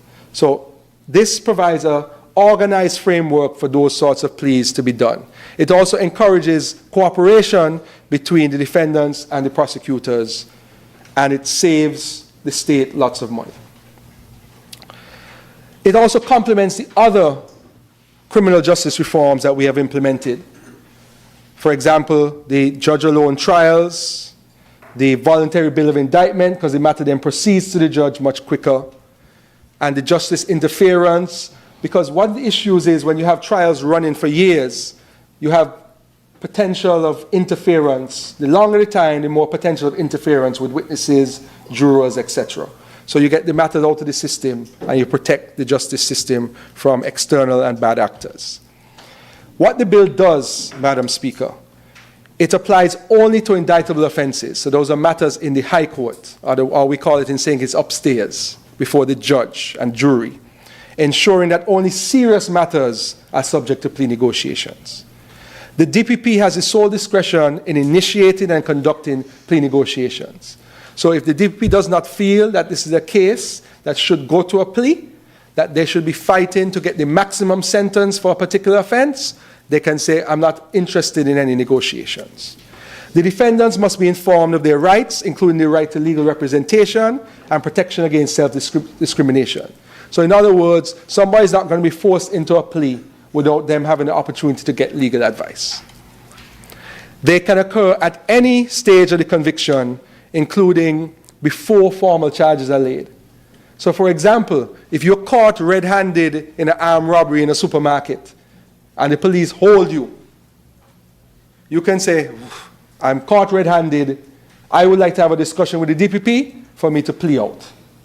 So even before the charges are laid, because they know they're going to be charged with armed robbery and so forth. So it can happen at any time. The agreements must be in writing, signed by the DPP, the accused, and their attorney.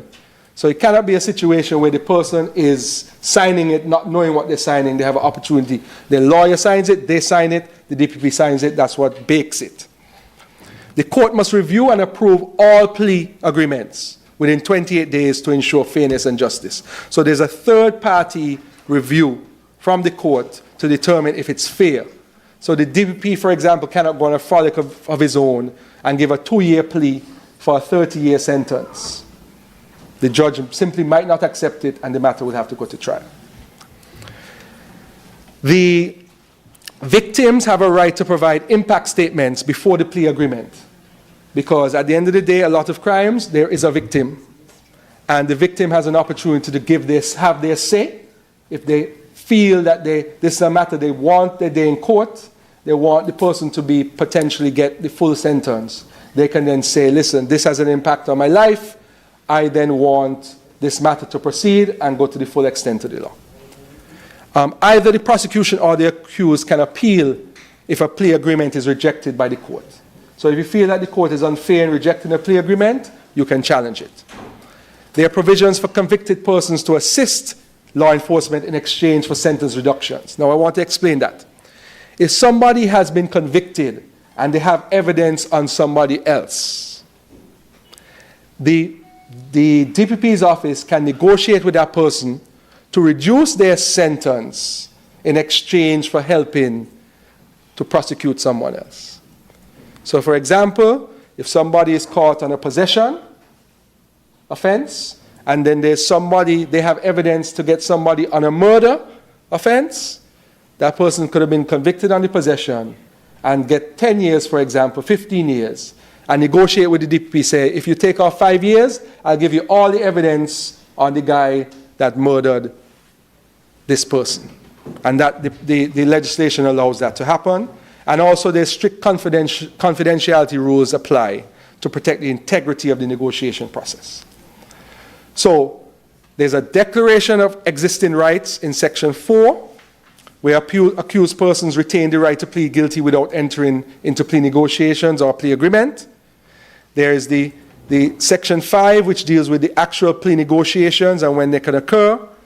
There is a Section 6, which says there are no obligations on the state to enter into plea negotiations.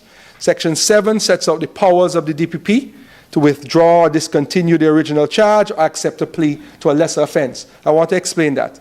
If you are charged with murder, in the situation that was given in the wrap-up by the member for number 8, you push someone, they fall down, they hit their head, they die.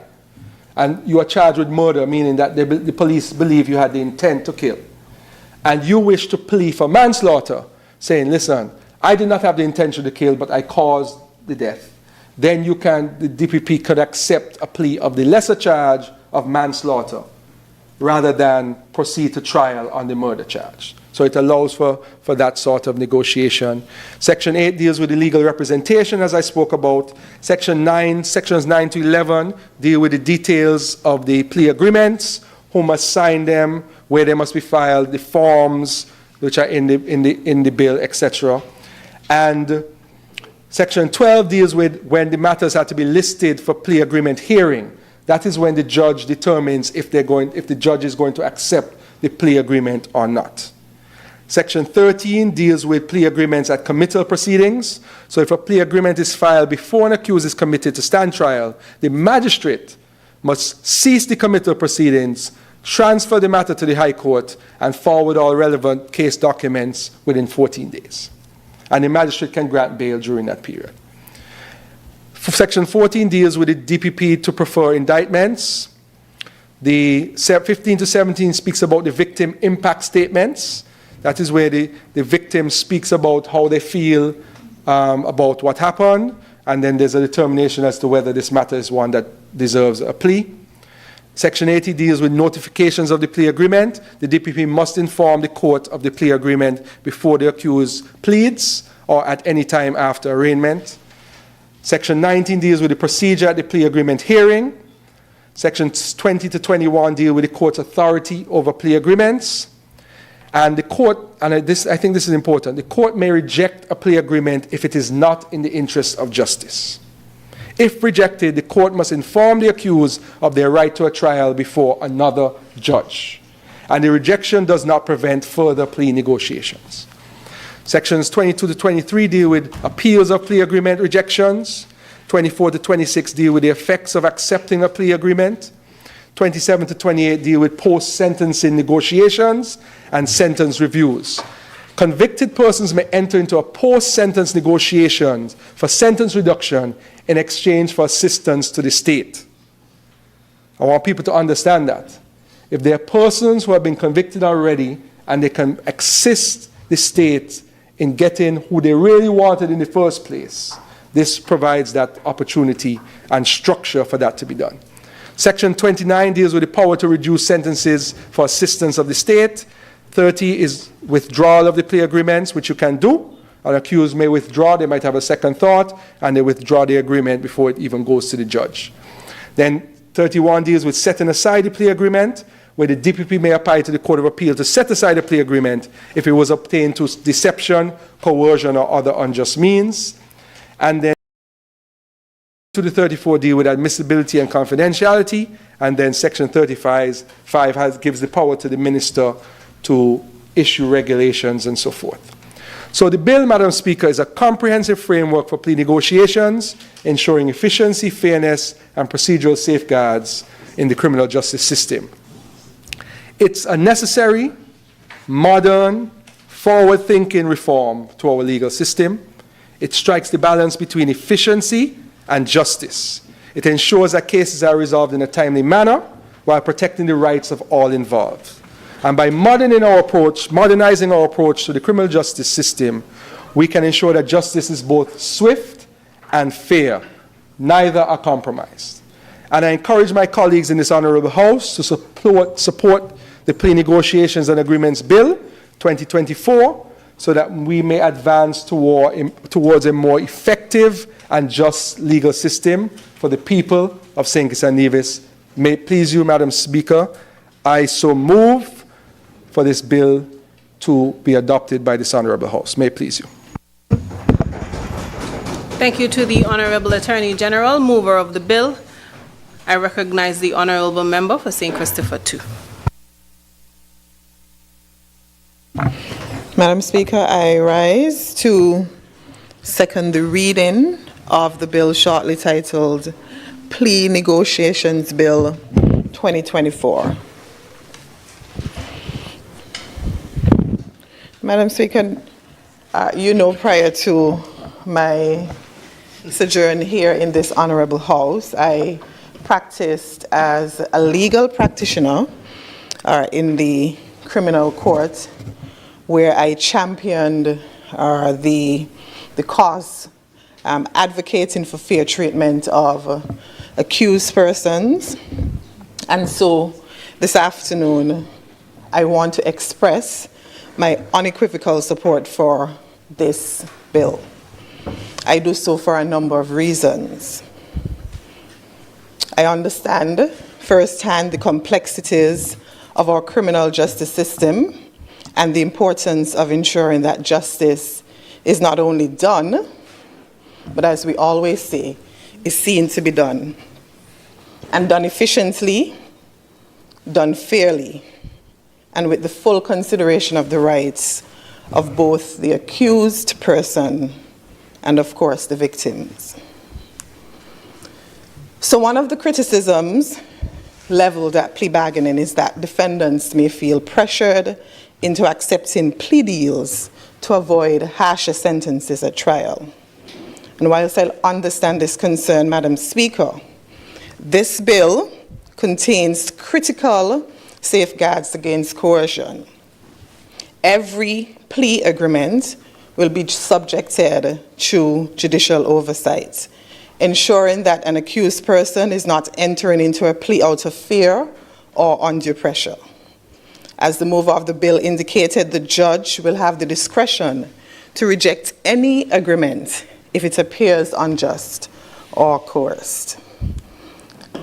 There might be some arguments as well, Madam Speaker, that innocent persons may plead guilty to avoid the risk of a more severe sentence after trial.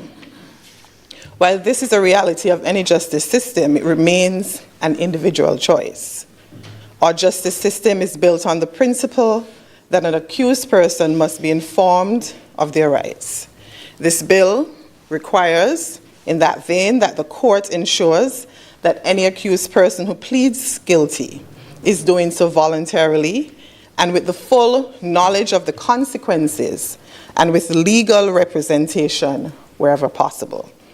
This ensures, Madam Speaker, that no one is misled or tricked or coerced, possibly, into a guilty plea. Another common concern is that plea bargaining may lead to disparities in sentences, where two defendants charged with similar crimes receive different sentences based on their negotiation skills rather than on the merits of their case. However, as you should be aware, Madam Speaker, our jurisdiction follows the sentencing guidelines established by the Eastern Caribbean Supreme Court. These guidelines provide a clear framework ensuring fairness, transparency, and proportionality in sentencing. This mitigates the risk of arbitrary sentencing and ensures consistency across cases. Another argument that may be made is that plea bargaining encourages defendants to waive their constitutional right to a fair trial. As fickle as it sounds, it can be raised. However, Madam Speaker, the right to a fair trial includes the right to decide whether to go to trial or not. This bill does not force anyone to waive their rights. It merely provides an additional option for accused persons to resolve their cases more efficiently if they so choose. Justice should not be about forcing trials where they are unnecessary, but about ensuring that every person accused is afforded the choice that best serves their interests. In doing the research, some concerns in relation to this bill as well raised about plea bargaining agreements negotiated behind closed doors. The arguments are that this reduces transparency and accountability. However, this bill before this House ensures that no agreement is final without judicial approval. Judges will therefore have the power under this bill to reject any deal that is not in the interests of justice, and I think the mover of the bill referred specifically to this section in the bill. This safeguard determines and guarantees that no backroom deals can undermine the integrity of our justice system. Madam Speaker, there is also the argument that plea bargaining reduces scrutiny of cases, including the conduct of law enforcement officers and the strength of the evidence. But this bill does not eliminate the requirement for judicial examination. The court must hear from the accused before accepting any plea agreement, and the court has the power, as said earlier by the mover, to reject deals where necessary.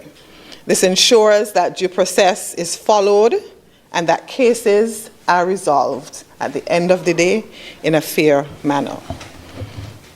Victims of crime, and like I started by saying, I support it because it ensures justice for the accused and for the victims. And so victims of crimes must have their voices heard in the justice process.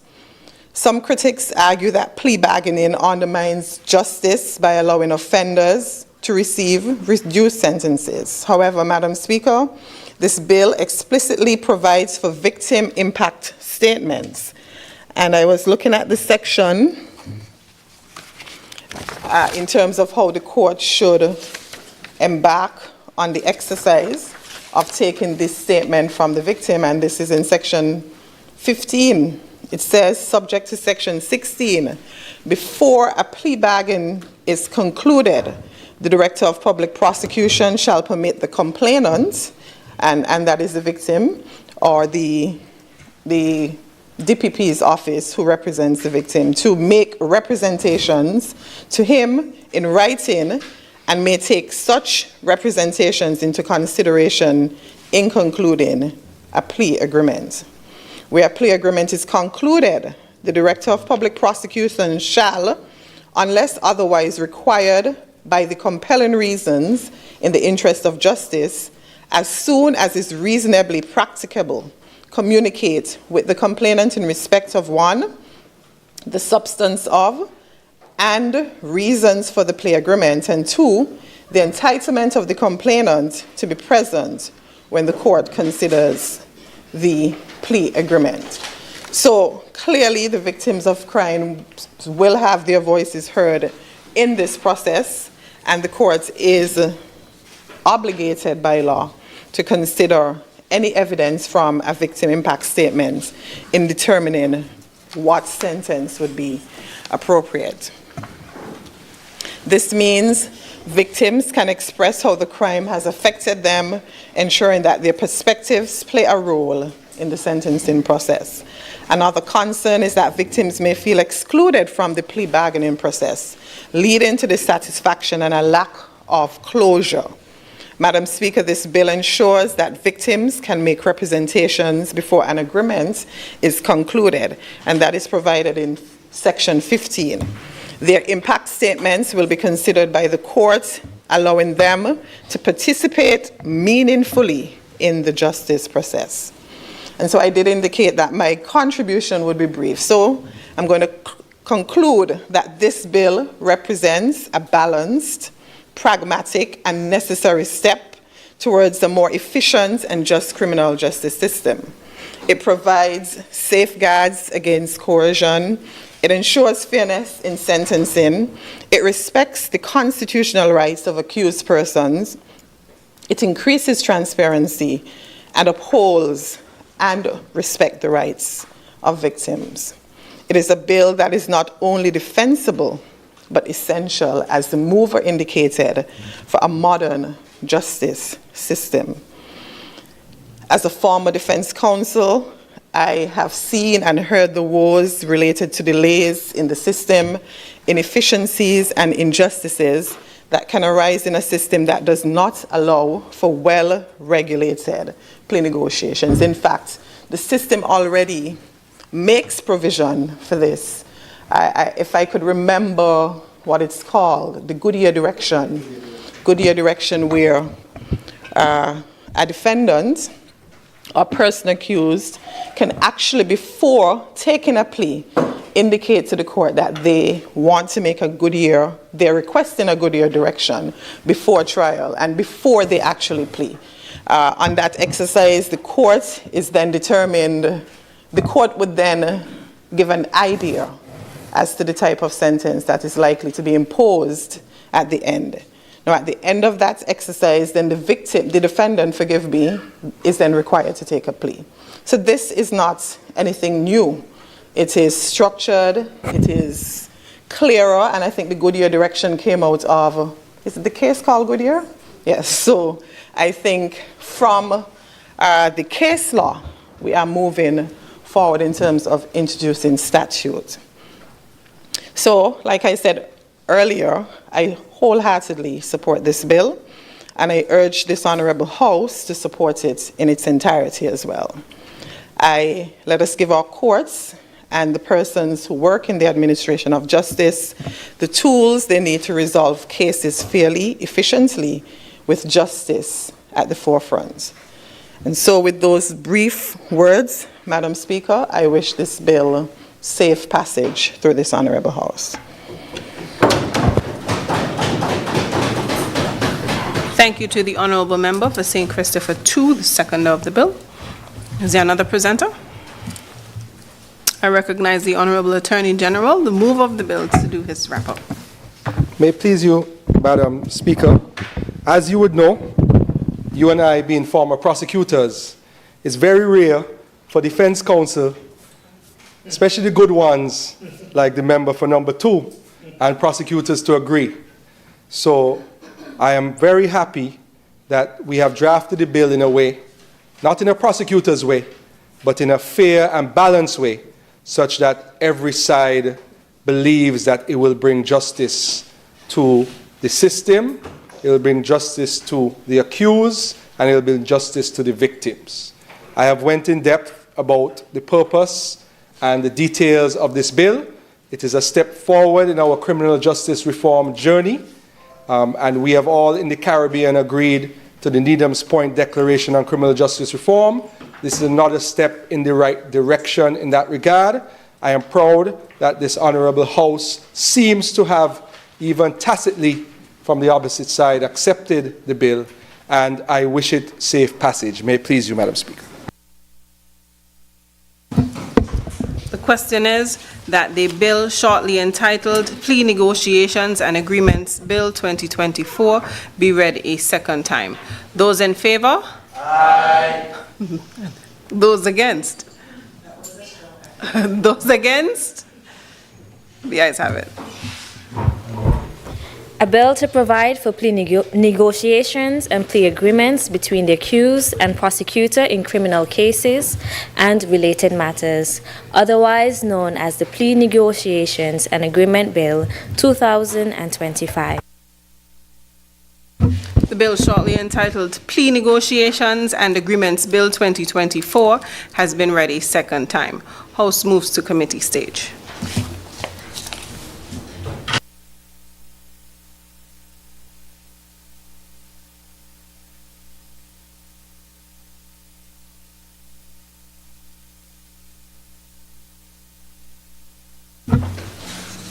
Proceed.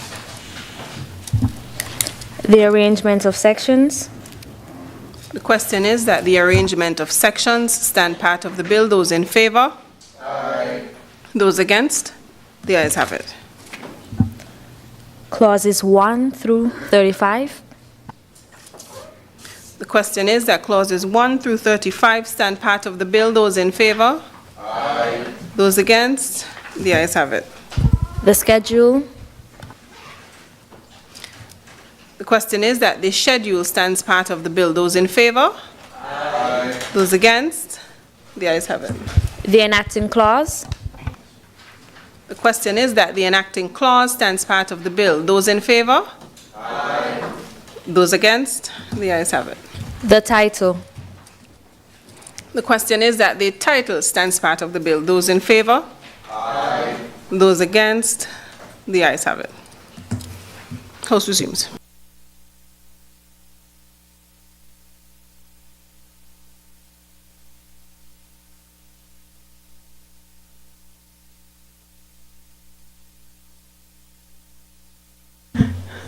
I recognize the Honourable Attorney-General.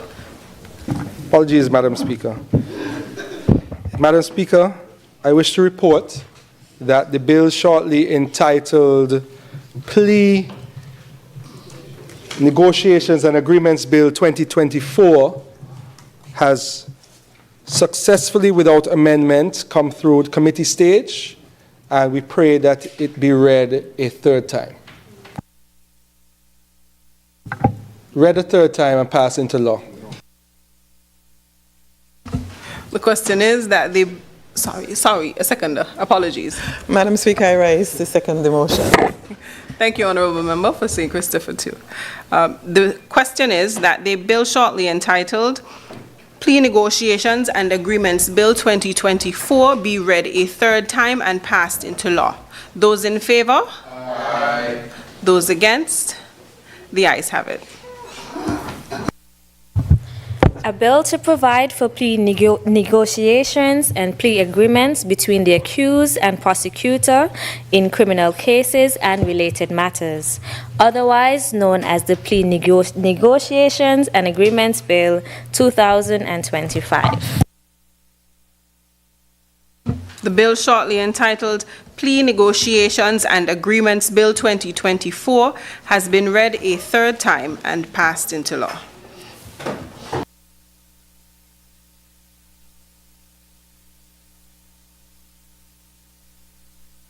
Madam Clerk. Motions, resolutions. I recognize the Honourable Member for St. Christopher 8. Madam Speaker, with your leave once again, I rise to lay before this Honourable House a resolution. And it reads, Madam Speaker, St. Christopher and Nevis Statutory Rules, Orders number... What is this? Huh?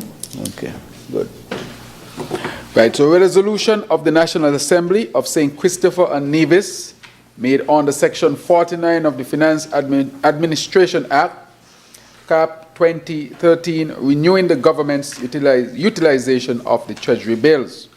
Whereas it is provided by Section 49 of the Finance Administration Act, Cap 2013, that the Minister of Finance may, in a financial year, when authorized by a resolution of the National Assembly, renew the utilization of advances such as Treasury bills to meet current requirements to administer the government's affairs.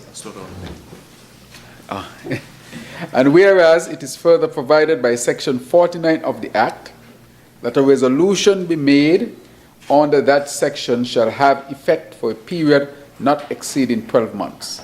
And whereas the Minister of Finance considers it necessary to continue to renew the utilization of existing Treasury bills in the sum not exceeding $300 million Eastern Caribbean for the purpose of meeting current requirements to administer the affairs of the country.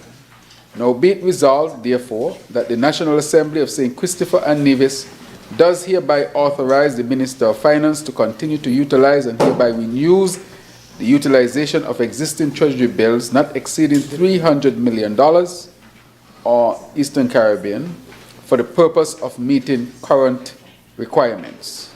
May it please you, Madam Speaker. The question is that a... Sorry, I keep missing what's happening with me today.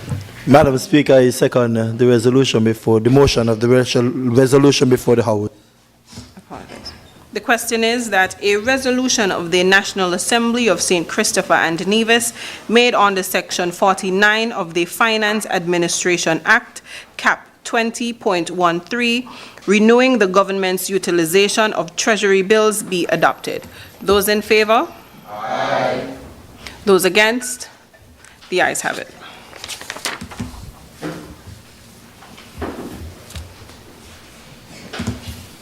I recognize the Honourable Member for St. Christopher 3. Madam Speaker, with your leave, I rise to move a motion to have read a resolution of this National Assembly of St. Christopher and Nevis authorizing guarantee for the St. Kitts Electricity Company Limited to finance the new advanced metering infrastructure project. Whereas it is provided by Section 55B of the Finance Administration Act, Cap 20.13, that a guarantee of a financial liability shall not be given by the government unless it is authorized by resolution of the National Assembly. And whereas the St. Kitts Electricity Company Limited, a company wholly owned by the government, has applied to the St. Kitts, Nevis and Anguilla National Bank Limited for a loan facility in the sum of 18 million Eastern Caribbean dollars to finance the new advanced metering infrastructure project, the SCELEC AMI project.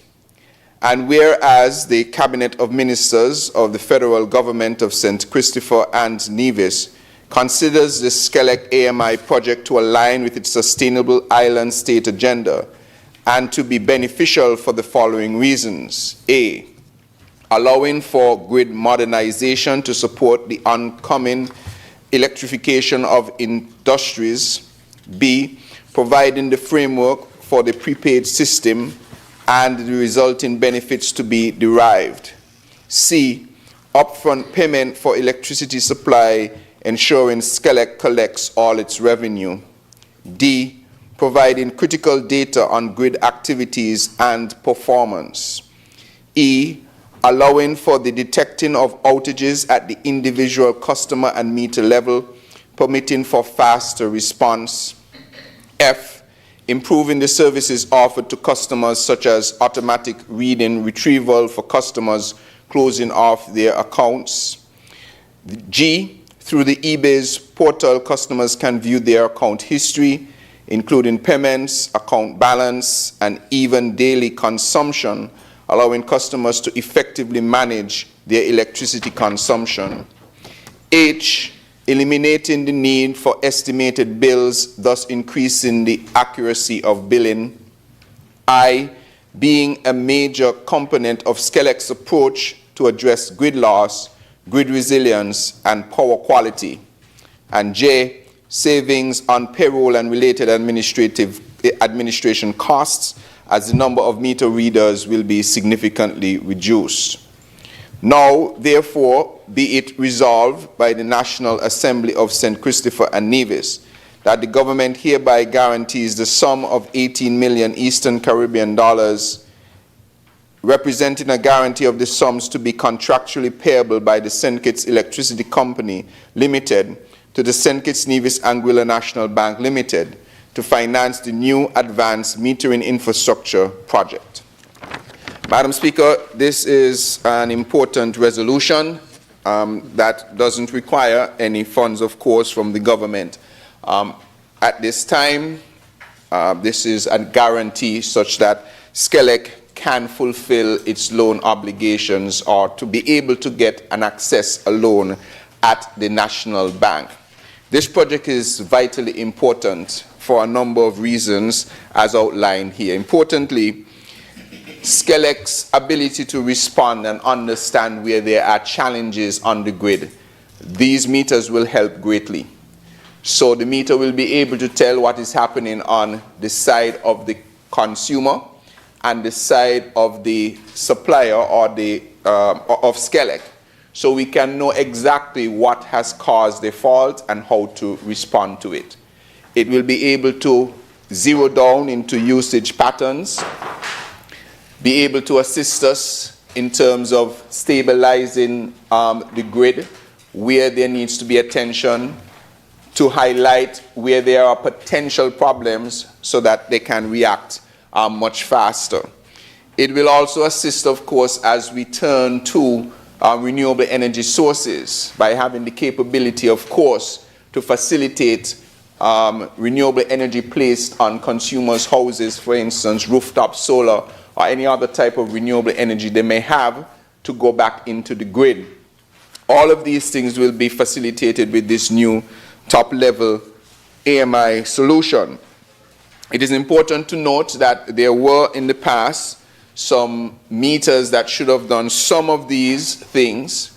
However, there were challenges with those meters. In particular, the frequency in which those meters communicated was not an approved band of frequency in St. Kitts and Nevis. And so it was interfering with other operators that had those approved frequencies.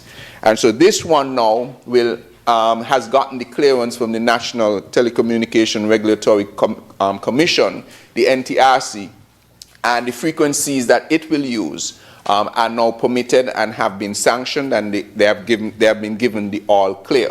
So we expect that this modernization of the grid, of the meter system, will redound to significant benefits in terms of managing the grid. Another important aspect, of course, is the ability to set up a prepaid framework. Just like you would prepare for your cell phone, you can decide that today I top up $20, if that is what is available, and you manage usage according to that. Or you can decide you want to top up however much. Or you know, as I guess that's a top up coming through.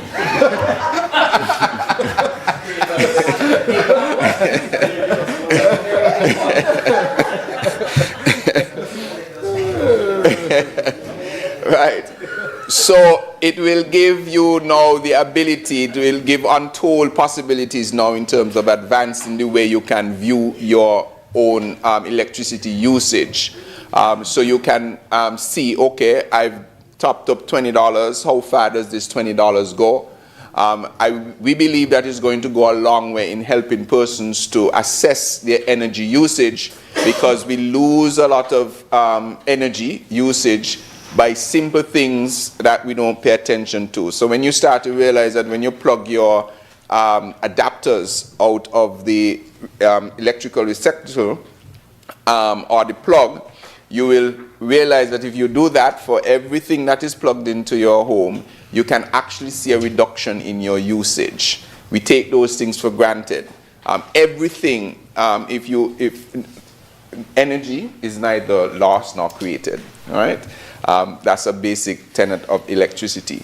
Anything that feels warm in the house that you're not using is burning electricity. So if you touch your charger and it feels warm and nothing is plugged into it, you're burning electricity, because that heat has to come from somewhere, and it uses electricity to do that.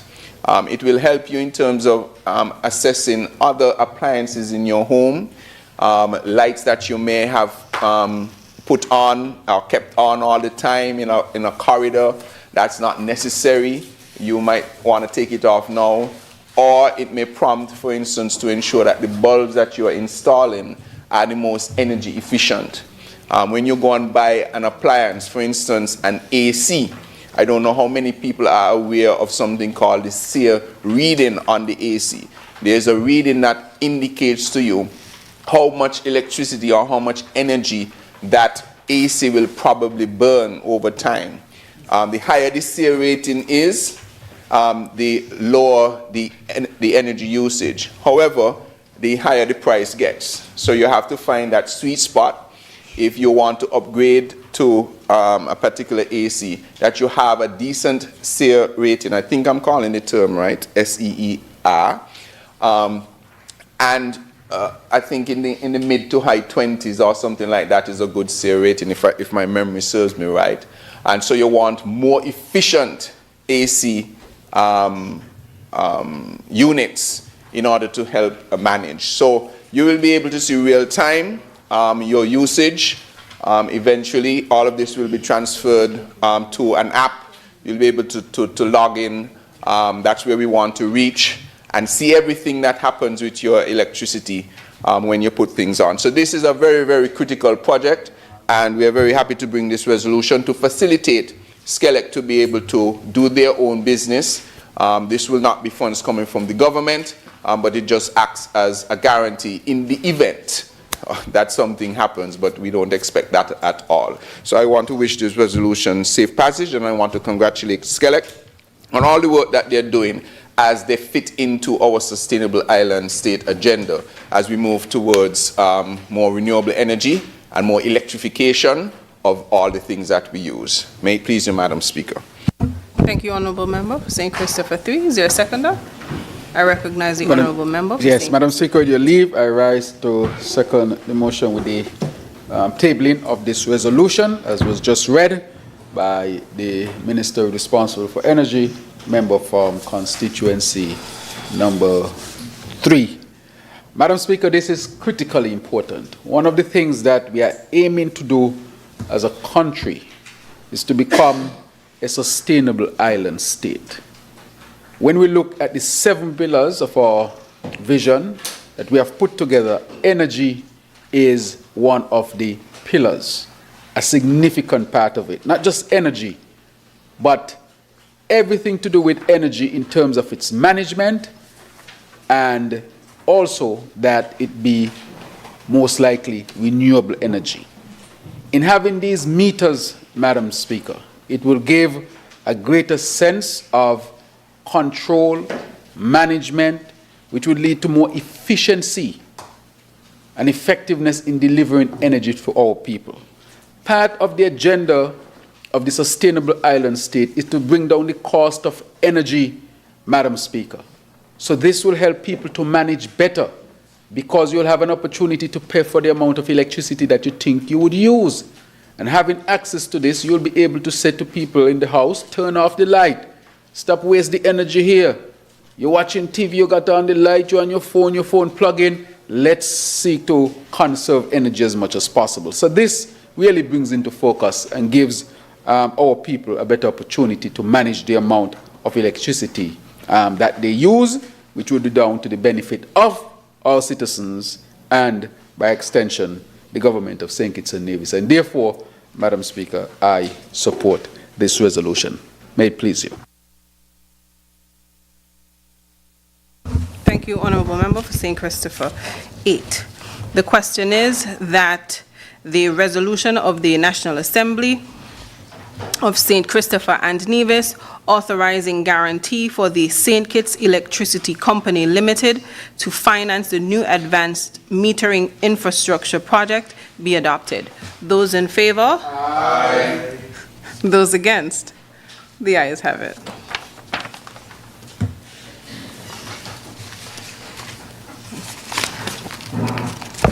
Adjournment.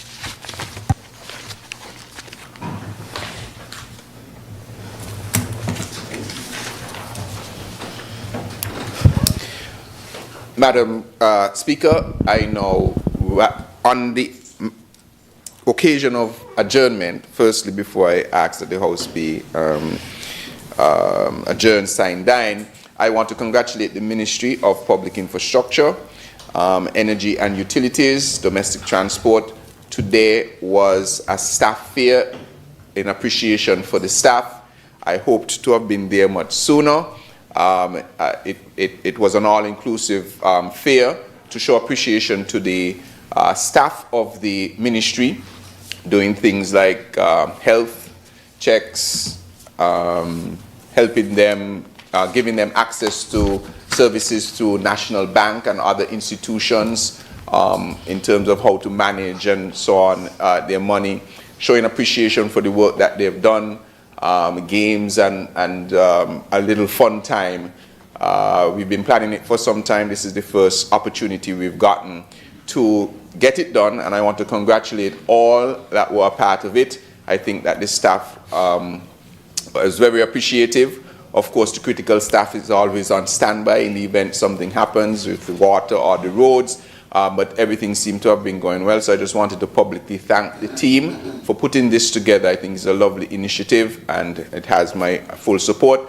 And I really wish I could have been there for a bit more of the time, but I wish it all the well, and for it to be a continued annual event that we can show support to our staff. With that, I would want... Just before you put the question, I wish to say something briefly. Okay. I prefer speaking before the question is put on the floor. The Office of the Speaker, as well as and by extension, the Office of the Clerk, we wish to offer sincere condolences to the family, friends, and loved ones of Malachi Ferguson, a former general member of the St. Kitts National Youth Parliament Association. His passing is a tremendous loss to the association and the country at large. I pray for their strength and I pray for their comfort at this time. May his soul rest in eternal peace. You may have the question. And we would want to echo those sentiments, Madam Speaker. And with your leave, I now move that this Parliament stands adjourned sine die. Seconder. Recognize the Honourable Member for St. Christopher 1. And I second that motion before the Honourable House. Thank you, Honourable Member. The question is that the House stands adjourned sine die. Those in favour? Aye. Those against? The ayes have it. House is adjourned sine die.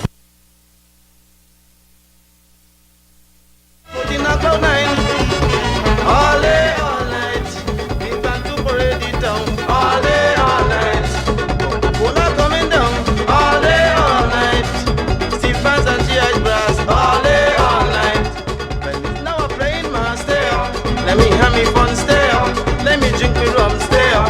If you black or white, stay up all day, stay up all night. All day.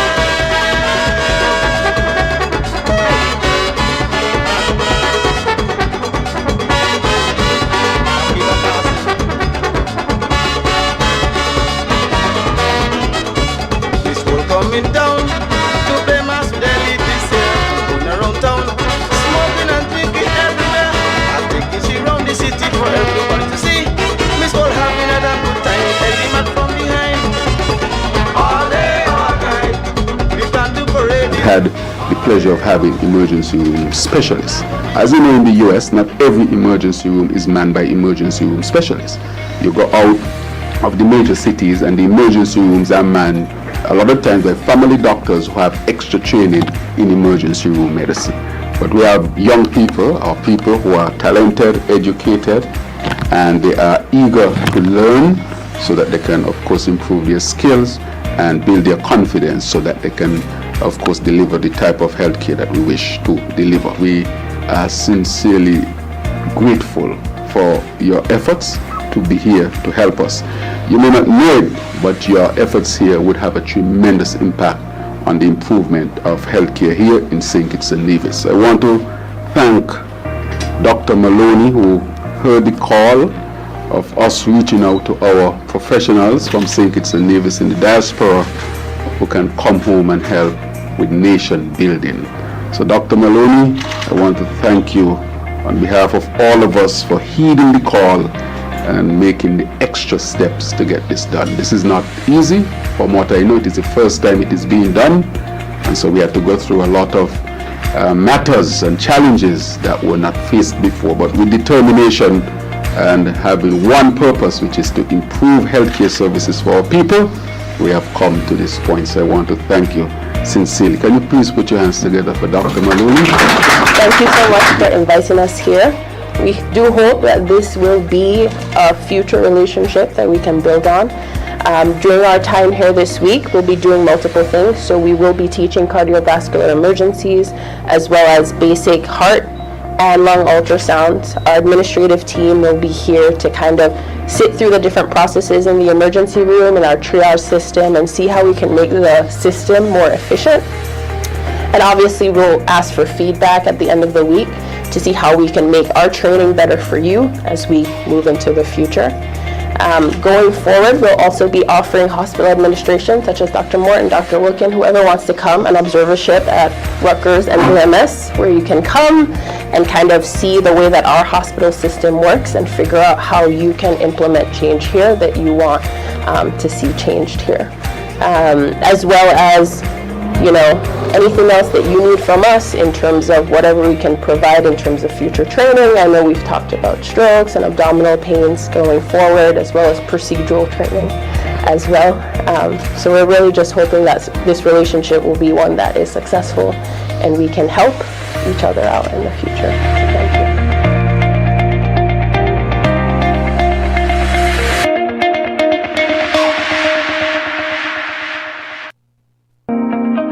Buying groceries with the Budget Boost Wallet program has never been easier. Here's how to pay with JAD at any one of the approved supermarkets. Download the JAD Cash app from the Apple App Store or Google Play Store. Choose a vendor of your choice. Pick up your qualified items or groceries, then visit the cashier.